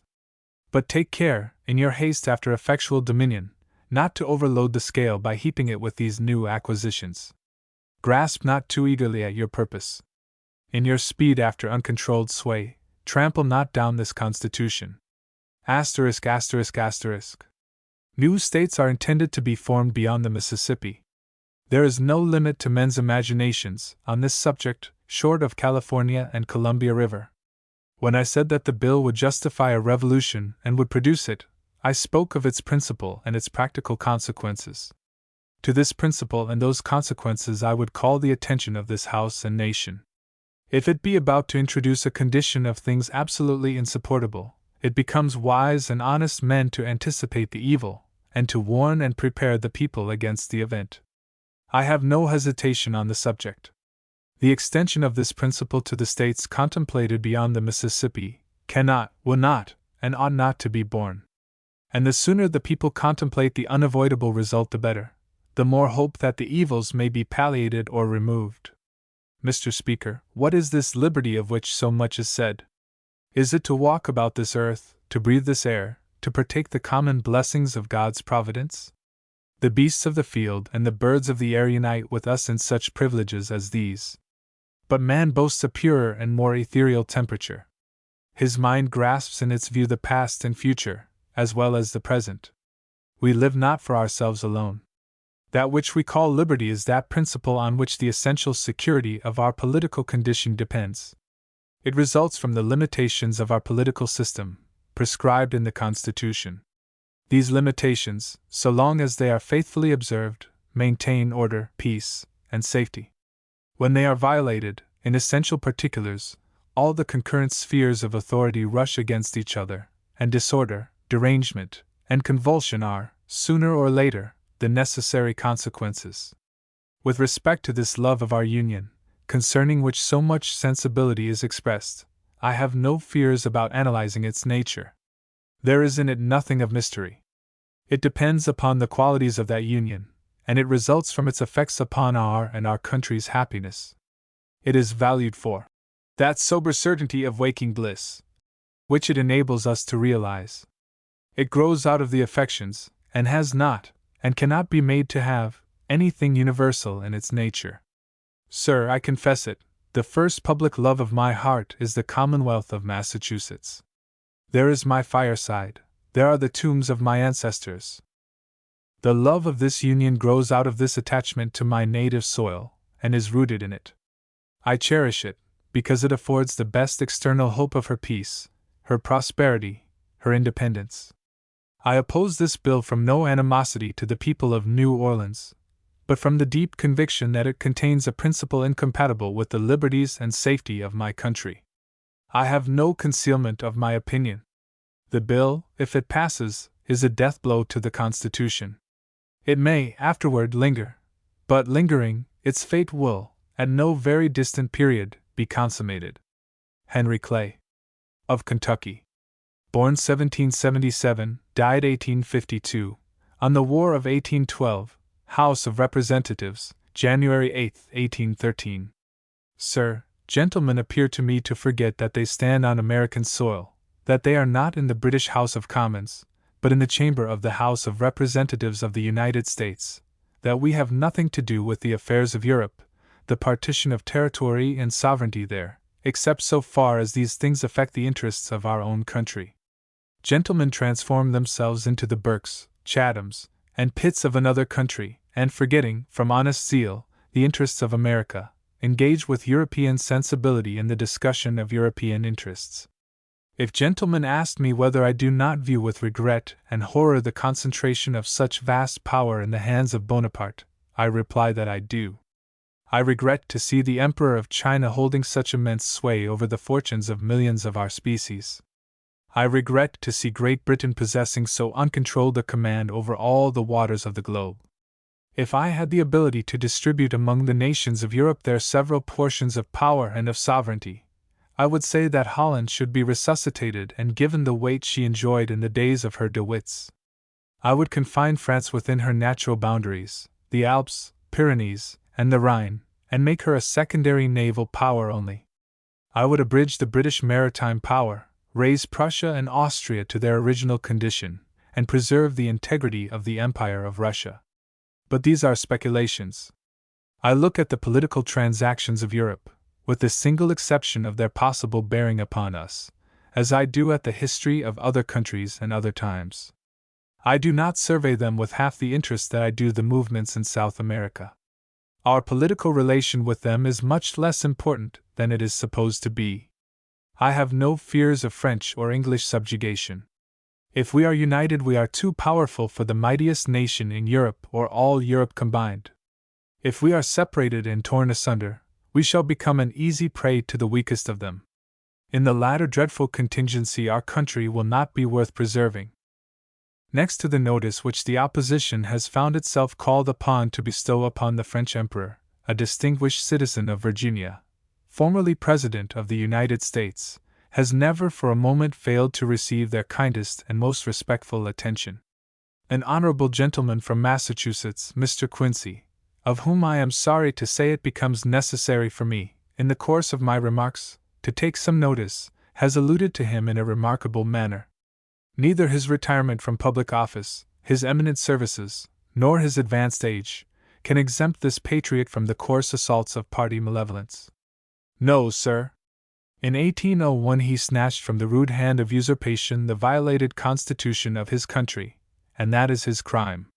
He preserved that instrument, in form, and substance, and spirit, a precious inheritance for generations to come, and for this he can never be forgiven. How vain and impotent is party rage, directed against such a man! He is not more elevated by his lofty residence, upon the summit of his own favorite mountain, than he is lifted, by the serenity of his mind, and the consciousness of a well-spent life, above the malignant passions and bitter feelings of the day. No! His own beloved Monticello is not less moved by the storms that beat against its sides than is this illustrious man by the howlings of the whole British pack, set loose from the Essex kennel. when the gentleman to whom I have been compelled to allude shall have mingled his dust with that of his abused ancestors, when he shall have been consigned to oblivion, or, if he lives at all, shall live only in the treasonable annals of a certain junto, the name of Jefferson will be hailed with gratitude, his memory honored and cherished as the second founder of the liberties of the people. And the period of his administration will be looked back to as one of the happiest and brightest epochs of American history, an oasis in the midst of a sandy desert. But I beg the gentleman's pardon, he has already secured to himself a more imperishable fame than I had supposed. I think it was about 4 years that he submitted to the House of Representatives an initiative proposition for the impeachment of Mr. Jefferson. The House condescended to consider it. The gentleman debated it with his usual temper, moderation, and urbanity. The House decided upon it in the most solemn manner, and although the gentleman had somehow obtained a second, the final vote stood 1 for, and 117 against, the proposition. But, sir, I must speak of another subject, which I never think of but with feelings of the deepest awe. The gentleman from Massachusetts, in imitation of some of his predecessors of 1799, has entertained us with a picture of cabinet plots, presidential plots, and all sorts of plots, which have been engendered by the diseased state of the gentleman's imagination. I wish, sir, that another plot, of a much more serious and alarming character, a plot that aims at the dismemberment of our Union, had only the same imaginary existence. But no man, who has paid any attention to the tone of certain prints and to transactions in a particular quarter of the Union, for several years past, can doubt the existence of such a plot. It was far, very far from my intention to charge the opposition with such a design. No, I believe them generally incapable of it. But I cannot say as much for some who have been unworthily associated with them in the quarter of the Union to which I have referred. The gentleman cannot have forgotten his own sentiment, uttered even on the floor of this House. Peaceably if we can, forcibly if we must. Nearly at the very time Henry's mission was undertaken. The flagitiousness of that embassy had been attempted to be concealed by directing the public attention to the price which, the gentleman says, was given for the disclosure. As if any price could change the atrociousness of the attempt on the part of Great Britain, or could extenuate, in the slightest degree, the offense of those citizens, who entertained and deliberated on a proposition so infamous and unnatural. The war was declared because Great Britain arrogated to herself the pretension of regulating our foreign trade, under the delusive name of retaliatory orders in council, a pretension by which she undertook to proclaim to American enterprise, "Thus far shalt thou go, and no further," orders which she refused to revoke after the alleged cause of their enactment had ceased, because she persisted in the practice of impressing American seamen, because she had instigated the Indians to commit hostilities against us, and because she refused indemnity for her past injuries upon our commerce. I throw out of the question other wrongs. So undeniable were the causes of the war, so powerfully did they address themselves to the feelings of the whole American people, that when the bill was pending before this House, gentlemen in the opposition, although provoked to debate, would not, or could not, utter one syllable against it. It is true, they wrapped themselves up in sullen silence, pretending they did not choose to debate such a question in secret session. While speaking of the proceedings on that occasion, I beg to be permitted to advert to another fact which transpired, an important fact, material for the nation to know, and which I have often regretted had not been spread upon our journals. My honorable colleague, Mr. McKee, moved, in Committee of the Whole, to comprehend France in the war, and when the question was taken upon the proposition, there appeared but 10 votes in support of it, of whom 7 belonged to this side of the House, and 3 only to the other. It is not to the British principle of allegiance, objectionable as it is, that we are alone to look, it is to her practice, no matter what guise she puts on. It is in vain to assert the inviolability of the obligation of allegiance.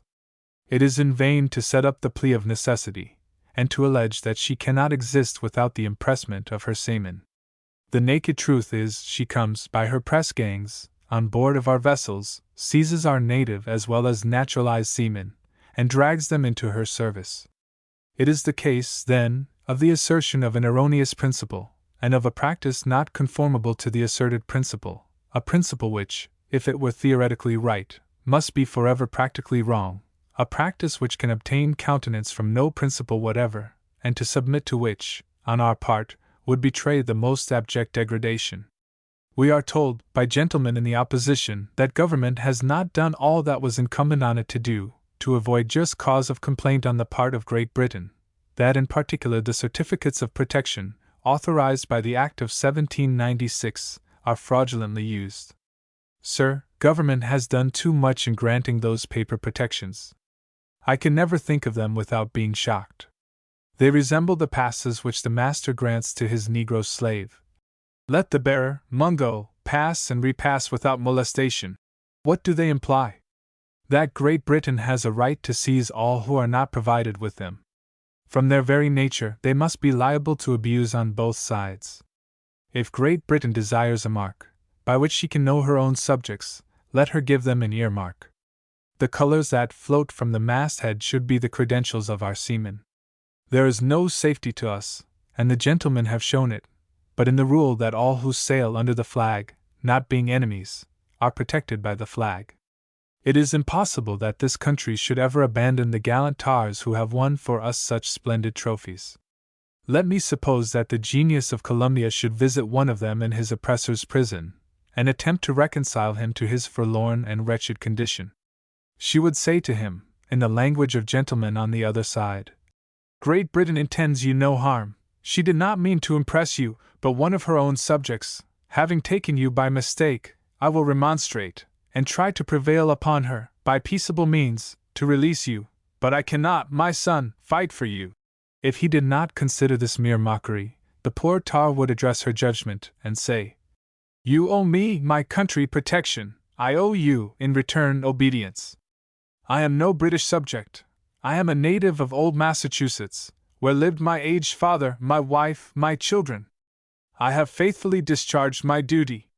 Will you refuse to do yours? Appealing to her passions, he would continue. I lost this eye in fighting under Truxton, with the insurgents. I got this scar before Tripoli. I broke this leg on board the Constitution, when the Guerriere struck. I will not imagine the dreadful catastrophe to which he would be driven by an abandonment of him to his oppressor. It will not be, it cannot be, that his country will refuse him protection. An honorable peace is attainable only by an efficient war. My plan would be to call out the ample resources of the country, give them a judicious direction, prosecute the war with the utmost vigor, strike wherever we can reach the enemy, at sea or on land, and negotiate the terms of a peace at Quebec or at Halifax.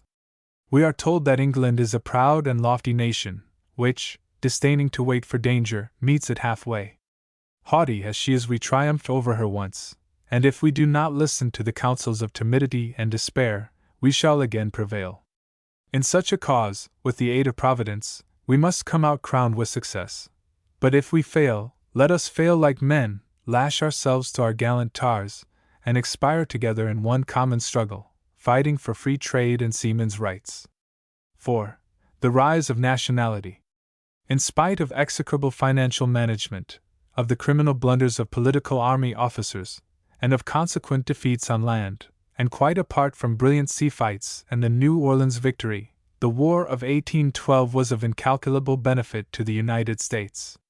It marks more particularly the point at which the already established democracy began to shade off into a real nationality. The Democratic Party began its career as a states' rights party. Possession of national power had so far modified the practical operation of its tenets that it had not hesitated to carry out a national policy, and even wage a desperate war, in flat opposition to the will of one section of the Union, comprising 5 of its most influential states.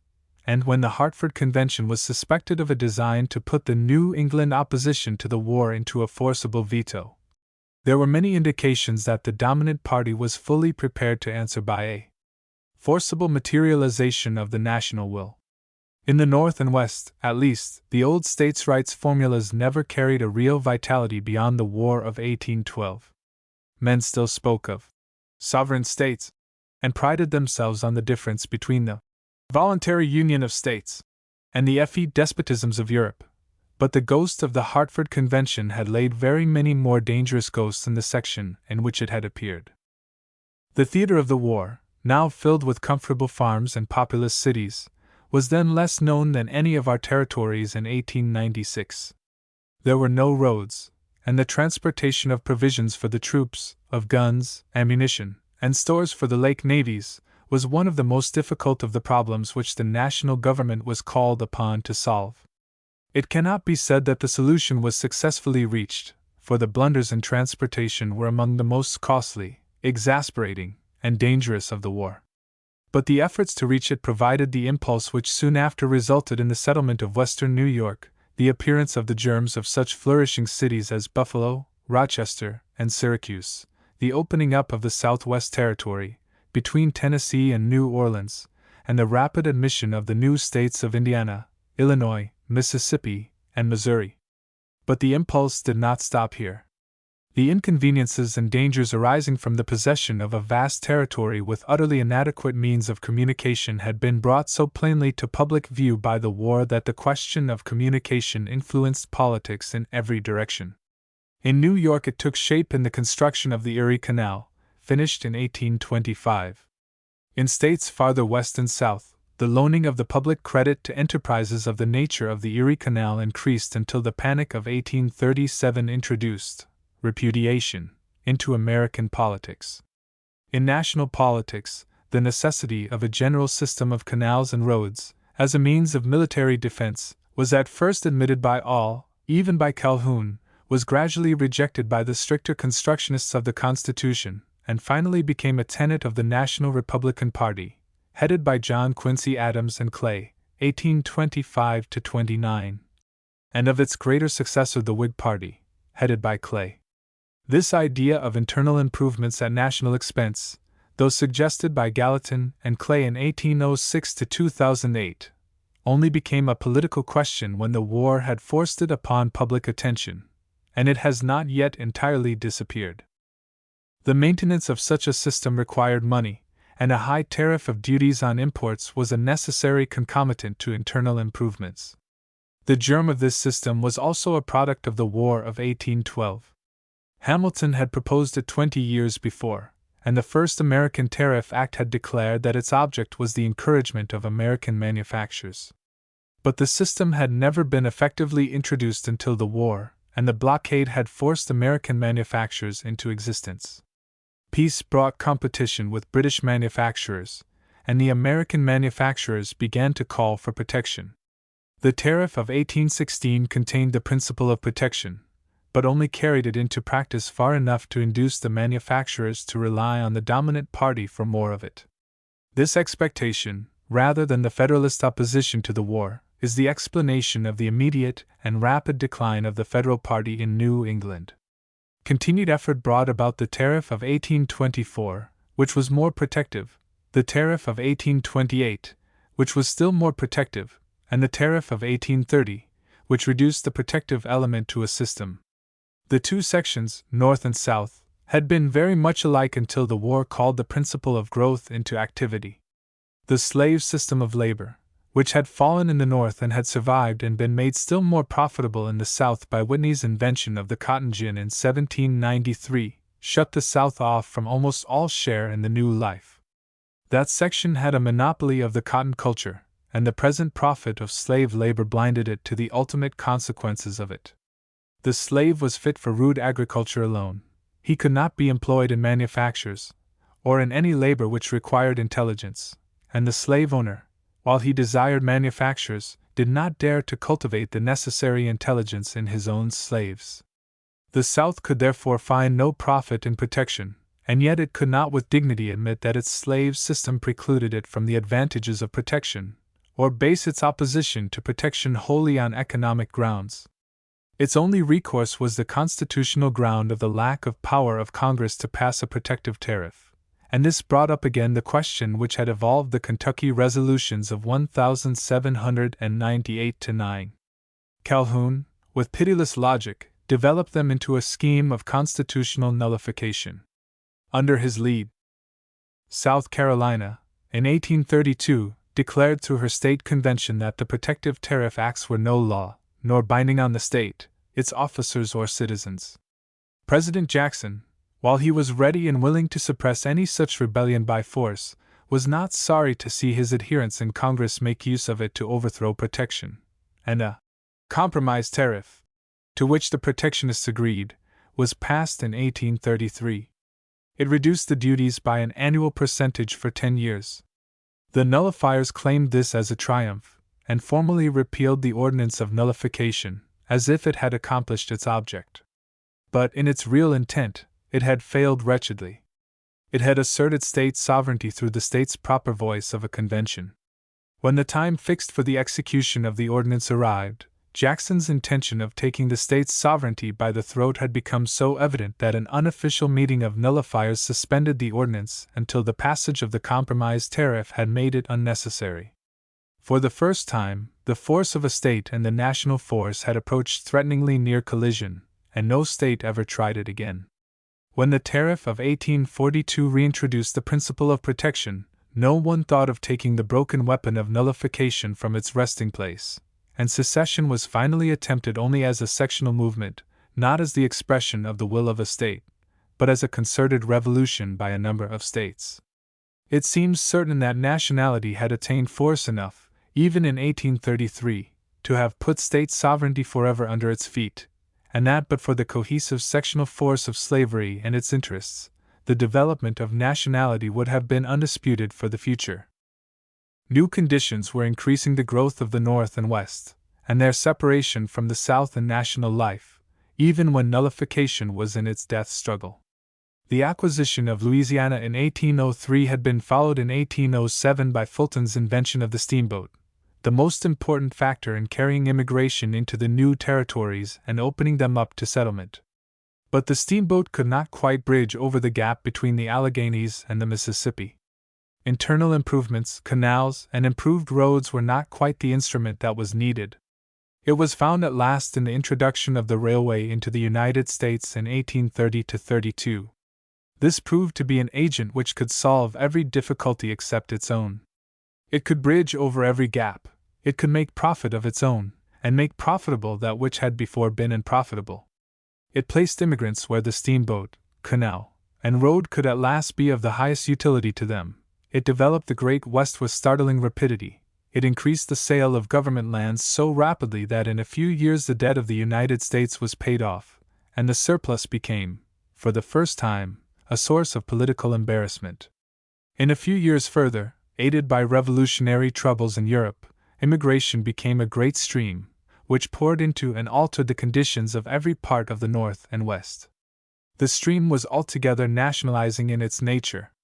The immigrant came to the United States, not to a particular state. To him, the country was greater than any state, even that of his adoption. Labor conditions excluded the South from this element of progress also. Not only were the railroads of the South hampered in every point by the old difficulty of slave labor, immigration and free labor shunned slave soil as if the plague were there prevalent. Year after year the North and West became more national in their prejudices and modes of thought and action, while the South remained little changed, except by a natural reactionary drift toward a more extreme colonialism. The natural result, in the next period, was the development of a quasi-nationality in the South itself. The introduction of the railway had brought its own difficulties, though these were not felt severely until after years. In the continent of Europe, the governments carefully retained their powers of eminent domain when the new system was introduced. The necessary land was loaned to the railways for a term of years, at the expiration of which the railway was to revert to the state, and railway troubles were non-existent, or comparatively tractable. In the United States, as in Great Britain, free right of incorporation was supplemented by what was really a gift of the power of eminent domain. The necessary land became the property of the corporations in fee, and it has been found almost equally difficult to revoke the gift or to introduce a railway control. Democracy took a new and extreme line of development under its alliance with nationality. As the dominant party, about 1827–8, became divided into two parties, the new parties felt the democratic influence as neither of their predecessors had felt it. Nominations, which had been made by cliques of legislators or congressmen, began to be made by popular delegate conventions about 1825. Before 1835, national, state, and local conventions had been united into parties of the modern type. With them came the pseudo-democratic idea of rotation in office, introduced into national politics by President Jackson in 1829 and adopted by succeeding administrations. There were also some attempts to do away with the electoral system and to make the federal judiciary elective, or to impose on it some other term of office than good behavior, but these had neither success nor encouragement. The financial errors of the War of 1812 had fairly compelled the re-establishment of the Bank of the United States in 1816, with a charter for 20 years, and the control of the deposits of national revenue. Soon after Jackson's inauguration, the managers of the new Democratic Party came into collision with the bank on the appointment of a subordinate agent. It very soon became evident that the bank could not exist in the new political atmosphere. It was driven into politics. A new charter was vetoed in 1832, and after one of the bitterest struggles of our history, the bank ceased to exist as a government institution in 1836. The reason for its fall, however disguised by attendant circumstances, was really its lack of harmony with the national democratic environment which had overtaken it. Benton's speech presents a review of this bank struggle and of accompanying political controversies. The anti-slavery agitation, which began in 1830, was as evidently a product of the new phase of democracy, but will fall more naturally under the next period. Webster's reply to Hayne has been taken as the best illustration of that thoroughly national feeling which was impossible before the War of 1812, and increasingly more common after it. It has been necessary to preface it with Hayne's speech, in order to have a clear understanding of parts of Webster's, but it has not been possible to omit Calhoun's speech, as a defense of his scheme of nullification, and as an exemplification of the reaction toward colonialism with which the South met the national development. It has not seemed necessary to include other examples of the orations called forth by the temporary political issues of the time. Robert Y. Hayne, of South Carolina, born 1791, died 1840. On Mr. Foote's resolution in the United States Senate, January 21, 1830, Mr. Speaker, Mr. Hayne said, when he took occasion, 2 days ago, to throw out some ideas with respect to the policy of the government in relation to the public lands, nothing certainly could have been further from his thoughts than that he should have been compelled again to throw himself upon the indulgence of the Senate. Little did I expect, said Mr. H., to be called upon to meet such an argument as was yesterday urged by the gentleman from Massachusetts, Mr. Webster.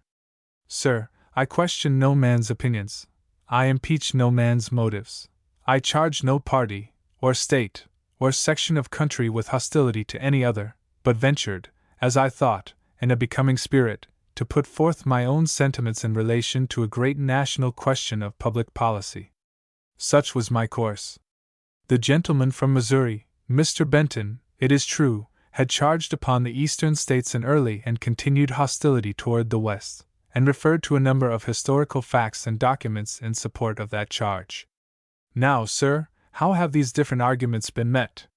The honorable gentleman from Massachusetts, after deliberating a whole night upon his course, comes into this chamber to vindicate New England, and instead of making up his issue with the gentleman from Missouri, on the charges which he had preferred, chooses to consider me as the author of those charges, and losing sight entirely of that gentleman, selects me as his adversary, and pours out all the vials of his mighty wrath upon my devoted head. Nor is he willing to stop there.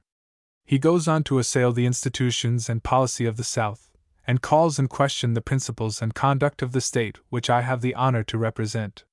When I find a gentleman of mature age and experience, of acknowledged talents and profound sagacity, pursuing a course like this, declining the contest offered from the West, and making war upon the unoffending South, I must believe, I am bound to believe, he has some object in view which he has not ventured to disclose. Mr. President, why is this? Has the gentleman discovered in former controversies with the gentleman from Missouri that he is overmatched by that senator? And does he hope for an easy victory over a more feeble adversary? Has the gentleman's distempered fancy been disturbed by gloomy forebodings of new alliances to be formed, at which he hinted? Has the ghost of the murdered coalition come back, like the ghost of Banquo, to sear the eyeballs of the gentleman, and will not down at his bidding? Are dark visions of broken hopes, and honors lost forever, still floating before his heated imagination? Sir, if it be his object to thrust me between the gentleman from Missouri and himself, in order to rescue the East from the contest it has provoked with the West, he shall not be gratified. Sir, I will not be dragged into the defense of my friend from Missouri. The South shall not be forced into a conflict not its own. The gentleman from Missouri is able to fight his own battles. The gallant West needs no aid from the South to repel any attack which may be made upon them from any quarter. Let the gentleman from Massachusetts controvert the facts and arguments of the gentleman from Missouri, if he can, and if he win the victory, let him wear the honors. I shall not deprive him of his laurels. Asterisk, asterisk, asterisk. Sir, any one acquainted with the history of parties in this country will recognize in the points now in dispute between the senator from Massachusetts and myself the very grounds which have, from the beginning, divided the two great parties in this country, and which, call these parties by what names you will, and amalgamate them as you may, will divide them forever. The true distinction between those parties is laid down in a celebrated manifesto issued by the Convention of the Federalists of Massachusetts, assembled in Boston, in February 1824, on the occasion of organizing a party opposition to the re-election of Governor Eustis. The gentleman will recognize this as the canonical book of political scripture, and it instructs us that, when the American colonies redeemed themselves from British bondage, and became so many independent nations, they proposed to form a national union, not a federal union, sir, but a national union. Those who were in favor of a union of the states in this form became known by the name of Federalists. Those who wanted no union of the states, or disliked the proposed form of union, became known by the name of Anti-Federalists. By means which need not be enumerated, the Anti-Federalists became, after the expiration of 12 years, our national rulers, and for a period of 16 years, until the close of Mr. Madison's administration in 1817, continued to exercise the exclusive direction of our public affairs. Here, sir, is the true history of the origin, rise, and progress of the party of National Republicans, who date back to the very origin of the government, and who then, as now, chose to consider the Constitution as having created not a federal, but a national, union, who regarded consolidation as no evil, and who doubtless consider it a consummation to be wished, to build up a great central government, one and indivisible. Sir, there have existed, in every age and every country, two distinct orders of men, the lovers of freedom and the devoted advocates of power. The same great leading principles, modified only by the peculiarities of manners, habits, and institutions, divided parties in the ancient republics, animated the Whigs and Tories of Great Britain, distinguished in our own times the Liberals and Ultras of France, and may be traced even in the bloody struggles of unhappy Spain. Sir, when the gallant Riego, who devoted himself and all that he possessed to the liberties of his country, was dragged to the scaffold, followed by the tears and lamentations of every lover of freedom throughout the world, he perished amid the deafening cries of "Long live the absolute King!" The people whom I represent, Mr. President, are the descendants of those who brought with them to this country, as the most precious of their possessions, an ardent love of liberty, and while that shall be preserved, they will always be found manfully struggling against the consolidation of the government as the worst of evils. Asterisk, asterisk, asterisk. Who, then, Mr. President, are the true friends of the Union? Those who would confine the federal government strictly within the limits prescribed by the Constitution, who would preserve to the states and the people all powers not expressly delegated, who would make this a federal and not a national union, and who, administering the government in a spirit of equal justice, would make it a blessing and not a curse. And who are its enemies? Those who are in favor of consolidation, who are constantly stealing power from the states, and adding strength to the federal government, who, assuming an unwarrantable jurisdiction over the states and the people, undertake to regulate the whole industry and capital of the country.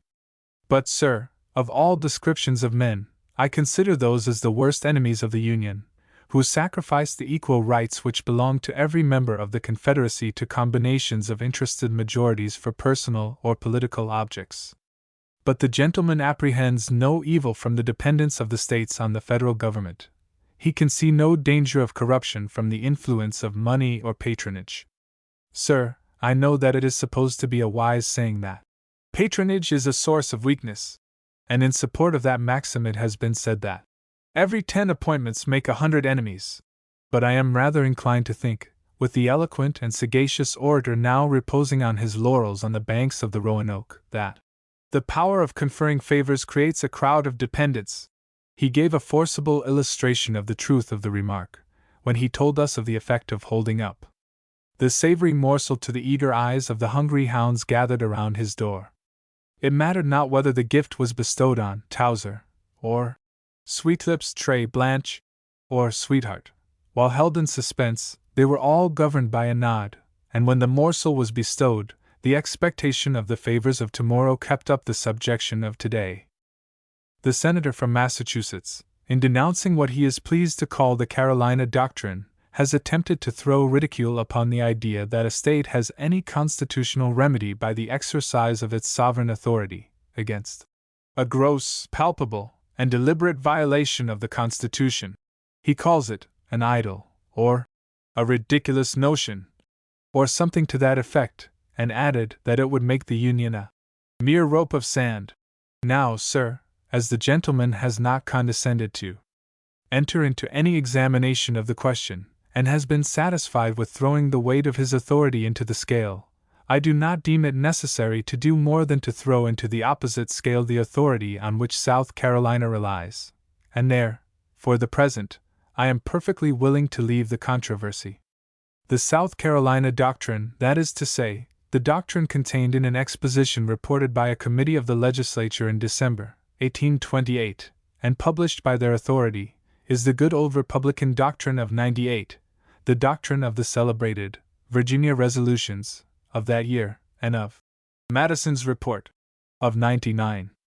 It will be recollected that the legislature of Virginia, in December '98, took into consideration the Alien and Sedition laws, then considered by all Republicans as a gross violation of the Constitution of the United States, and on that day passed, among others, the following resolution: The General Assembly doth explicitly and peremptorily declare that it views the powers of the federal government, as resulting from the compact to which the states are parties, as limited by the plain sense and intention of the instrument constituting that compact, as no further valid than they are authorized by the grants enumerated in that compact, and that in case of a deliberate, palpable, and dangerous exercise of other powers not granted by the said compact, the states who are the parties thereto have the right, and are in duty bound, to interpose for arresting the progress of the evil, and for maintaining within their respective limits the authorities, rights, and liberties appertaining to them.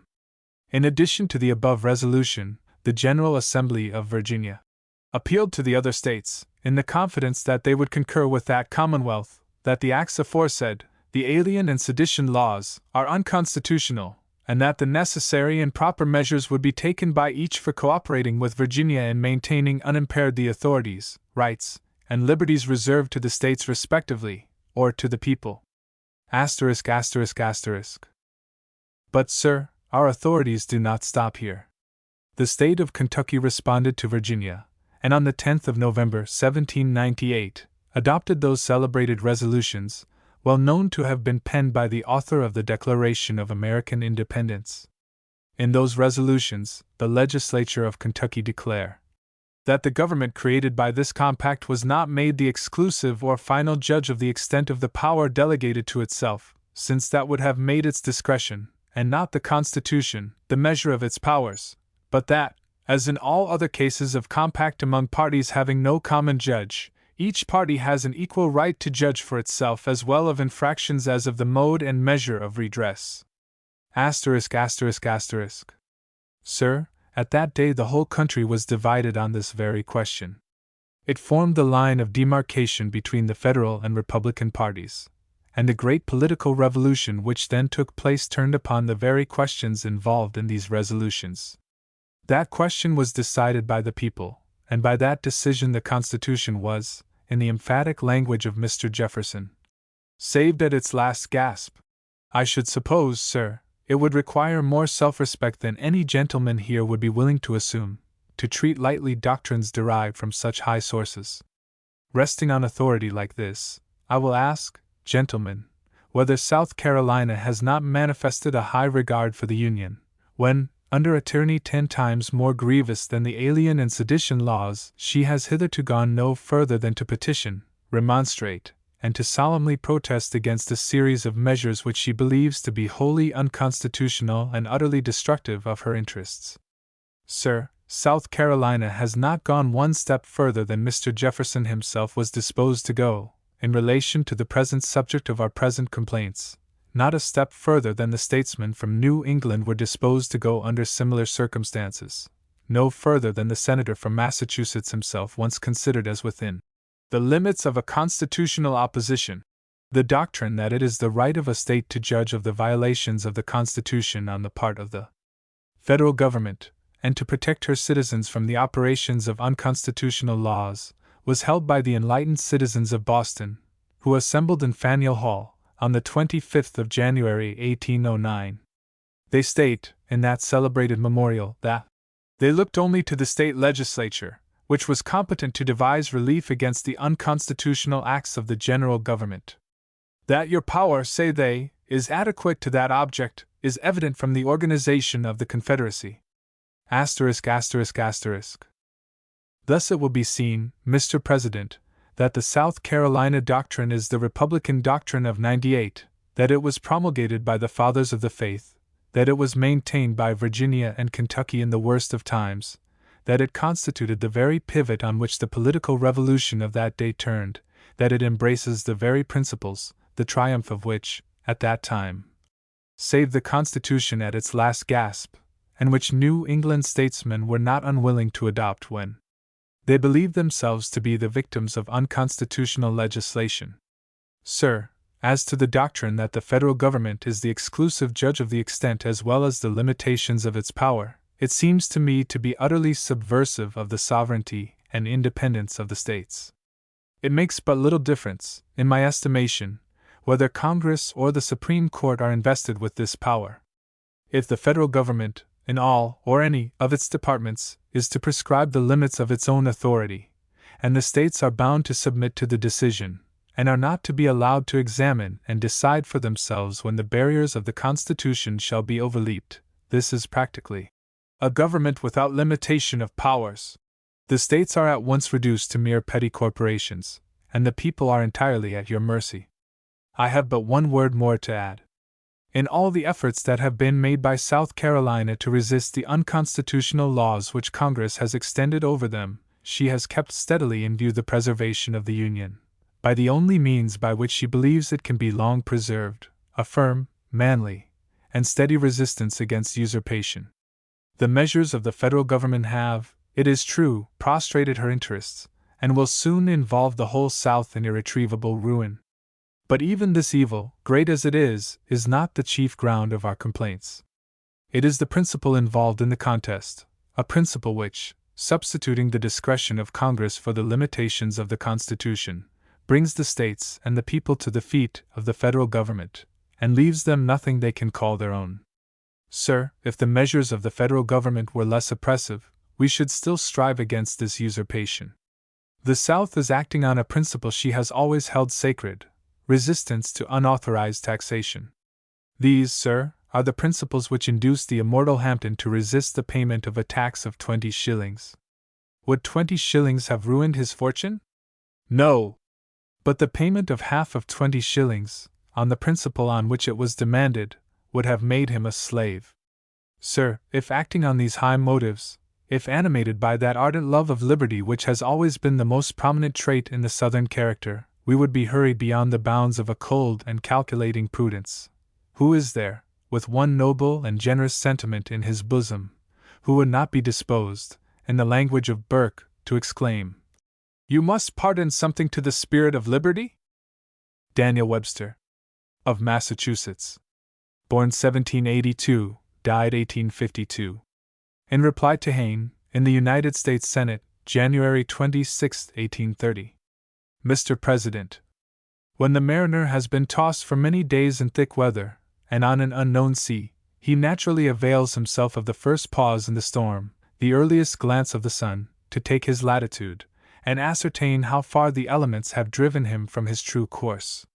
Let us imitate this prudence, and before we float further on the waves of this debate, refer to the point from which we departed, that we may at least be able to conjecture where we now are. I ask for the reading of the resolution before the Senate. The Secretary read the resolution as follows.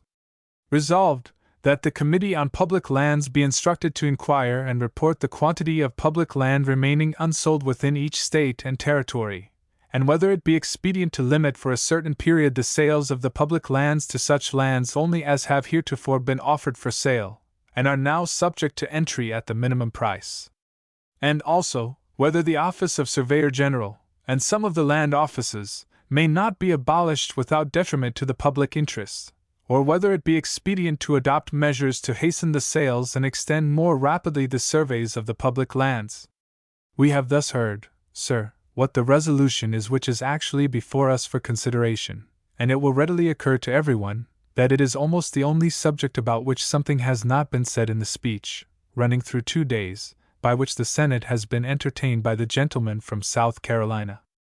Every topic in the wide range of our public affairs, whether past or present, everything, general or local, whether belonging to national politics or party politics, seems to have attracted more or less of the honorable member's attention, save only the resolution before the Senate. He has spoken of everything but the public lands. They have escaped his notice. To that subject, in all his excursions, he has not paid even the cold respect of a passing glance. When this debate, sir, was to be resumed, on Thursday morning, it so happened that it would have been convenient for me to be elsewhere. The honorable member, however, did not incline to put off the discussion to another day. He had a shot, he said, to return, and he wished to discharge it. That shot, sir, which he thus kindly informed us was coming, that we might stand out of the way, or prepare ourselves to fall by it and die with decency, has now been received. Under all advantages, and with expectation awakened by the tone which preceded it, it has been discharged, and has spent its force. It may become me to say no more of its effect than that, if nobody is found, after all, either killed or wounded, it is not the first time in the history of human affairs that the vigor and success of the war have not quite come up to the lofty and sounding phrase of the manifesto. The gentleman, sir, in declining to postpone the debate, told the Senate, with the emphasis of his hand upon his heart, that there was something rankling here, which he wished to relieve. Mr. Hayne rose, and disclaimed having used the word rankling. It would not, Mr. President, be safe for the honorable member to appeal to those around him, upon the question whether he did in fact make use of that word. But he may have been unconscious of it. At any rate, it is enough that he disclaims it. But still, with or without the use of that particular word, he had yet something here, he said, of which he wished to rid himself by an immediate reply. In this respect, sir, I have a great advantage over the honorable gentleman. There is nothing here, sir, which gives me the slightest uneasiness, either fear, nor anger, nor that which is sometimes more troublesome than either, the consciousness of having been in the wrong. There is nothing, either originating here, or now received here by the gentleman's shot. Nothing originating here, for I had not the slightest feeling of unkindness toward the honorable member. Some passages, it is true, had occurred since our acquaintance in this body, which I could have wished might have been otherwise, but I had used philosophy and forgotten them. I paid the honorable member the attention of listening with respect to his first speech, and when he sat down, though surprised, and I must even say astonished, at some of his opinions, nothing was farther from my intention than to commence any personal warfare. Through the whole of the few remarks I made in answer, I avoided, studiously and carefully, everything which I thought possible to be construed into disrespect. And, sir, while there is thus nothing originating here which I have wished at any time, or now wish, to discharge, I must repeat, also, that nothing has been received here which rankles, or in any way gives me annoyance. I will not accuse the honorable member of violating the rules of civilized war. I will not say that he poisoned his arrows. But whether his shafts were, or were not, dipped in that which would have caused rankling if they had reached their destination, there was not, as it happened, quite strength enough in the bow to bring them to their mark. If he wishes now to gather up those shafts, he must look for them elsewhere. They will not be found fixed and quivering in the object at which they were aimed. The honorable member complained that I slept on his speech. I must have slept on it, or not slept at all. The moment the honorable member sat down, his friend from Missouri rose, and with much honeyed commendation of the speech, suggested that the impressions which it had produced were too charming and delightful to be disturbed by other sentiments or other sounds, and proposed that the Senate should adjourn. Would it have been quite amiable in me, sir, to interrupt this excellent good feeling? Must I not have been absolutely malicious, if I could have thrust myself forward, to destroy sensations thus pleasing? Was it not much better and kinder, both to sleep upon them myself, and to allow others also the pleasure of sleeping upon them? But if it be meant, by sleeping upon his speech, that I took time to prepare a reply to it, it is quite a mistake. Owing to other engagements, I could not employ even the interval between the adjournment of the Senate and its meeting the next morning in attention to the subject of this debate. Nevertheless, sir, the mere matter of fact is undoubtedly true. I did sleep on the gentleman's speech, and slept soundly. And I slept equally well on his speech of yesterday, to which I am now replying. It is quite possible that in this respect, also, I possess some advantage over the honorable member, attributable, doubtless, to a cooler temperament on my part, for, in truth, I slept upon his speeches remarkably well.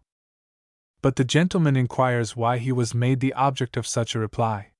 Why was he singled out? If an attack has been made on the East, he assures us, did not begin it. It was made by the gentleman from Missouri. Sir, I answered the gentleman's speech because I happened to hear it, and because, also, I choose to give an answer to that speech, which, if unanswered, I thought most likely to produce injurious impressions. I did not stop to inquire who was the original drawer of the bill. I found a responsible indexer before me, and it was my purpose to hold him liable, and to bring him to his just responsibility without delay. But, sir, this interrogatory of the honorable member was only introductory to another. He proceeded to ask me whether I had turned upon him in this debate, from the consciousness that I should find an overmatch, if I ventured on a contest with his friend from Missouri. If, sir, the honorable member, modestia gratia, had chosen thus to defer to his friend, and to pay him compliments, without intentional disparagement to others, it would have been quite according to the friendly courtesies of debate, and not at all ungrateful to my own feelings. I am not one of those, sir, who esteem any tribute of regard, whether light and occasional, or more serious and deliberate, which may be bestowed on others, as so much unjustly withholden from themselves. But the tone and the manner of the gentleman's question forbid me thus to interpret it. I am not at liberty to consider it as nothing more than a civility to his friend. It had an air of taunt and disparagement, something of the loftiness of asserted superiority, which does not allow me to pass it over without notice. It was put as a question for me to answer, and so put as if it were difficult for me to answer whether I deemed the member from Missouri an overmatch for myself in debate here. It seems to me, sir, that this is extraordinary language, and an extraordinary tone, for the discussions of this body. Matches and overmatches. Those terms are more applicable elsewhere than here, and fitter for other assemblies than this. Sir, the gentleman seems to forget where and what we are. This is a Senate of equals, of men of individual honor and personal character, and of absolute independence. We know no masters, we acknowledge no dictators. This is a hall for mutual consultation and discussion, not an arena for the exhibition of champions. I offer myself, sir, as a match for no man. I throw the challenge of debate at no man's feet. But then, sir, since the honorable member has put the question in a manner that calls for an answer, I will give him an answer, and I tell him that, holding myself to be the humblest of the members here, I yet know nothing in the arm of his friend from Missouri, either alone or when aided by the arm of his friend from South Carolina, that need deter even me from espousing whatever opinions I may choose to espouse, from debating whenever I may choose to debate, or from speaking whatever I may see fit to say on the floor of the Senate. Sir, when uttered as matter of commendation or compliment, I should dissent from nothing which the honorable member might say of his friend. Still less do I put forth any pretensions of my own. But when put to me as a matter of taunt, I throw it back, and say to the gentleman, that he could possibly say nothing less likely than such a comparison to wound my pride of personal character. The anger of its tone rescued the remark from intentional irony, which otherwise, probably, would have been its general acceptation. But, sir, if it be imagined by this mutual quotation and commendation, if it be supposed that, by casting the characters of the drama, assigning to each his part, to one the attack, to another the cry of onset, or if it be thought that, by a loud and empty vaunt of anticipated victory, any laurels are to be won here, if it be imagined, especially, that any, or all of these things will shake any purpose of mine, I can tell the honorable member, once for all, that he is greatly mistaken, and that he is dealing with one of whose temper and character he has yet much to learn. Sir, I shall not allow myself, on this occasion, I hope on no occasion, to be betrayed into any loss of temper, but if provoked, as I trust I never shall be, into crimination and recrimination, the honorable member may, perhaps, find that in that contest, there will be blows to take as well as blows to give, that others can state comparisons as significant, at least, as his own, and that his impunity may possibly demand of him whatever powers of taunt and sarcasm he may possess. I commend him to a prudent husbandry of his resources. On yet another point, I was still more unaccountably misunderstood. The gentleman had harangued against consolidation. I told him, in reply, that there was one kind of consolidation to which I was attached, and that was the consolidation of our Union, that this was precisely that consolidation to which I feared others were not attached, and that such consolidation was the very end of the Constitution, the leading object, as they had informed us themselves, which its framers had kept in view. I turned to their communication, and read their very words, "The consolidation of the Union," and expressed my devotion to this sort of consolidation.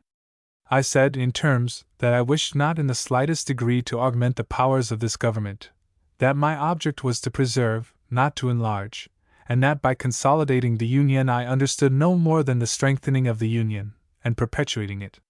Having been thus explicit, having thus read from the printed book the precise words which I adopted, as expressing my own sentiments, it passes comprehension how any man could understand me as contending for an extension of the powers of the government, or for consolidation in that odious sense in which it means an accumulation, in the federal government, of the powers properly belonging to the states. I repeat, sir, that, in adopting the sentiments of the framers of the Constitution, I read their language audibly, and word for word, and I pointed out the distinction, just as fully as I have now done, between the consolidation of the Union and that other obnoxious consolidation which I disclaim. And yet the honorable member misunderstood me. The gentleman had said that he wished for no fixed revenue, not a shilling. If by a word he could convert the capital into gold, he would not do it. Why all this fear of revenue? Why, sir, because, as the gentleman told us, it tends to consolidation. Now this can mean neither more nor less than that a common revenue is a common interest, and that all common interests tend to preserve the union of the states. I confess I like that tendency. If the gentleman dislikes it, he is right in deprecating a shilling of fixed revenue. So much, sir, for consolidation. Asterisk. Professing to be provoked by what he chose to consider a charge made by me against South Carolina, the honorable member, Mr. President, has taken up a crusade against New England. Leaving altogether the subject of the public lands, in which his success, perhaps, had been neither distinguished nor satisfactory, and letting go, also, of the topic of the tariff, he sallied forth in a general assault on the opinions, politics, and parties of New England, as they have been exhibited in the last 30 years. New England has, at times, so argues the gentleman, held opinions as dangerous as those which he now holds. Suppose this were so, how should he therefore abuse New England? If he find himself countenanced by acts of hers, how is it that, while he relies on these acts, he covers, or seeks to cover, their authors with reproach? But, sir, if in the course of 40 years, there have been undue effervescences of party in New England, has the same thing happened nowhere else? Party animosity and party outrage, not in New England, but elsewhere, denounce President Washington, not only as a Federalist, but as a Tory, a British agent, a man who in his high office sanctioned corruption. But does the honorable member suppose, if I had a tender here who should put such an effusion of wickedness and folly into my hand, that I would stand up and read it against the South? Parties ran into great heats again in 1799 and 1800. What was said, sir, or rather what was not said in those years, against John Adams, one of the committee that drafted the Declaration of Independence, and its admitted ablest defender on the floor of Congress? If the gentleman wishes to increase his stores of party abuse and frothy violence, if he has a determined proclivity to such pursuits, there are treasures of that sort south of the Potomac, much to his taste, yet untouched. I shall not touch them. The gentleman's purveyors have only catered for him among the productions of one side. I certainly shall not supply the deficiency by furnishing him samples of the other. I leave to him, and to them, the whole concern. It is enough for me to say, that if, in any part of their grateful occupation, if, in all their researches, they find anything in the history of Massachusetts, or of New England, or in the proceedings of any legislative or other public body, disloyal to the Union, speaking slightingly of its value, proposing to break it up, or recommending non-intercourse with neighboring states, on account of difference in political opinion, then, sir, I give them all up to the honorable gentleman's unrestrained rebuke, expecting, however, that he will extend his buffetings in like manner to all similar proceedings, wherever else found. Mr. President, in carrying his warfare, such as it is, into New England, the honorable gentleman all along professes to be acting on the defensive. He chooses to consider me as having assailed South Carolina, and insists that he comes forth only as her champion, and in her defense. Sir, I do not admit that I made any attack whatever on South Carolina. Nothing like it. The honorable member, in his first speech, expressed opinions, in regard to revenue and some other topics, which I heard with both pain and surprise. I told the gentleman I was aware that such sentiments were entertained out of the government, but had not expected to find them advanced in it, that I knew there were persons in the South who speak of our Union with indifference or doubt, taking pains to magnify its evils, and to say nothing of its benefits, that the honorable member himself, I was sure, could never be one of these.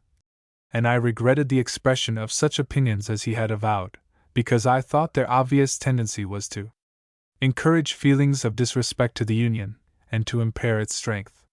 This, sir, is the sum and substance of all I said on the object.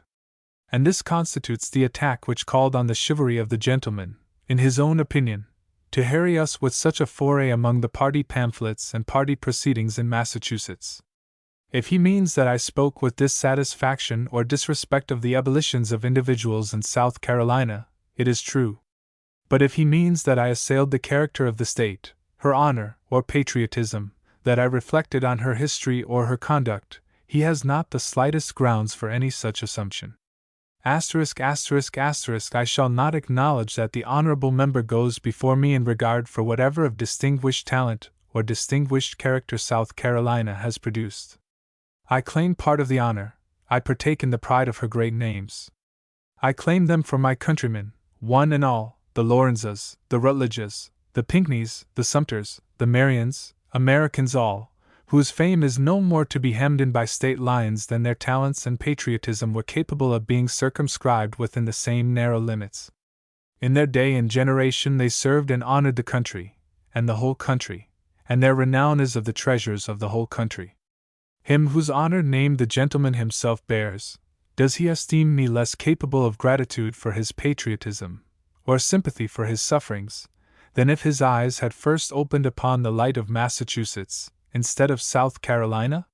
Sir, does he suppose it in his power to exhibit a Carolina name so bright as to produce envy in my bosom? No, sir, increased gratification and delight rather. I thank God that, if I am gifted with little of the spirit which is able to raise mortals to the skies, I have yet none, as I trust, of that other spirit which would drag angels down.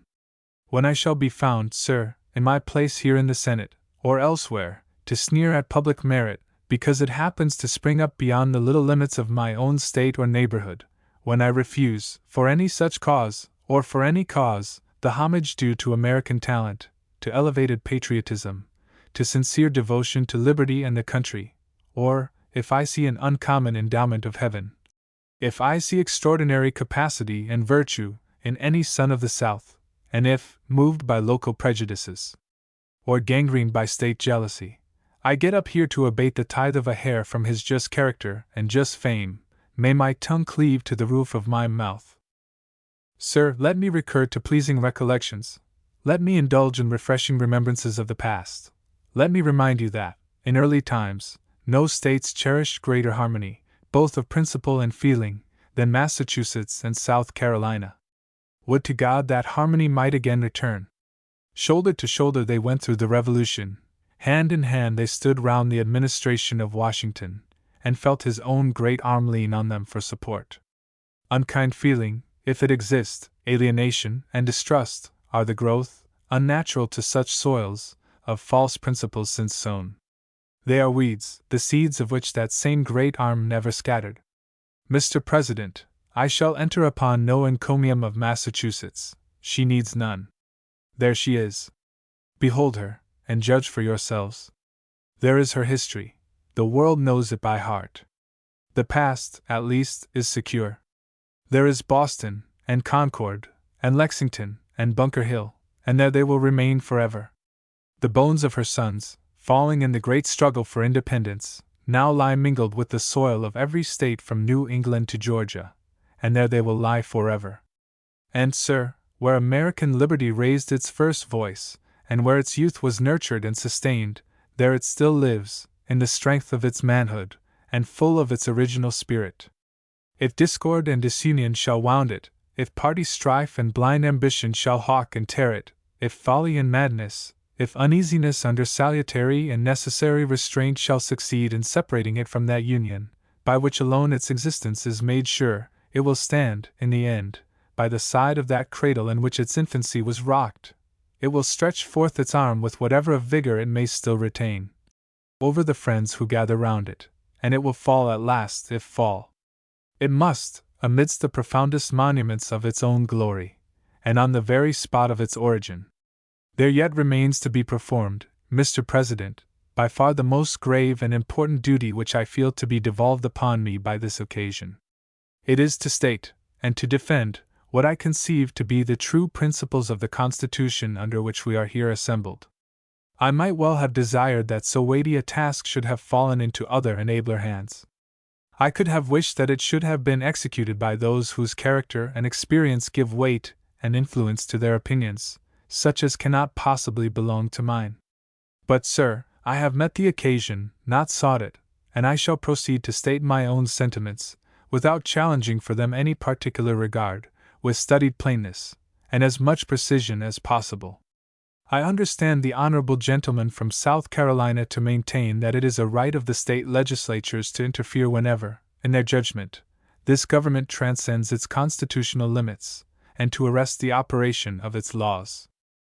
I understand him to maintain this right, as a right existing under the Constitution, not as a right to overthrow it on the ground of extreme necessity, such as would justify violent revolution. I understand him to maintain an authority on the part of the states, thus to interfere, for the purpose of correcting the exercise of power by the general government, of checking it, and of compelling it to conform to their opinion of the extent of its powers. I understand him to maintain that the ultimate power of judging of the constitutional extent of its own authority is not lodged exclusively in the general government, or any branch of it, but that, on the contrary, the states may lawfully decide for themselves, and each state for itself, whether, in a given case, the act of the general government transcends its power. I understand him to insist that, if the exigencies of the case, in the opinion of any state government, require it, such state government may, by its own sovereign authority, annul an act of the general government which it deems plainly and palpably unconstitutional. This is the sum of what I understand from him to be the South Carolina doctrine, and the doctrine which he maintains. I propose to consider it, and compare it with the Constitution. Allow me to say, as a preliminary remark, that I call this the South Carolina doctrine only because the gentleman himself has so denominated it. I do not feel at liberty to say that South Carolina, as a state, has ever advanced these sentiments. I hope she has not, and never may. That a great majority of her people are opposed to the tariff laws is doubtless true. That a majority, somewhat less than that just mentioned, conscientiously believe these laws unconstitutional, may probably also be true. But that any majority holds to the right of direct state interference at state discretion, the right of nullifying acts of Congress by acts of state legislation, is more than I know, and what I shall be slow to believe. That there are individuals besides the honorable gentlemen who do maintain these opinions, is quite certain. I recollect the recent expression of a sentiment, which circumstances attending its utterance and publication justify us in supposing was not unpremeditated. The sovereignty of the state, never to be controlled, construed, or decided on, but by her own feelings of honorable justice. Mr. Hayne here rose and said that, for the purpose of being clearly understood, he would state that his proposition was in the words of the Virginia resolution as follows: that this assembly doth explicitly and peremptorily declare that it views the powers of the federal government, as resulting from the compact to which the states are parties, as limited by the plain sense and intention of the instrument constituting that compact, as no farther valid than they are authorized by the grants enumerated in that compact, and that, in case of a deliberate, palpable, and dangerous exercise of other powers not granted by the said compact, the states that are parties thereto have the right, and are in duty bound to interpose for arresting the progress of the evil, and for maintaining within their respective limits the authorities, rights, and liberties appertaining to them. Mr. Webster resumed: I am quite aware, Mr. President, of the existence of the resolution which the gentleman read, and has now repeated, and that he relies on it as his authority. I know the source, too, from which it is understood to have proceeded. I need not say that I have much respect for the constitutional opinions of Mr. Madison. They would weigh greatly with me always. But before the authority of his opinion be vouched for the gentleman's proposition, it will be proper to consider what is the fair interpretation of that resolution, to which Mr. Madison is understood to have given his sanction. As the gentleman construes it, it is an authority for him. Possibly, he may not have adopted the right construction. That resolution declares that, in the case of the dangerous exercise of powers not granted by the general government, the states may interpose to arrest the progress of the evil. But how interpose, and what does this declaration purport? Does it mean no more than that there may be extreme cases, in which the people, in any mode of assembling, may resist usurpation, and relieve themselves from a tyrannical government? No one will deny this. Such resistance is not only acknowledged to be just in America, but in England also. Blackstone admits as much, in the theory and practice, too, of the English Constitution. We, sir, who oppose the Carolina doctrine, do not deny that the people may, if they choose, throw off any government when it becomes oppressive and intolerable, and erect a better in its stead. We all know that civil institutions are established for the public benefit, and that when they cease to answer the ends of their existence, they may be changed. But I do not understand the doctrine now contended for to be that which, for the sake of distinction, we may call the right of revolution.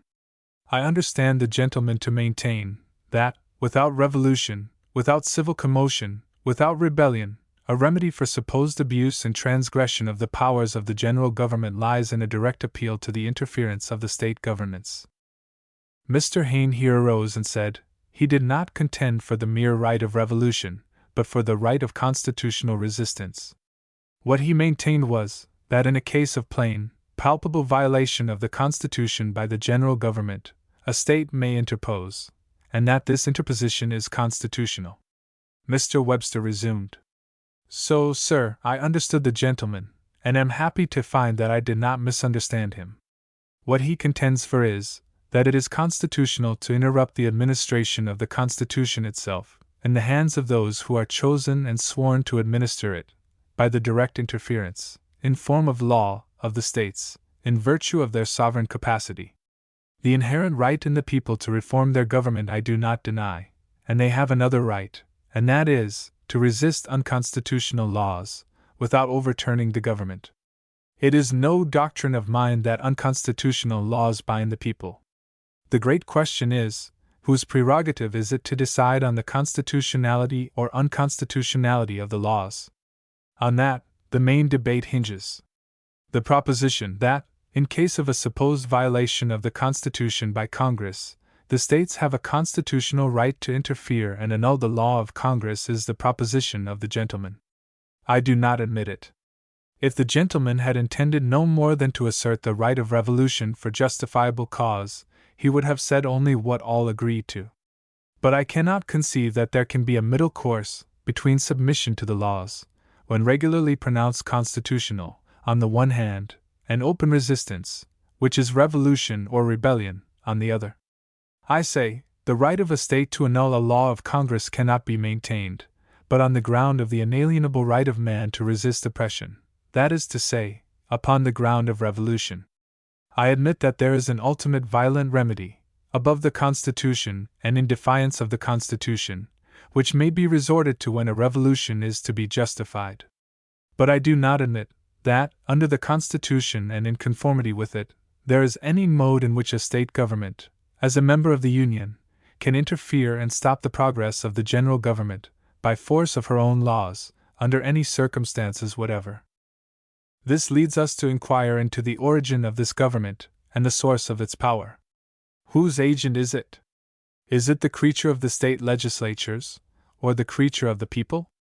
If the government of the United States be the agent of the state governments, then they may control it, provided they can agree in the manner of controlling it.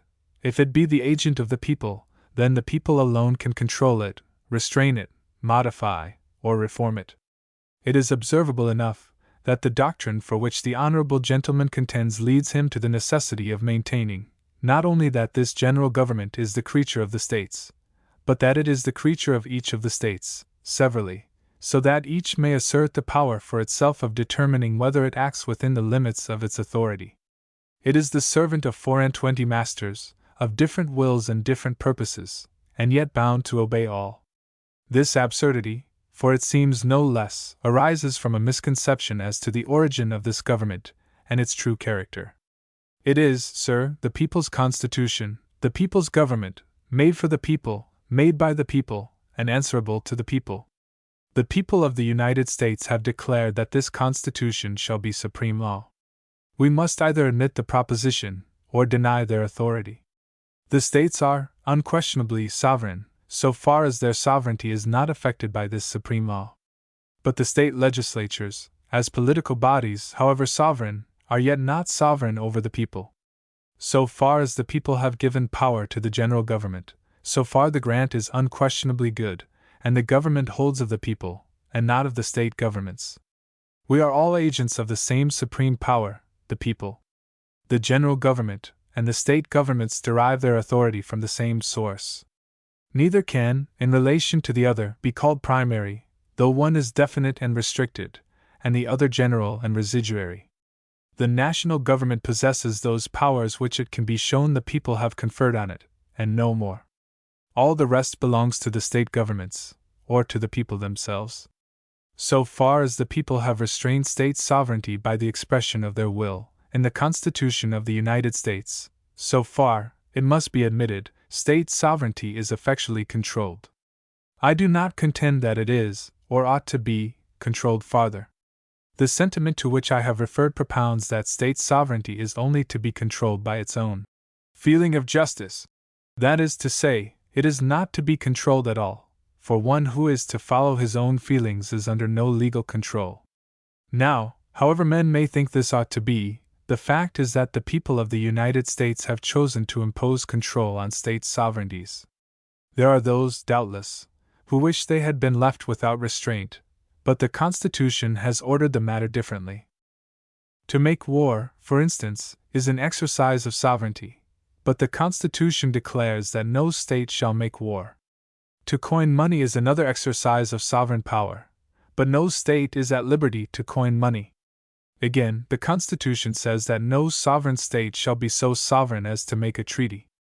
These prohibitions, it must be confessed, are a control on the state sovereignty of South Carolina, as well as of the other states, which does not arise from her own feelings of honorable justice.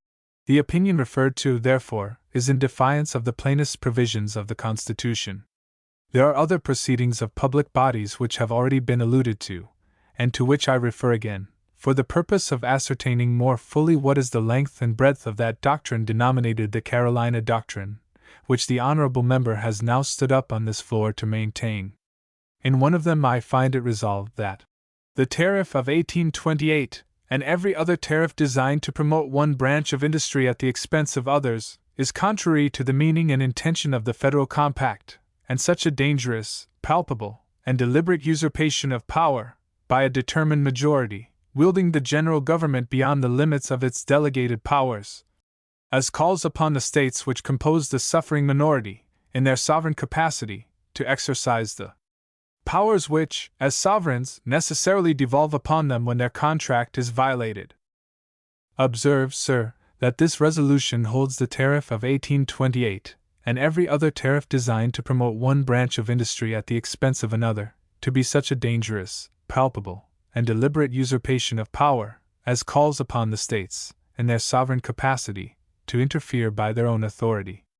This denunciation, Mr. President, you will please to observe, includes our old tariff of 1816, as well as all others, because that was established to promote the interest of the manufacturers of cotton, to the manifest and admitted injury of the Calcutta cotton trade. Observe, again, that all the qualifications are here rehearsed and charged upon the tariff, which are necessary to bring the case within the gentleman's proposition. The tariff is a usurpation, it is a dangerous usurpation, it is a palpable usurpation, it is a deliberate usurpation.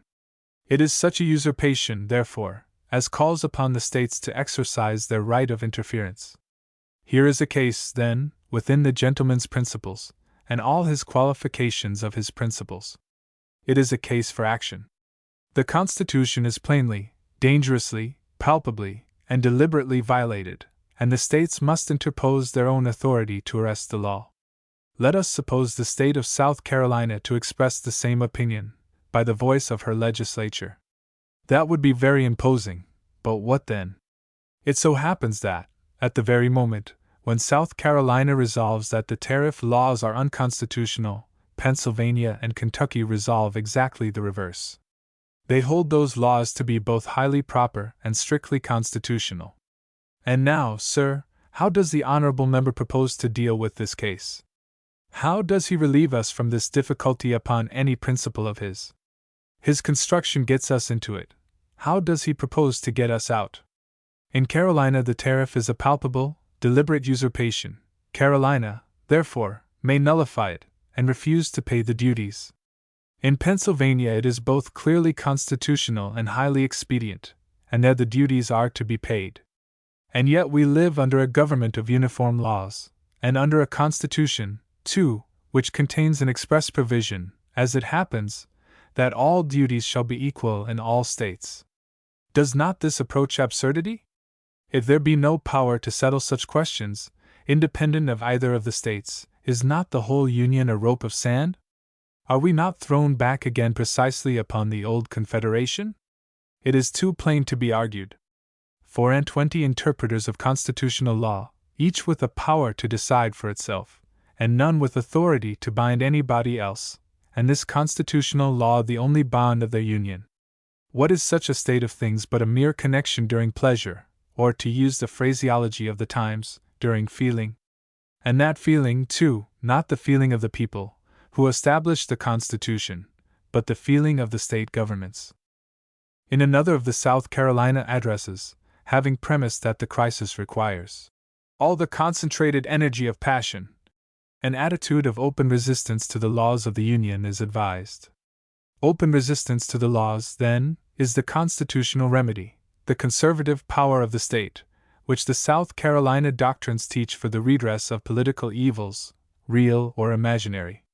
And its authors further say that, appealing with confidence to the Constitution itself, to justify their opinions, they cannot consent to try their accuracy by the courts of justice. In one sense, indeed, sir, this is assuming an attitude of open resistance in favor of liberty. But what sort of liberty? The liberty of establishing their own opinions, in defiance of the opinions of all others, the liberty of judging and deciding exclusively themselves, in a matter in which others have as much right to judge and decide as they, the liberty of placing their own opinion above the judgment of all others, above the laws, and above the Constitution. This is their liberty, and this is the fair result of the proposition contended for by the honorable gentleman. Or it may be more properly said, it is identical with it, rather than a result from it. Asterisk, asterisk, asterisk. Sir, the human mind is so constituted that the merits of both sides of a controversy appear very clear, and very palpable, to those who respectively espouse them, and both sides usually grow clearer as the controversy advances. South Carolina sees unconstitutionality in the tariff, she sees oppression there also, and she sees danger. Pennsylvania, with a vision not less sharp, looks at the same tariff, and sees no such thing in it. She sees it all constitutional, all useful, all safe.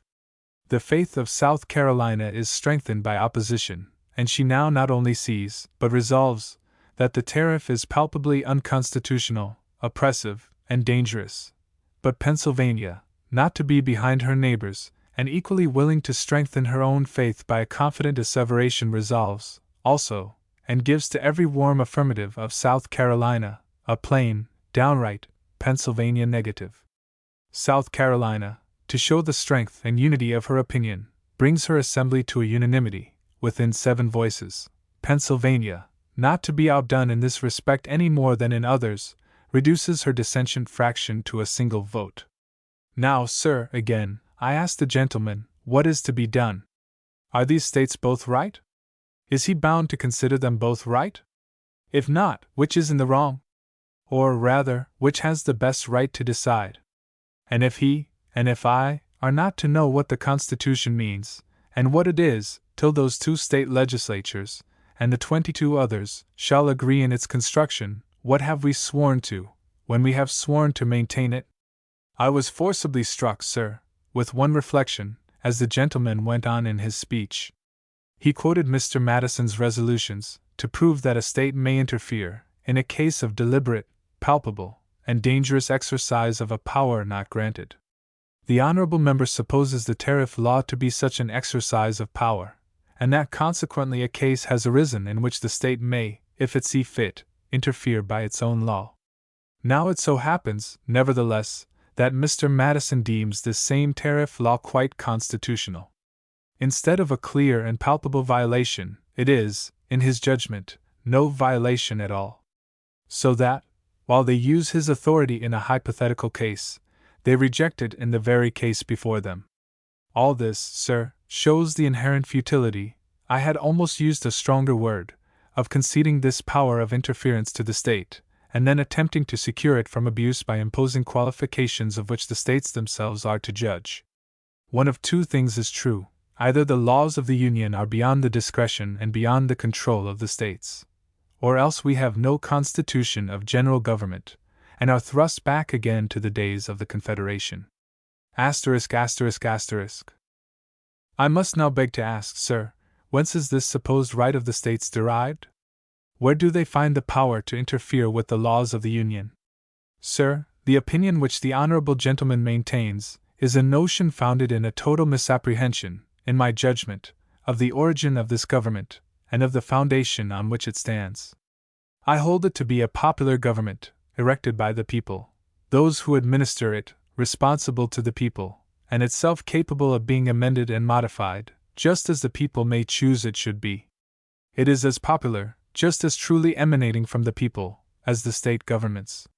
It is created for one purpose, the state governments for another. It has its own powers, they have theirs. There is no more authority with them to arrest the operation of a law of Congress, than with Congress to arrest the operation of their laws. We are here to administer a constitution emanating immediately from the people, and trusted by them to our administration. It is not the creature of the state governments.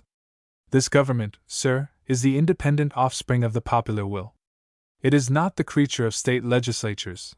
Nay, more, if the whole truth must be told, the people brought it into existence, established it, and have hitherto supported it, for the very purpose, amongst others, of imposing certain salutary restraints on state sovereignties.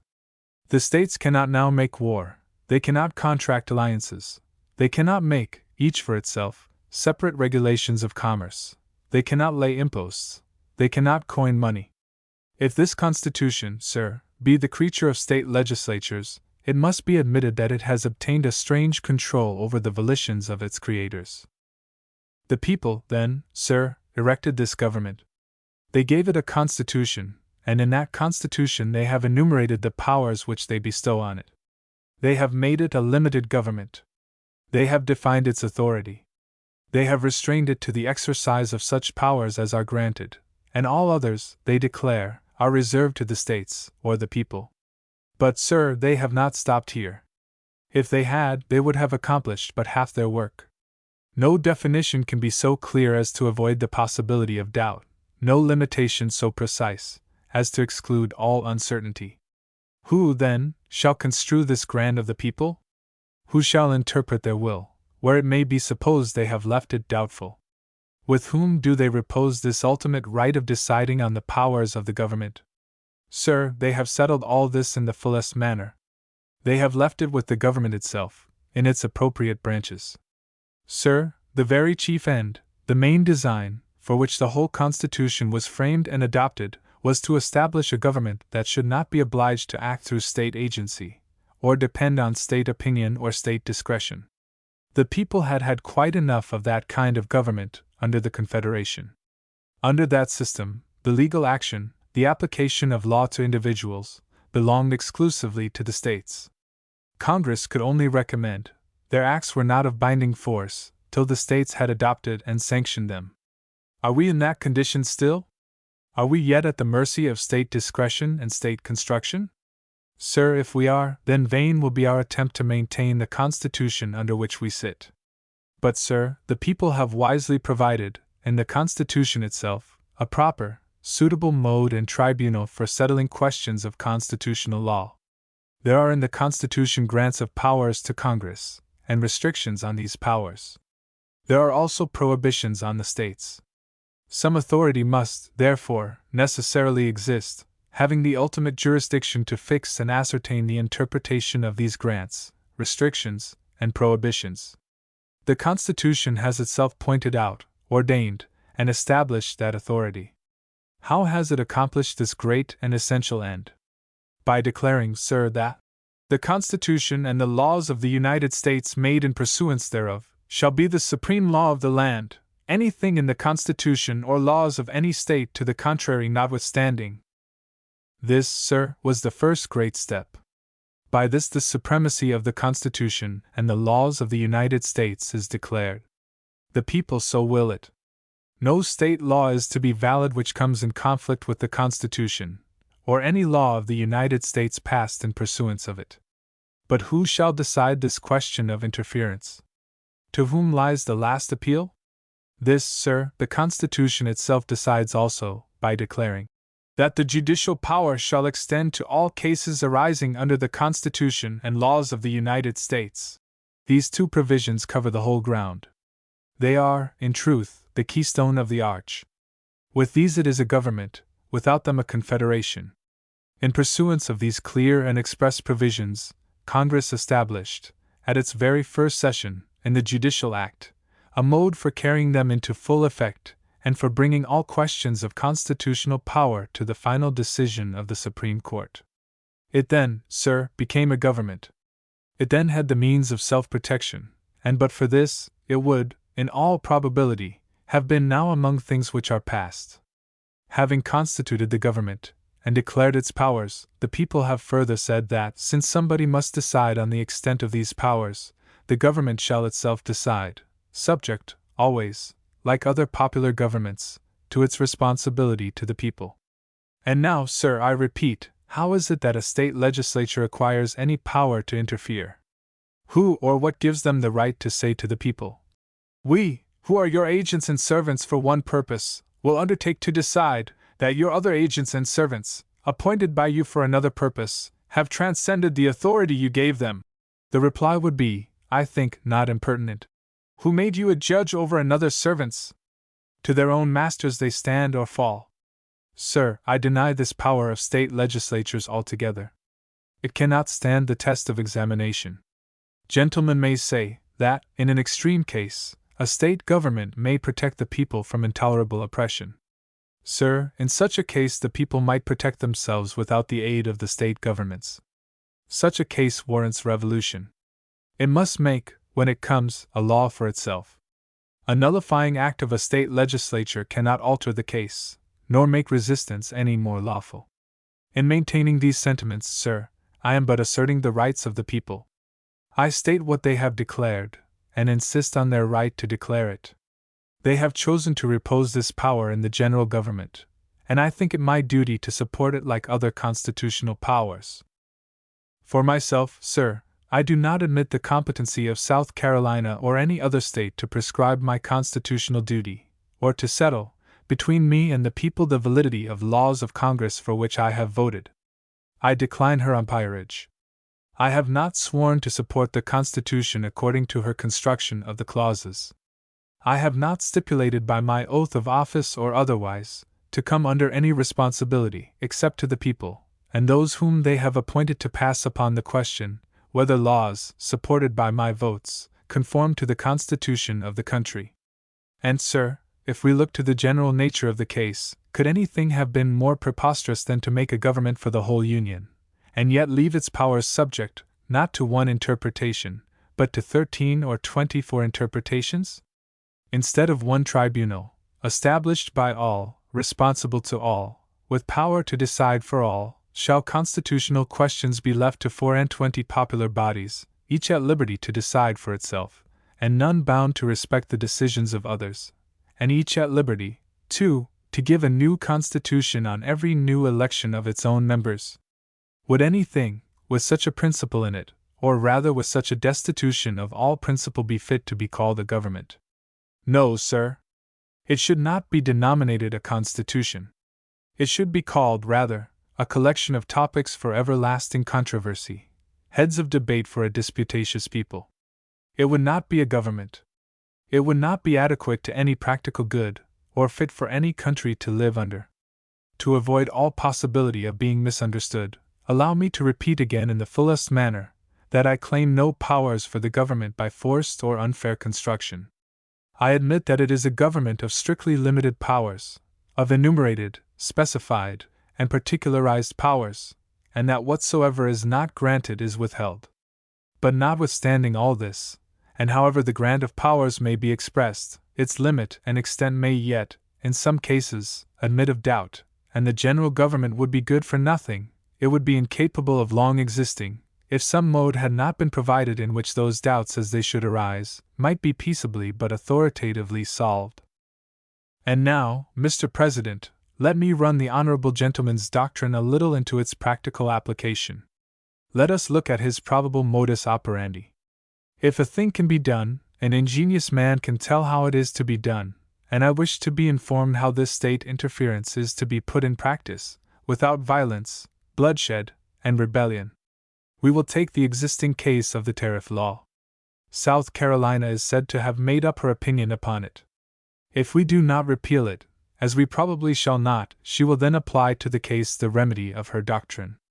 She will, we must suppose, pass a law of her legislature, declaring the several acts of Congress, usually called the tariff laws, null and void, so far as they respect South Carolina, or the citizens thereof. So far, all is a paper transaction, and easy enough.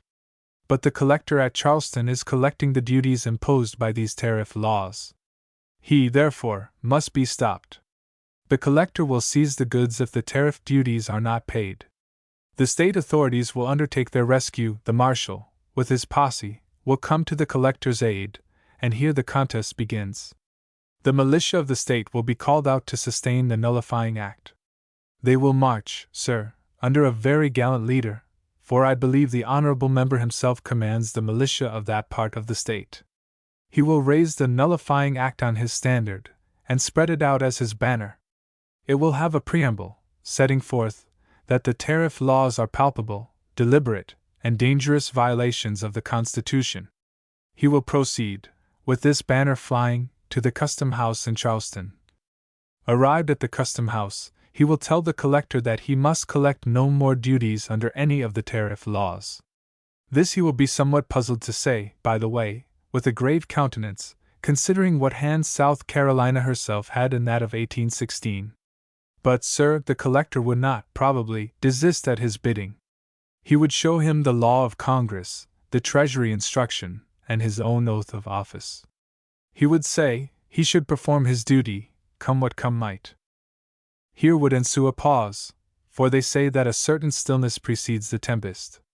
The trumpeter would hold his breath a while, and before all this military array should fall on the Custom House, collector, clerks, and all, it is very probable some of those composing it would request of their gallant commander-in-chief to be informed upon a little point of law, for they have doubtless a just respect for his opinions as a lawyer, as well as for his bravery as a soldier.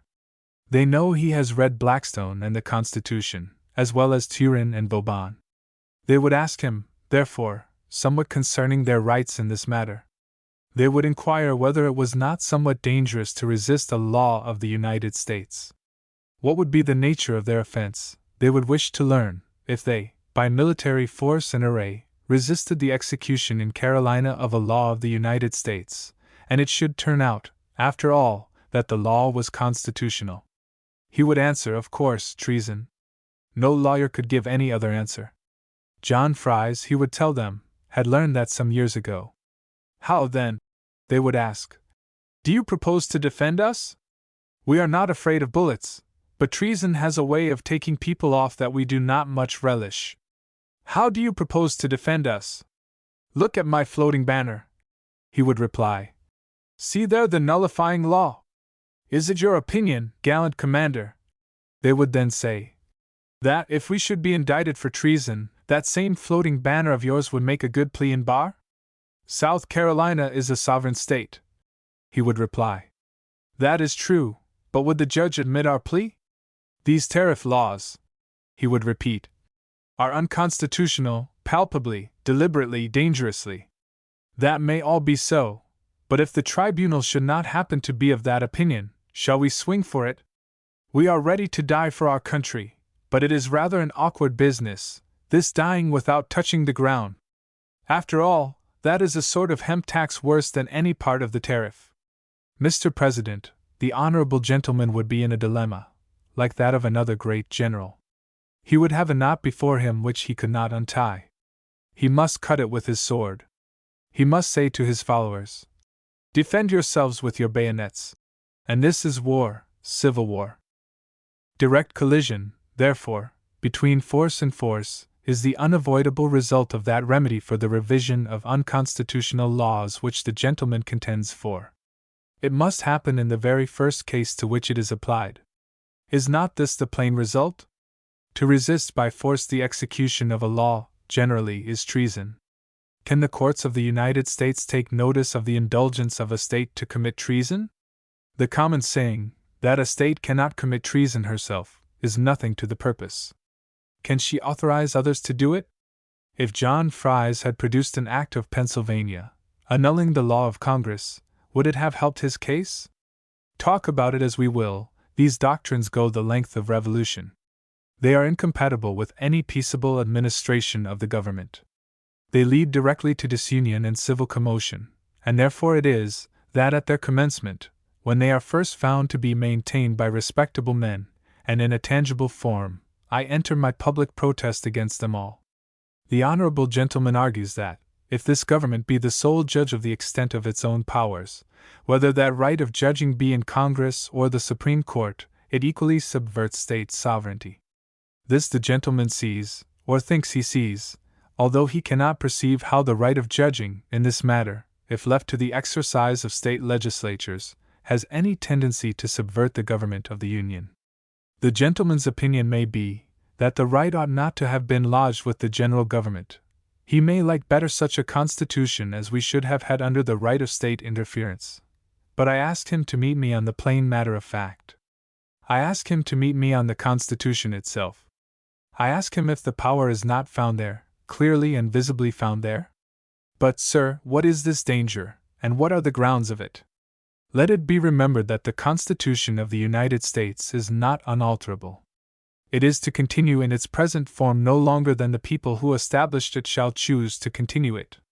If they shall become convinced that they have made an injudicious or inexpedient partition and distribution of power between the state governments and the general government, they can alter that distribution at will.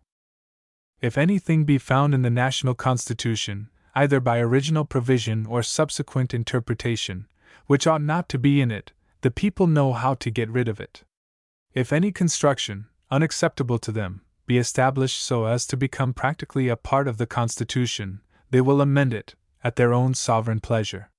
But while the people choose to maintain it as it is, while they are satisfied with it, and refuse to change it, who has given, or who can give, to the legislatures a right to alter it, either by interference, construction, or otherwise? Gentlemen do not seem to recollect that the people have any power to do anything for themselves. They imagine there is no safety for them, any longer than they are under the close guardianship of the state legislatures. Sir, the people have not trusted their safety, in regard to the general Constitution, to these hands. They have required other security, and taken other bonds. They have chosen to trust themselves, first, to the plain words of the instrument, and to such construction as the government themselves, in doubtful cases, should put on their powers, under their oaths of office, and subject to their responsibility to them, just as the people of a state trust to their own governments with a similar power. Secondly, they have reposed their trust in the efficacy of frequent elections, and in their own power to remove their own servants and agents whenever they see cause. Thirdly, they have reposed trust in the judicial power, which, in order that it might be trustworthy, they have made as respectable, as disinterested, and as independent as was practicable. Fourthly, they have seen fit to rely, in case of necessity, or high expediency, on their known and admitted power to alter or amend the Constitution, peaceably and quietly, whenever experience shall point out defects or imperfections. And finally, the people of the United States have at no time, in no way, directly or indirectly, authorized any state legislature to construe or interpret their high instrument of government, much less to interfere, by their own power, to arrest its course and operation. If, sir, the people in these respects had done otherwise than they have done, their Constitution could neither have been preserved, nor would it have been worth preserving. And if its plain provisions shall now be disregarded, and these new doctrines interpolated in it, it will become as feeble and helpless a being as its enemies, whether early or more recent, could possibly desire. It will exist in every state but as a poor dependent on state permission. It must borrow leave to be, and will be, no longer than state pleasure, or state discretion, sees fit to grant the indulgence, and to prolong its poor existence. But, sir, although there are fears, there are hopes also. The people have preserved this, their own chosen Constitution, for 40 years, and have seen their happiness, prosperity, and renown grow with its growth, and strengthen with its strength. They are now, generally, strongly attached to it. Overthrown by direct assault, it cannot be, evaded, undermined, nullified, it will not be if we, and those who shall succeed us here, as agents and representatives of the people, shall conscientiously and vigilantly discharge the two great branches of our public trust, faithfully to preserve and wisely to administer it. Mr. President, I have thus stated the reasons of my dissent to the doctrines which have been advanced and maintained. I am conscious of having detained you and the Senate much too long. I was drawn into the debate with no previous deliberation, such as is suited to the discussion of so grave and important a subject. But it is a subject of which my heart is full, and I have not been willing to suppress the utterance of its spontaneous sentiments. I cannot, even now, persuade myself to relinquish it, without expressing, once more my deep conviction that, since it respects nothing less than the union of the states, it is of most vital and essential importance to the public happiness. I profess, sir, in my career hitherto, to have kept steadily in view the prosperity and honor of the whole country, and the preservation of our federal union. It is to that union we owe our safety at home, and our consideration and dignity abroad. It is to that union that we are chiefly indebted for whatever makes us most proud of our country. That union we reached only by the discipline of our virtues in the severe school of adversity. It had its origin in the necessities of disordered finance, prostrate commerce, and ruined credit. Under its benign influences, these great interests immediately awoke, as from the dead, and sprang forth with newness of life. Every year of its duration has teemed with fresh proofs of its utility and its blessings, and although our territory has stretched out wider and wider, and our population spread farther and farther, they have not outrun its protection or its benefits. It has been to us all a copious fountain of national, social, and personal happiness. I have not allowed myself, sir, to look beyond the Union, to see what might lie hidden in the dark recess behind. I have not coolly weighed the chances of preserving liberty when the bonds that unite us together shall be broken asunder. I have not accustomed myself to hang over the precipice of disunion, to see whether, with my short sight, I can fathom the depth of the abyss below, nor could I regard him as a safe counselor in the affairs of this government, whose thoughts should be mainly bent on considering, not how the Union may be best preserved, but how tolerable might be the condition of the people when it should be broken up and destroyed. While the Union lasts, we have high, exciting, gratifying prospects spread out before us, for us and our children. Beyond that I seek not to penetrate the veil.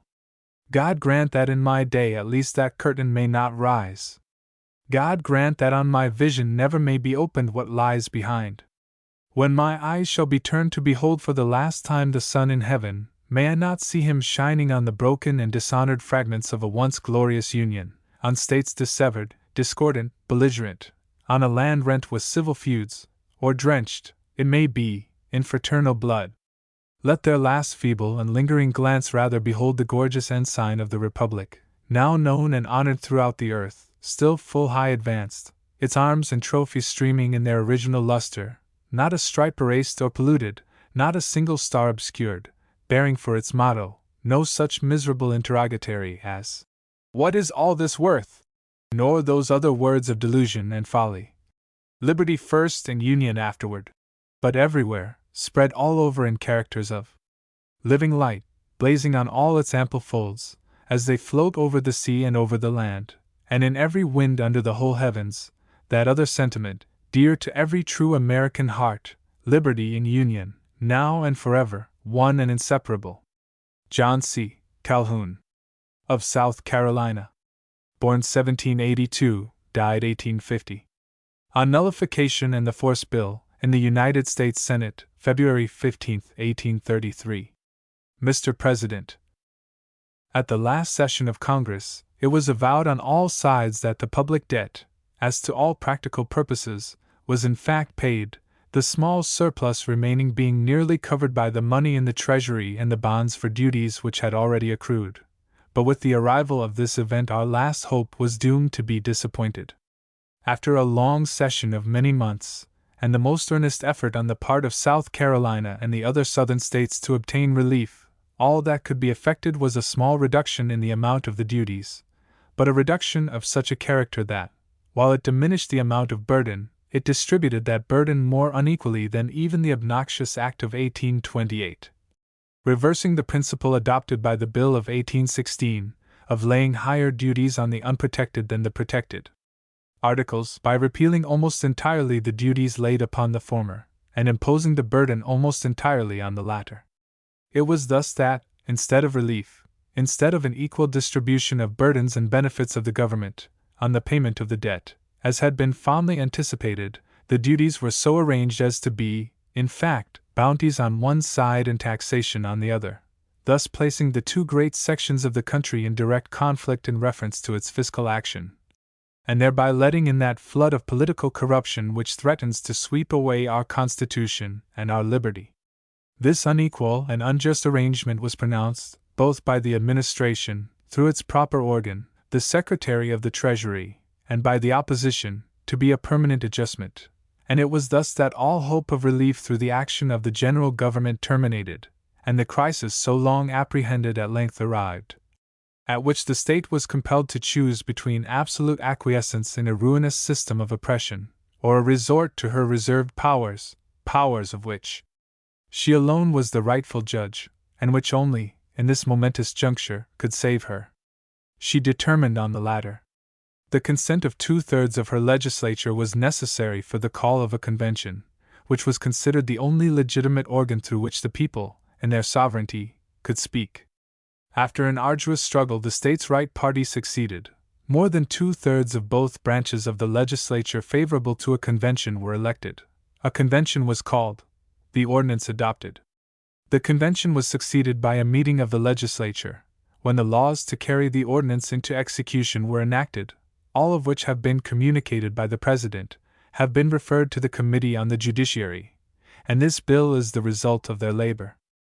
Having now corrected some of the prominent misrepresentations as to the nature of this controversy, and given a rapid sketch of the movement of the state in reference to it, I will next proceed to notice some objections connected with the ordinance and the proceedings under it. The first and most prominent of these is directed against what is called the test oath, which an effort has been made to render odious. So far from deserving the denunciation that has been leveled against it, I view this provision of the ordinance as but the natural result of the doctrines entertained by the state, and the position which she occupies. The people of Carolina believe that the Union is a union of states, and not of individuals, that it was formed by the states, and that the citizens of the several states were bound to it through the acts of their several states, that each state ratified the Constitution for itself, and that it was only by such ratification of a state that any obligation was imposed upon its citizens. Thus believing, it is the opinion of the people of Carolina that it belongs to the state which has imposed the obligation to declare, in the last resort, the extent of this obligation, as far as her citizens are concerned, and this upon the plain principles which exist in all analogous cases of compact between sovereign bodies.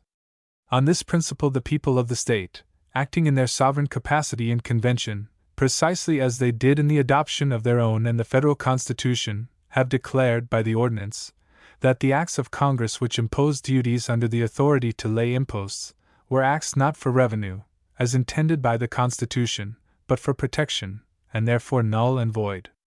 The ordinance thus enacted by the people of the state themselves, acting as a sovereign community, is as obligatory on the citizens of the state as any portion of the Constitution. In prescribing, then, the oath to obey the ordinance, no more was done than to prescribe an oath to obey the Constitution. It is, in fact, but a particular oath of allegiance, and in every respect similar to that which is prescribed, under the Constitution of the United States, to be administered to all the officers of the state and federal governments, and is no more deserving the harsh and bitter epithets which have been heaped upon it than that or any similar oath. It ought to be borne in mind that, according to the opinion which prevails in Carolina, the right of resistance to the unconstitutional acts of Congress belongs to the state, and not to her individual citizens, and that, though the latter may, in a mere question of meum and tuum, resist through the courts an unconstitutional encroachment upon their rights, yet the final stand against usurpation rests not with them, but with the state of which they are members, and such act of resistance by a state binds the conscience and allegiance of the citizen. But there appears to be a general misapprehension as to the extent to which the state has acted under this part of the ordinance. Instead of sweeping every officer by a general proscription of the minority, as has been represented in debate, as far as my knowledge extends, not a single individual has been removed.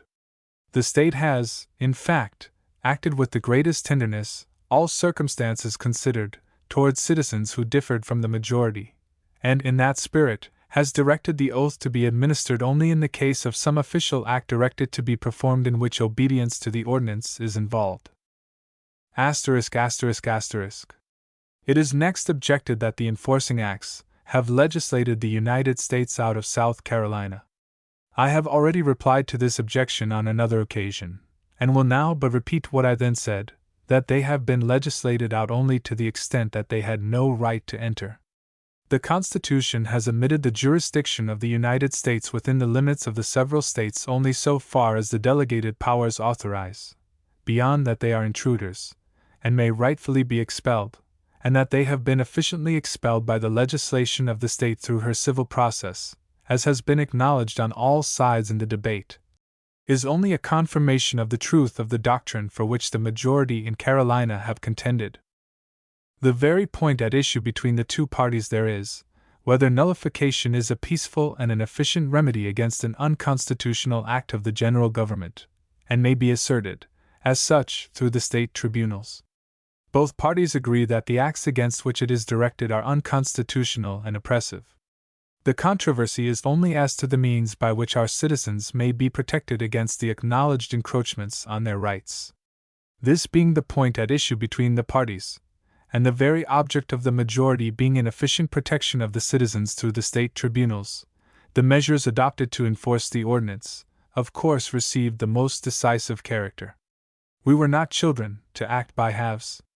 Yet for acting thus efficiently the state is denounced, and this bill reported, to overrule, by military force, the civil tribunal and civil process of the state. Sir, I consider this bill, and the arguments which have been urged on this floor in its support, as the most triumphant acknowledgment that nullification is peaceful and efficient, and so deeply entrenched in the principles of our system, that it cannot be assailed but by prostrating the Constitution, and substituting the supremacy of military force in lieu of the supremacy of the laws. In fact, the advocates of this bill refute their own argument. They tell us that the ordinance is unconstitutional, that it infracts the Constitution of South Carolina, although, to me, the objection appears absurd, as it was adopted by the very authority which adopted the Constitution itself. They also tell us that the Supreme Court is the appointed arbiter of all controversies between a state and the general government. Why, then, do they not leave this controversy to that tribunal? Why do they not confide to them the abrogation of the ordinance, and the laws made in pursuance of it, and the assertion of that supremacy which they claim for the laws of Congress? The state stands pledged to resist no process of the court. Why, then, confer on the President the extensive and unlimited powers provided in this bill? Why authorize him to use military force to arrest the civil process of the state? But one answer can be given, that, in a contest between the state and the general government, if the resistance be limited on both sides to the civil process, the state, by its inherent sovereignty, standing upon its reserved powers, will prove too powerful in such a controversy, and must triumph over the federal government, sustained by its delegated and limited authority. And in this answer we have an acknowledgment of the truth of those great principles for which the state has so firmly and nobly contended. Notwithstanding all that has been said, I may say that neither the senator from Delaware, Mr. Clayton, nor any other who has spoken on the same side, has directly and fairly met the great question at issue: is this a federal union? A union of states, as distinct from that of individuals? Is the sovereignty in the several states, or in the American people in the aggregate? The very language which we are compelled to use when speaking of our political institutions affords proof conclusive as to its real character. The terms union, federal, united, all imply a combination of sovereignties, a confederation of states. They never apply to an association of individuals. Who ever heard of the United State of New York, of Massachusetts, or of Virginia? Who ever heard the term federal or union applied to the aggregation of individuals into one community? Nor is the other point less clear, that the sovereignty is in the several states, and that our system is a union of 24 sovereign powers, under a constitutional compact, and not of a divided sovereignty between the states severally and the United States. In spite of all that has been said, I maintain that sovereignty is in its nature indivisible. It is the supreme power in a state, and we might just as well speak of half a square, or half of a triangle, as of half a sovereignty. It is a gross error to confound the exercise of sovereign powers with sovereignty itself, or the delegation of such powers with the surrender of them. A sovereign may delegate his powers to be exercised by as many agents as he may think proper, under such conditions and with such limitations as he may impose, but to surrender any portion of his sovereignty to another is to annihilate the whole. The senator from Delaware, Mr. Clayton, calls this metaphysical reasoning, which he says he cannot comprehend. If by metaphysics he means that scholastic refinement which makes distinctions without difference, no one can hold it in more utter contempt than I do. But if, on the contrary, he means the power of analysis and combination, that power which reduces the most complex idea into its elements, which traces causes to their first principle, and by the power of generalization and combination, unites the whole in one harmonious system, then, so far from deserving contempt, it is the highest attribute of the human mind. It is the power which raises man above the brute, which distinguishes his faculties from mere sagacity, which he holds in common with inferior animals. It is this power which has raised the astronomer from being a mere gazer at the stars to the high intellectual eminence of a Newton or a Laplace, and astronomy itself from a mere observation of insulated facts into that noble science which displays to our admiration the system of the universe. And shall this high power of the mind, which has effected such wonders when directed to the laws which control the material world, be forever prohibited, under a senseless cry of metaphysics, from being applied to the high purposes of political science and legislation? I hold them to be subject to laws as fixed as matter itself, and to be as fit a subject for the application of the highest intellectual power. Denunciation may, indeed, fall upon the philosophical inquirer into these first principles, as it did upon Galileo and Bacon, when they first unfolded the great discoveries which have immortalized their names. But the time will come when truth will prevail in spite of prejudice and denunciation, and when politics and legislation will be considered as much a science as astronomy and chemistry. In connection with this part of the subject, I understood the senator from Virginia, Mr. Rives, to say that sovereignty was divided, and that a portion remained with the states severally, and that the residue was vested in the Union. By Union, I suppose the senator meant the United States. If such be his meaning, if he intended to affirm that the sovereignty was in the 24 states, in whatever light he may view them, our opinions will not disagree. But according to my conception, the whole sovereignty is in the several states, while the exercise of sovereign power is divided, a part being exercised under compact, through this general government, and the residue through the separate state governments. But if the senator from Virginia, Mr. Rives, means to assert that the 24 states form but one community, with a single sovereign power as to the objects of the Union, it will be but the revival of the old question, of whether the Union is a union between states, as distinct communities, or a mere aggregate of the American people, as a mass of individuals. And in this light his opinions would lead directly to consolidation. *****.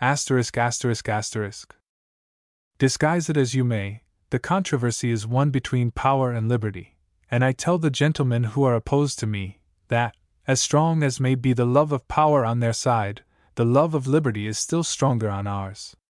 History furnishes many instances of similar struggles, where the love of liberty has prevailed against power under every disadvantage, and among them few more striking than that of our own Revolution, where, as strong as was the parent country, and feeble as were the colonies, yet, under the impulse of liberty, and the blessing of God, they gloriously triumphed in the contest.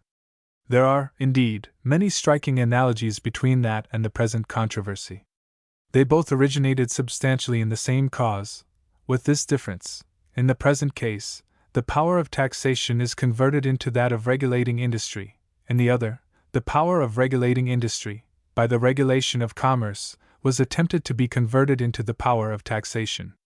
Were I to trace the analogy further, we should find that the perversion of the taxing power, in the one case, has given precisely the same control to the northern section over the industry of the southern section of the Union, which the power to regulate commerce gave to Great Britain over the industry of the colonies in the other, and that the very articles in which the colonies were permitted to have a free trade, and those in which the mother country had a monopoly, are almost identically the same as those in which the southern states are permitted to have a free trade by the Act of 1832, and in which the northern states have, by the same act, secured a monopoly. The only difference is in the means. In the former, the colonies were permitted to have a free trade with all countries south of Cape Finisterre, a cape in the northern part of Spain, while north of that, the trade of the colonies was prohibited, except through the mother country, by means of her commercial regulations. If we compare the products of the country north and south of Cape Finisterre, we shall find them almost identical with the list of the protected and unprotected articles contained in the list of last year. Nor does the analogy terminate here. The very arguments resorted to at the commencement of the American Revolution, and the measures adopted, and the motives assigned to bring on that contest, to enforce the law, are almost identically the same. but to return from this digression to the consideration of the bill. Whatever difference of opinion may exist upon other points, there is one on which I should suppose there can be none: that this bill rests upon principles which, if carried out, will ride over state sovereignties, and that it will be idle for any advocates hereafter to talk of state rights. The senator from Virginia, Mr. Rives, says that he is the advocate of state rights, but he must permit me to tell him that, although he may differ in premises from the other gentlemen with whom he acts on this occasion, yet, in supporting this bill, he obliterates every vestige of distinction between him and them, saving only that, professing the principles of '98, his example will be more pernicious than that of the most open and bitter opponent of the rights of the states. I will also add, what I am compelled to say, that I must consider him, Mr. Rives, as less consistent than our old opponents, whose conclusions were fairly drawn from their premises, while his premises ought to have led him to opposite conclusions. The gentleman has told us that the newfangled doctrines, as he chooses to call them, have brought state rights into disrepute.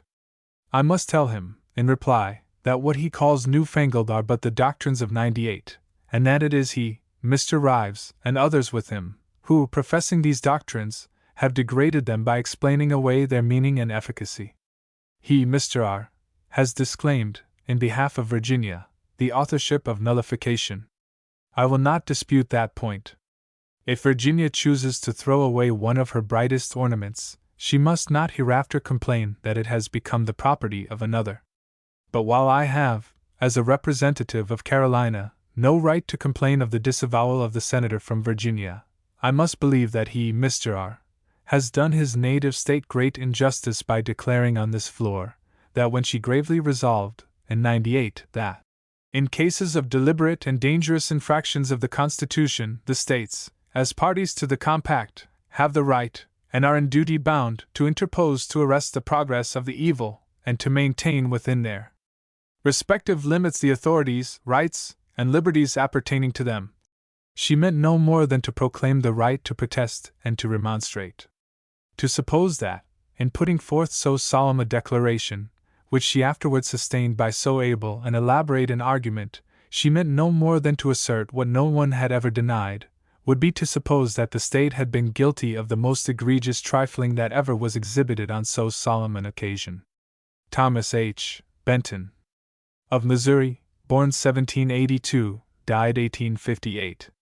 On the expunging resolution, United States Senate, January 12, 1837. Mr. President, it is now near 3 years since the resolve was adopted by the Senate, which it is my present motion to expunge from the Journal.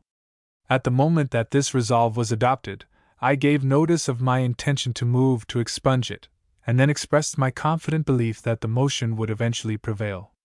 That expression of confidence was not an ebullition of vanity, or a presumptuous calculation, intended to accelerate the event it affected to foretell. It was not a vain boast, or an idle assumption, but was the result of a deep conviction of the injustice done President Jackson, and a thorough reliance upon the justice of the American people. I felt that the President had been wronged, and my heart told me that this wrong would be redressed. The event proves that I was not mistaken. The question of expunging this resolution has been carried to the people, and their decision has been had upon it.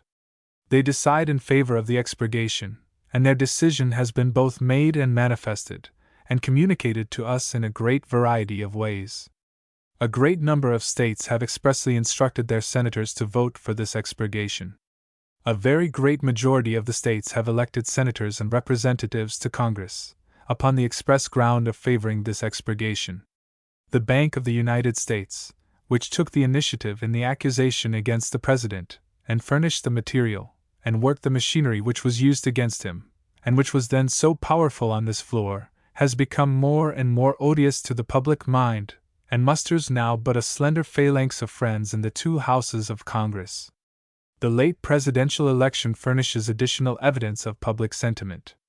The candidate who was the friend of President Jackson, the supporter of his administration, and the avowed advocate for the expurgation, has received a large majority of the suffrages of the whole Union, and that after an express declaration of his sentiments on this precise point. The evidence of the public will, exhibited in all these forms, is too manifest to be mistaken, too explicit to require illustration, and too imperative to be disregarded. Omitting details and specific enumeration of proofs, I refer to our own files for the instructions to expunge, to the complexion of the two houses for the temper of the people, to the denationalized condition of the Bank of the United States for the fate of the imperious accuser, and to the issue of the presidential election for the answer of the Union. All these are pregnant proofs of the public will, and the last preeminently so, because both the question of the expurgation and the form of the process were directly put in issue upon it. Assuming, then, that we have ascertained the will of the people on this great question, the inquiry presents itself, how far the expression of that will ought to be conclusive of our action here. I hold that it ought to be binding and obligatory upon us, and that not only upon the principles of representative government, which requires obedience to the known will of the people, but also in conformity to the principles upon which the proceeding against President Jackson was conducted when the sentence against him was adopted. Then everything was done with a special reference to the will of the people. Their impulsion was assumed to be the sole motive to action, and to them the ultimate verdict was expressly referred. The whole machinery of alarm and pressure, every engine of political and moneyed power, was put in motion, and worked for many months, to excite the people against the President, and to stir up meetings, memorials, petitions, traveling committees, and distress deputations against him, and each symptom of popular discontent was hailed as an evidence of public will, and quoted here as proof that the people demanded the condemnation of the President.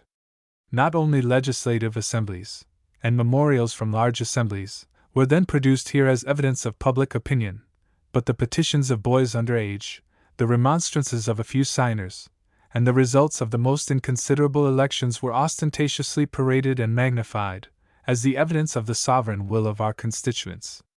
Thus, sir, the public voice was everything, while that voice, partially obtained through political and pecuniary machinations, was averse to the President. Then the popular will was the shrine at which all worshipped. Now, when that will is regularly, soberly, repeatedly, and almost universally expressed through the ballot boxes, at the various elections, and turns out to be in favor of the President, certainly no one can disregard it, nor otherwise look at it than as the solemn verdict of the competent and ultimate tribunal upon an issue fairly made up, fully argued, and duly submitted for decision. As such verdict I receive it. As the deliberate verdict of the sovereign people, I bow to it. I am content. I do not mean to reopen the case nor to recommence the argument. I leave that work to others, if any others choose to perform it. For myself, I am content, and dispensing with further argument, I shall call for judgment, and ask to have execution done upon that unhappy journal, which the verdict of millions of freemen finds guilty of bearing on its face an untrue, illegal, and unconstitutional sentence of condemnation against the approved President of the Republic. But while declining to reopen the argument of this question, and refusing to tread over again the ground already traversed, there is another and a different task to perform, one which the approaching termination of President Jackson's administration makes peculiarly proper at this time, and which it is my privilege, and perhaps my duty, to execute, as being the suitable conclusion to the arduous contest in which we have been so long engaged. I allude to the general tenor of his administration, and to its effect, for good or for evil, upon the condition of his country. This is the proper time for such a view to be taken. The political existence of this great man now draws to a close.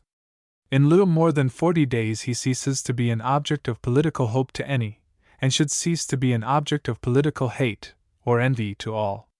Whatever of motive the servile and time-serving might have found in his exalted station for raising the altar of adulation, and burning the incense of praise before him, that motive can no longer exist. The dispenser of the patronage of an empire, the chief of this great confederacy of states, is soon to be a private individual, stripped of all power to reward or to punish. His own thoughts, as he has shown us in the concluding paragraph of that message which is to be the last of its kind that we shall ever receive from him, are directed to that beloved retirement from which he was drawn by the voice of millions of freemen, and to which he now looks for that interval of repose which age and infirmities require. Under these circumstances, he ceases to be a subject for the ebullition of the passions, and passes into a character for the contemplation of history. Historically, then, shall I view him, and limiting this view to his civil administration, I demand, where is there a chief magistrate of whom so much evil has been predicted, and from whom so much good has come? Never has any man entered upon the chief magistracy of a country under such appalling predictions of ruin and woe. Never has any one been so pursued with direful prognostications. Never has any one been so beset and impeded by a powerful combination of political and moneyed confederates. Never has any one in any country where the administration of justice has risen above the knife or the bowstring, been so lawlessly and shamelessly tried and condemned by rivals and enemies, without hearing, without defense, without the forms of law and justice. History has been ransacked to find examples of tyrants sufficiently odious to illustrate him by comparison. Language has been tortured to find epithets sufficiently strong to paint him in description. Imagination has been exhausted in her efforts to deck him with revolting and inhuman attributes. Tyrant, despot, usurper, destroyer of the liberties of his country, rash, ignorant, imbecile, endangering the public peace with all foreign nations, destroying domestic prosperity at home, ruining all industry, all commerce, all manufactures, annihilating confidence between man and man, delivering up the streets of populous cities to grass and weeds, and the wharves of commercial towns to the encumbrance of decaying vessels, depriving labor of all reward, depriving industry of all employment, destroying the currency, plunging an innocent and happy people from the summit of felicity to the depths of misery, want, and despair.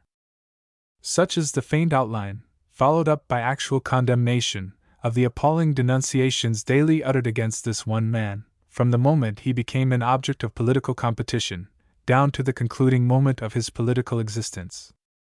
The sacred voice of inspiration has told us that there is a time for all things. There certainly has been a time for every evil that human nature admits of to be vaticinated of President Jackson's administration. Equally certain the time has now come for all rational and well-disposed people to compare the predictions with the facts, and to ask themselves if these calamitous prognostications have been verified by events. Have we peace, or war, with foreign nations? Certainly, we have peace with all the world. Peace with all its benign, and felicitous, and beneficent influences. Are we respected or despised abroad? Certainly the American name never was more honored throughout the four quarters of the globe than in this very moment. Do we hear of indignity or outrage in any quarter? Of merchants robbed in foreign ports? Of vessels searched on the high seas? Of American citizens impressed into foreign service? Of the national flag insulted anywhere? On the contrary, we see former wrongs repaired, no new ones inflicted. France pays 25 millions of francs for spoliations committed 30 years ago. Naples pays 2,100,000 ducats for wrongs of the same date. Denmark pays 650,000 riksdaler for wrongs done a quarter of a century ago. Spain engages to pay 12 millions of reals velen for injuries of 15 years' date. And Portugal, the last in the list of former aggressors, admits her liability and only waits the adjustment of details to close her account by adequate indemnity. So far from war, insult, contempt, and spoliation from abroad, this denounced administration has been the season of peace and goodwill and the auspicious era of universal reparation. So far from suffering injury at the hands of foreign powers, our merchants have received indemnities for all former injuries. It has been the day of accounting, of settlement, and of retribution. The total list of arrearages, extending through 4 successive previous administrations, has been closed and settled up. The wrongs done to commerce for 30 years back, and under so many different presidents, and indemnities withheld from all, have been repaired and paid over under the beneficent and glorious administration of President Jackson. But one single instance of outrage has occurred, and that at the extremities of the world, and by a piratical horde, amenable to no law but the law of force. The Malays of Sumatra committed a robbery and massacre upon an American vessel. Wretches! They did not then know that Jackson was President of the United States, and that no distance, no time, no idle ceremonial of treating with robbers and assassins, was to hold back the arm of justice. Commodore Downes went out. His cannon and his bayonets struck the outlaws in their den. They paid in terror and in blood for the outrage which was committed, and the great lesson was taught to these distant pirates, to our antipodes themselves, that not even the entire diameter of this globe could protect them, and that the name of American citizen, like that of Roman citizen in the great days of the Republic and of the Empire, was to be the inviolable passport of all that wore it throughout the whole extent of the habitable world. From President Jackson, the country has first learned the true theory and practical intent of the Constitution, in giving to the executive a qualified negative on the legislative power of Congress. Far from being an odious, dangerous, or kingly prerogative, this power, as vested in the President, is nothing but a qualified copy of the famous veto power vested in the tribunes of the people among the Romans, and intended to suspend the passage of a law until the people themselves should have time to consider it. The qualified veto of the President destroys nothing, it only delays the passage of a law, and refers it to the people for their consideration and decision. It is the reference of a law, not to a committee of the House, or of the whole House, but to the committee of the whole Union. It is a recommitment of the bill to the people, for them to examine and consider, and if, upon this examination, they are content to pass it, it will pass at the next session. The delay of a few months is the only effect of a veto, in a case where the people shall ultimately approve a law. Where they do not approve it, the interposition of the veto is the barrier which saves them the adoption of a law, the repeal of which might afterwards be almost impossible. The qualified negative is, therefore, a beneficent power, intended, as General Hamilton expressly declares in the Federalist, to protect, first, the executive department from the encroachments of the legislative department, and secondly, to preserve the people from hasty, dangerous, or criminal legislation on the part of their representatives.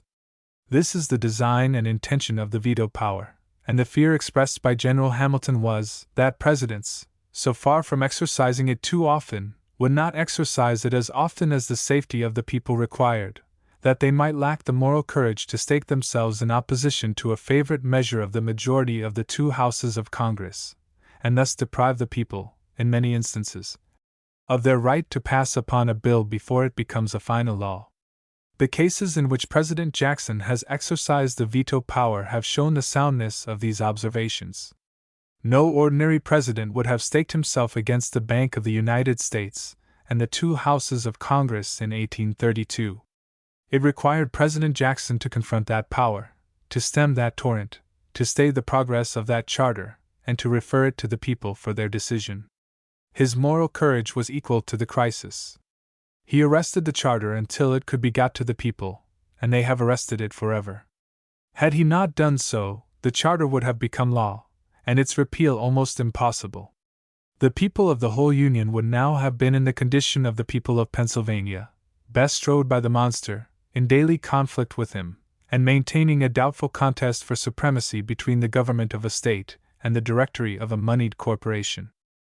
Sir, I think it right, in approaching determination of this great question, to present this faint and rapid sketch of the brilliant, beneficent, and glorious administration of President Jackson. It is not for me to attempt to do it justice. It is not for ordinary men to attempt its history.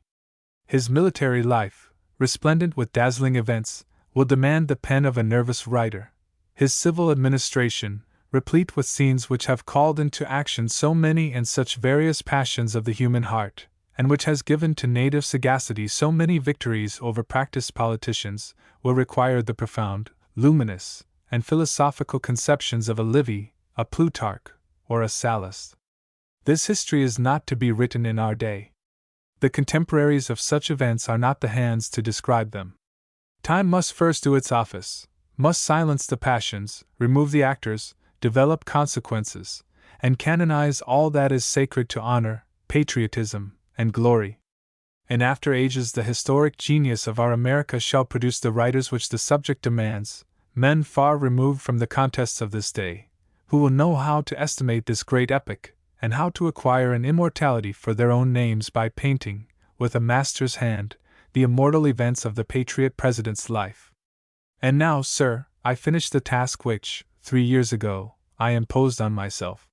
Solitary and alone, and amidst the jeers and taunts of my opponents, I put this ball in motion. The people have taken it up, and rolled it forward, and I am no longer anything but a unit in the vast mass which now propels it. In the name of that mass I speak. I demand the execution of the edict of the people. I demand the expurgation of that sentence which the voice of a few senators, and the power of their confederate, the Bank of the United States, has caused to be placed on the journal of the Senate, and which the voice of millions of freemen has ordered to be expunged from it.